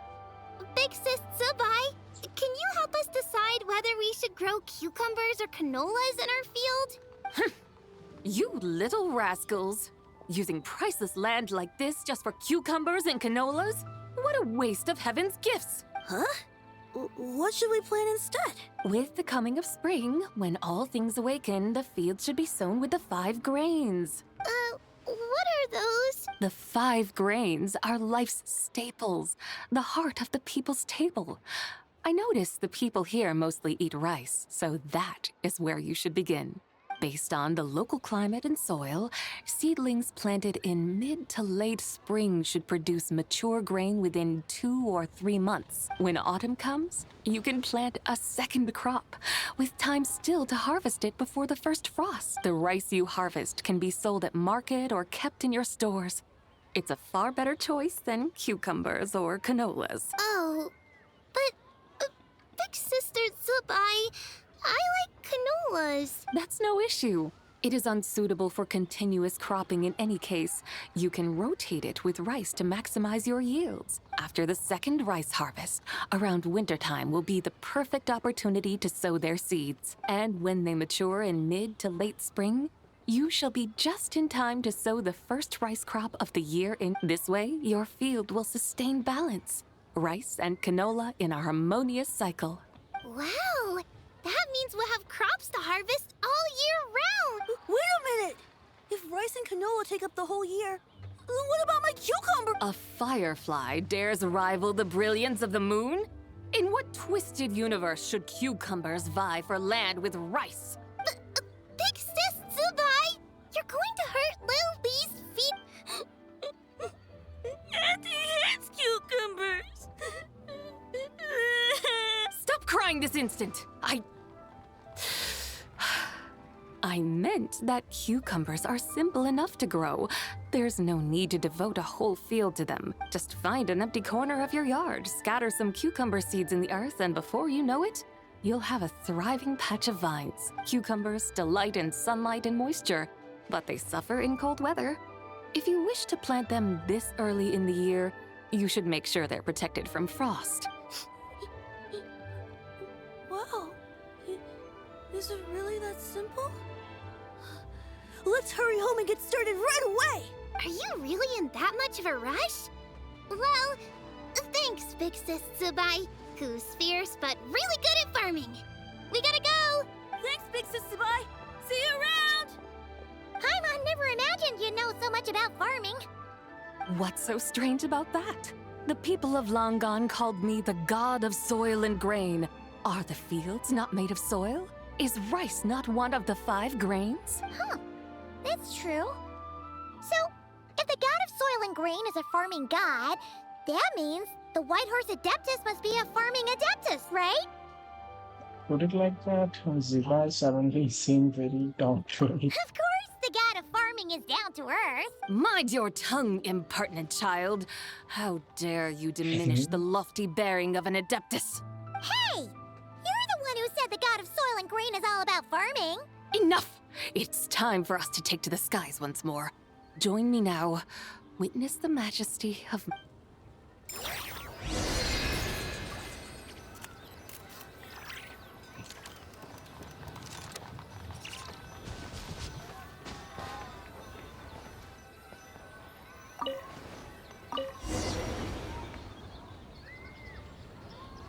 So basically, they just interpreted her story quest into the land. The mountains tower like pagodas, the hills coiling at their feet like shells.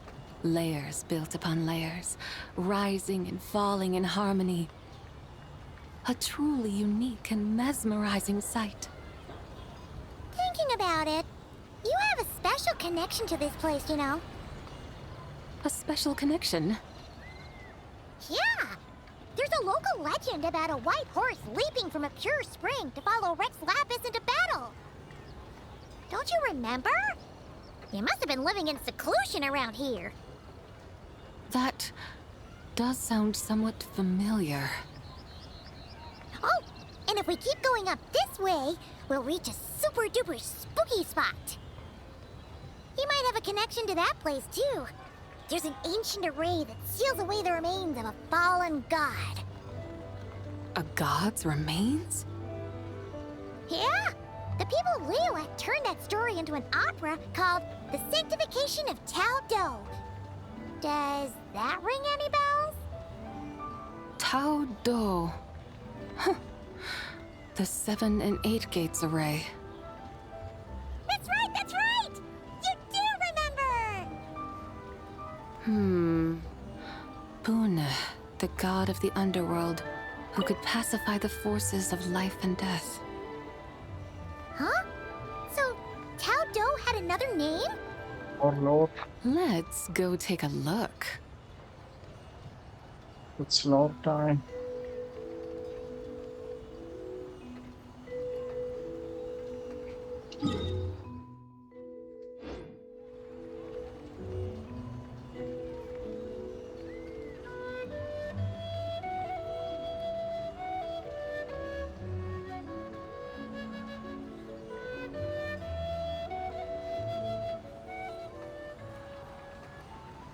Whoa! We've arrived at Wulwang Hill. The atmosphere just turned spooky. I can't help but feel there's something strange about this friend you haven't seen in ages. Huh? Paimon thought she heard someone's voice. Let's head down and check it out.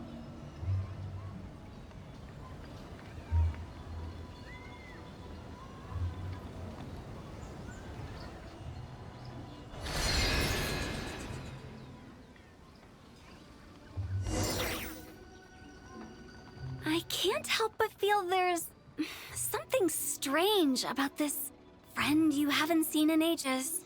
Strange? Whatever do you mean? Her strangeness defies description. This Miss Zibai is a full-blown enigma, don't you think? I'm afraid I have no idea what you're talking about. Aren't you worried about sending her all the way to Yilong Wharf on her own to buy tea? What if she gets lost? Where there are people, there are paths. Now I'm the one with no clue what you're saying. She can ask for directions. And then what? She will meet strangers in unfamiliar lands, build friendships, part ways. Hers will be a long journey indeed. The further the journey, the more footprints one leaves behind. The deeper those footprints, the harder it is for time to erase them. Ah, so you want her to make new friends. I see. But from what you say, it sounds as though she's not from Liyue. I believe she was not, but perhaps she will be. You're sounding stranger by the second. Huh. Oh, over there. Oh, look who's here. Hotel! Zhongli! What are you doing here? Traveler. Paimon. Fancy meeting in a place like this. Oh my, and Miss Zibai too. We ran into each other by chance. Sounds like fate to me. We were taking Zibai to buy some tea from Yilong Wharf. Zhongli sent her there, though she didn't even know the way, and... Oh, drat! We forgot the tea! Oh, Paimon knew we were forgetting something! Sorry, I forgot to. Why Actually, did you say so earlier then? What's done is done. There's no need to dwell on it. Fresh tea grows with each passing year. Let fate deliver it as it wills. Exactly. You can get tea wherever you go. You're hardly running low now, are you? Paimon feels a lot better now that you've said that. Still, I'm a little confused. If you were buying tea, how did you end up all the way out here? We're taking Zibai on a sightseeing tour. We started at Liyue Harbor, stopped in at Yilong Wharf, went sightseeing around Xiaoying Village, made our way to Qingce Village, and now we're... Wow, that is quite the itinerary. Yeah, actually, Paimon thinks it's about time we headed back. what are you two doing here? How's Zhongli? I'm here to pay my respects to my ancestors. My dear consultant kindly agreed to join me. It is Lantern Rite, after all. Adepti and ancestors should be venerated alike. Ancestors? Wait, could you be? Are you heir to the Wuwang kid? Or perhaps the lone butterfly of the Crimson Flame? Whoa, have you got all your memories back? Huh? Miss Zibai, you know about the Wangsheng funeral parlor and the 8 Adept? I happened to hear a storyteller expound on the sanctification of Taodo. Lots of people know that story, sure, but very few can discern my family lineage from just a glance. Well, Zhongli, your friend here really is quite something. Unfortunately, there's no time to dally right now. We have a hill to climb. Perhaps once today is done, we can find time to chat over tea, recite poetry, and admire the moon? That would be wonderful, Director Hu. Oh, and before we go, you've been traipsing around all day. I suggest you stop off at the Wangshu Inn on your way back for a good night's rest. Wouldn't do to exhaust yourselves, Thanks for the advice. Don't mention it. All right, we'll take our leave now. See you later. Hotel's so thoughtful.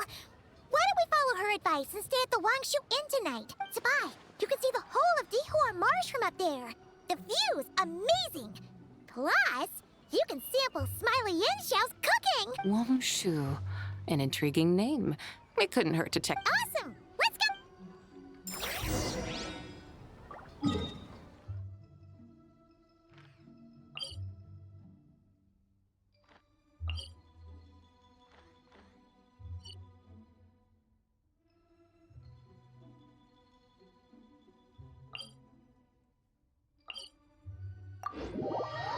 In between, there is some cutscene, I guess.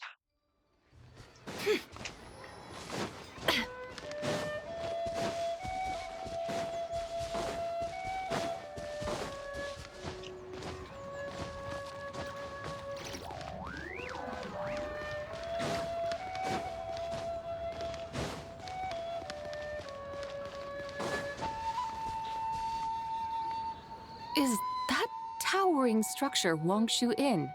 Sure is. We can take the lift up from over there. Hi. Always walking the path long trodden. Does retracing others' footsteps not tire you? Come on, get in. We'll fly to the top.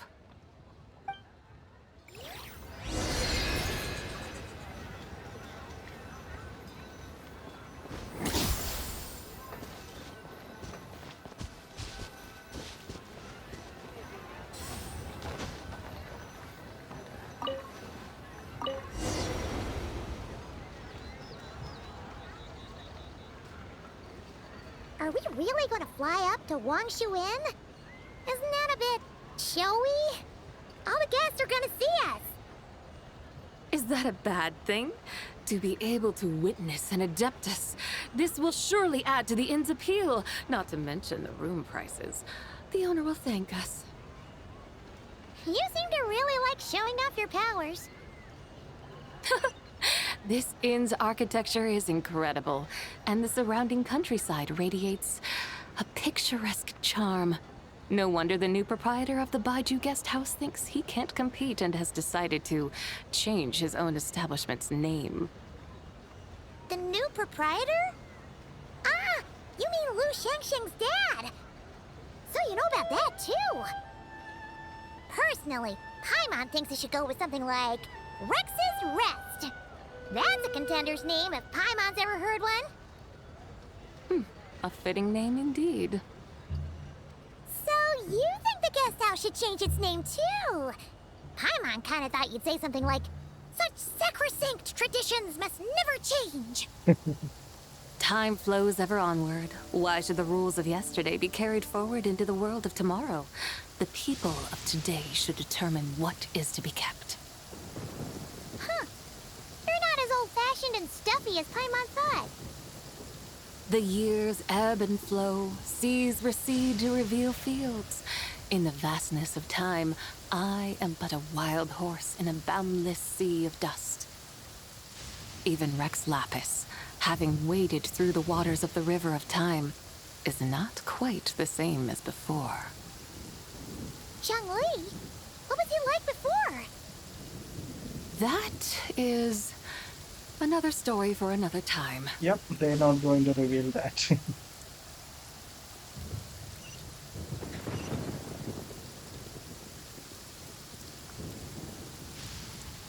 We have arrived.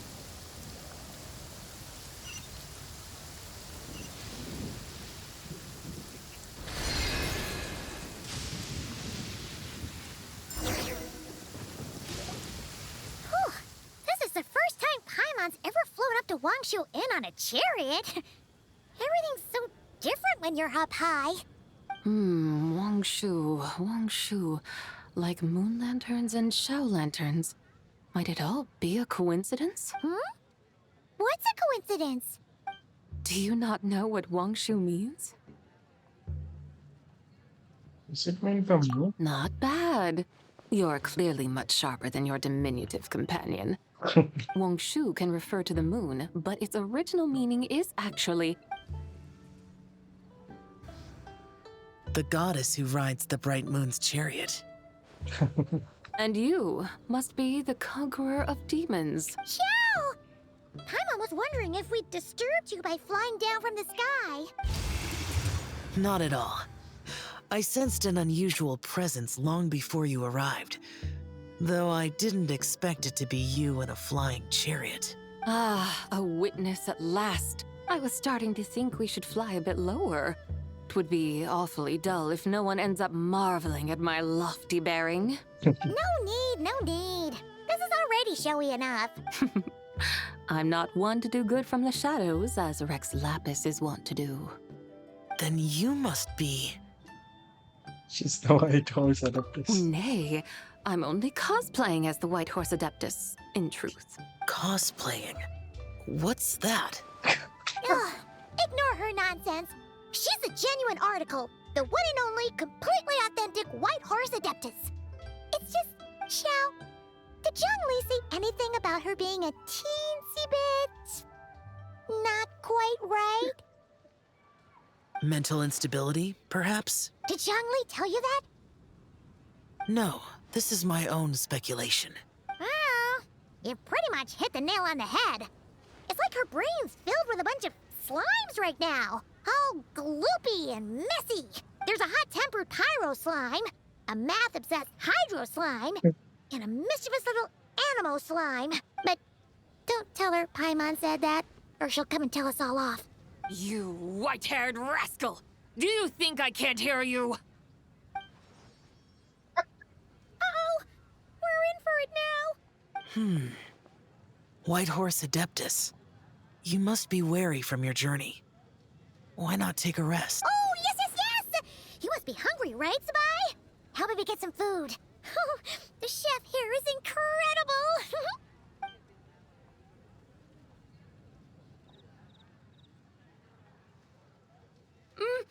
It's so hot!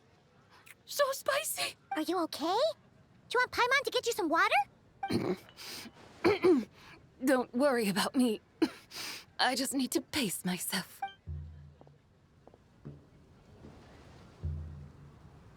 So, regarding your friend and her condition, does even the Lord of Geo have no solution? Zhangli said we should wait and she'll get better on her own. But who knows how long that's gonna take? He says her 3 spirits have only just merged and have yet to settle. Is that why her personalities change so easily? Paimon thinks that has something to do with her 3 deadly selves. Zhangli told us that the deadly selves are impure, affecting living things that get too close. The White Horse Adeptus's remnant spirit was attached to the deadly selves for a long time. It makes sense that her temperament and memories would have been influenced by them. But Paimon still doesn't really understand what the 3 deadly selves actually are. Paimon, as you do not practice self-cultivation, I cannot help you fully understand. But you can think of them simply as emotions and desires. The act of severing the 3 deadly selves is a means of exercising wicked desires and cultivating one's true self. I believe other nations have similar practices. In Sumeru, it is known as shattering Atmagraha. Oh, so it's about emotions, desires, and attachments, that sort of thing. It includes those. I wonder, does she still remember what happened in the past? Some of it, but right now, it's like she was suddenly awakened. The half that's still dreaming might remember things, but the half that's awake doesn't quite get it. Conqueror of demons, are you looking to learn about Rex Lapis's past from me? You are an old friend of his, so please, call me by my name. But Conqueror of Demons sounds so much more imposing. I'd like to know about Zhongli's past. In days of yore, he was the Lord of Geo, Heaven's Star. Huh? You said the same thing the day you came back. But what does it mean? I'm Yep, afraid I can't remember. Hey, did you really forget? Or are you just pretending so you don't have to tell? Why not ask Rex Lapis himself? Whether I've forgotten might be up for debate, but I am certain he remembers. He must have his reasons for not raising the past, and you likely have similar concerns. I shouldn't have asked. An answer that suits your style, General Olatis. Now that we're on the subject, though, I suddenly remembered something. Which is? In the distant past, there was a feast, which I attended. I faintly recall the Lord of Geo also being present that day. Oh, and then? Among the dishes served, there was one that could be found in every household throughout Langan at the start of spring. A dish called Flavor of Spring. I suddenly remembered the recipe for this dish. Is that it? Yes! Since it's Lantern Rite here in Liyue, why don't I make some for you to try? That sounds good. Wow! It might not have been the story Paimon was hoping for, but this looks delicious! The spring breeze stirs. Now is the perfect time to savor this dish. My dutiful guides have gone to great trouble to show me around Liyue. And even the Conqueror of Demons has graced us with his presence. I feel deeply honored. This flavor of spring is my way of expressing my gratitude. There's no need for such grand words. I have a gift for you What's too. this? Hey! It's that broken jade token from the Antiques exhibition! I believe this belongs to you too. Indeed. This was once an Adeptal treasure of mine. I'm amazed it ended up in your hands. Alas, it serves little purpose now in its fractured state. Please, keep it as a memento. Oh, that's a shame. Can't we fix it? This is the way of the world. Once jade is broken, it can never be made whole. Then, what about forging a new one? That is a good point. That it has ended up in your hands must be a message from fate. I could try to craft it into a little trinket for you. One that might prove useful on your journey. Ooh, what sort of trinket? It's just a passing thought, one that will require the right opportunity. I'll think about it more when the time comes. Now that we've had our fill, we should get some rest. Tomorrow we return to Liyue Harbor, where I'll have need of your guidance once more.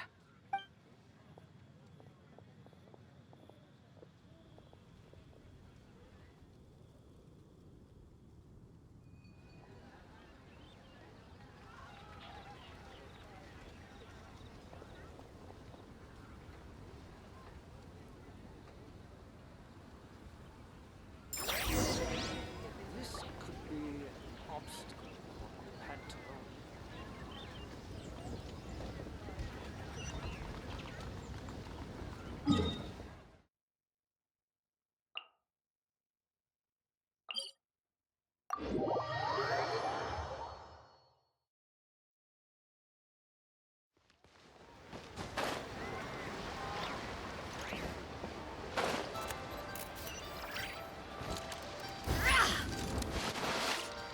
Chi-Chi, the lantern rite is almost over. Do you remember how to make a Shao lantern? Morning, split bamboo, traveler, and get silk, make Paimon. You've got it all mixed up again. They're here again. Yow Yow! Looking good in that new outfit, huh? Hey, it's Paimon! Dr. Baiju gave this to me as a gift. How does it suit me? It suits you very well. You look adorable. Thank you. Wow! What happened for Baiju to suddenly give you a brand new outfit, Yao Yao? Dr. Baiju is thanking Yao Yao for teaching me to make Shao lanterns. Chi-Chi and I were just playing together. Dr. Baiju's too kind. Oh, yeah, take a look at this. Dr. Baiju gave me these clothes, but it was Chi-Chi who wove this little basket. Wow, that's beautiful. When did you become so good with your hands, Chi-Chi? I learned to make Shao lanterns. Thanks to Yao Yao, I also made a wish. What do I always say? The White Horse Adeptus answers prayers. Come, help this old man make an offering in thanks. Huh? Mr. Liu? What did you pray for? For my idiot son to finally come to his senses and not change Baiju Guest House's name, which he has. Huh? He's keeping the old name? Listen to this. My granddaughter planted a tea seedling in our village just a few days ago. She made a prayer to the White Horse Adeptus to help it grow. Overnight, her seedling flourished into a mature tea tree. Oh, that sure does sound like a miracle. Could the White Horse Adeptus really have helped it grow? Of course she did. Oh, White Horse Adeptus, how blessed is our family over whom you keep watch. Truly, this is an extraordinary miracle. You must record it in your family history without delay. Of course. Huh? Is that you, Miss Zibai? Indeed. I have a long-term booking at your guest house. Yes, I recall. Mr. Zhongli said to charge your expenses to the Wangsheng funeral parlor, if I remember correctly. For hotel. That Zhongli. Always making trouble for poor Hu Tao. I noticed when you were here last that you bear a striking resemblance to the pictures of the White Horse Adeptus in my family history. You both have golden eyes. Perhaps fate has had a hand in our meeting. And a glad meeting it is, Miss Zibai. Now, why don't I gift you some tea from my garden to celebrate this encounter? We grow Sunglaw tea there, and it has quite the reputation throughout Yilong Wharf. I hope you will accept it. Oh! Sunglaw, buy 10 boxes, get half off teas. Back on the menu. Buy 10 boxes, get half off? Don't be silly. This is a gift. It's free. Woohoo! Nice! Thank you so much, Boss Lou. There's no need to thank me. You're a visitor from out of town, which makes you an honored guest. Make yourself at home. At last they got the tea leaf for free. Lantern Rite may have ended, but the streets are still bustling with activity. Make sure to take everything in, meet some new friends, and enjoy your time here. And that goes for you kids as well. Happy Lantern Rite. Got it, Mr. Liu. Happy Lantern Rite. I wish somebody could like make a Chichirin operation. Like, Yeah! Happy Lantern Rite, everyone! like keep her memories. Happy Lantern Rite indeed. It was a really nice quest.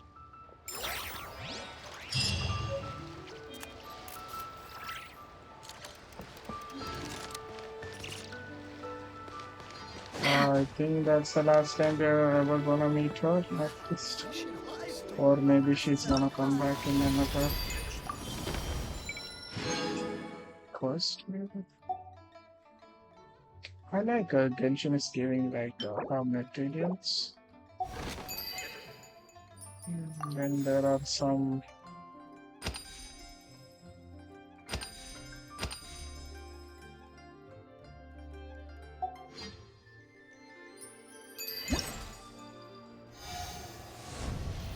events this I need to finish.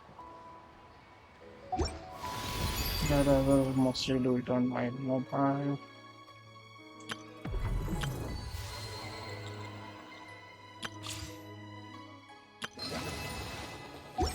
Okay, I need to do the new village quest also. I think it doesn't have a time. Yep.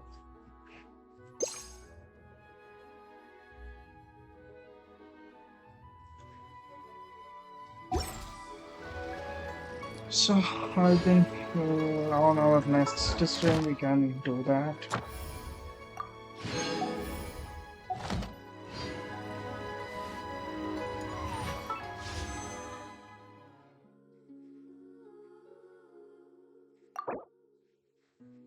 Nope. This game frame for Zibai. Unfortunately, I don't have enough Primos. I'll try to farm, but let's see. Anyways, thank you for watching, the people who've been watching the stream.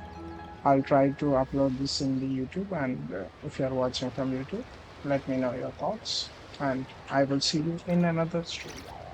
Please subscribe, follow, and let me know through your comments what do you think. Bye.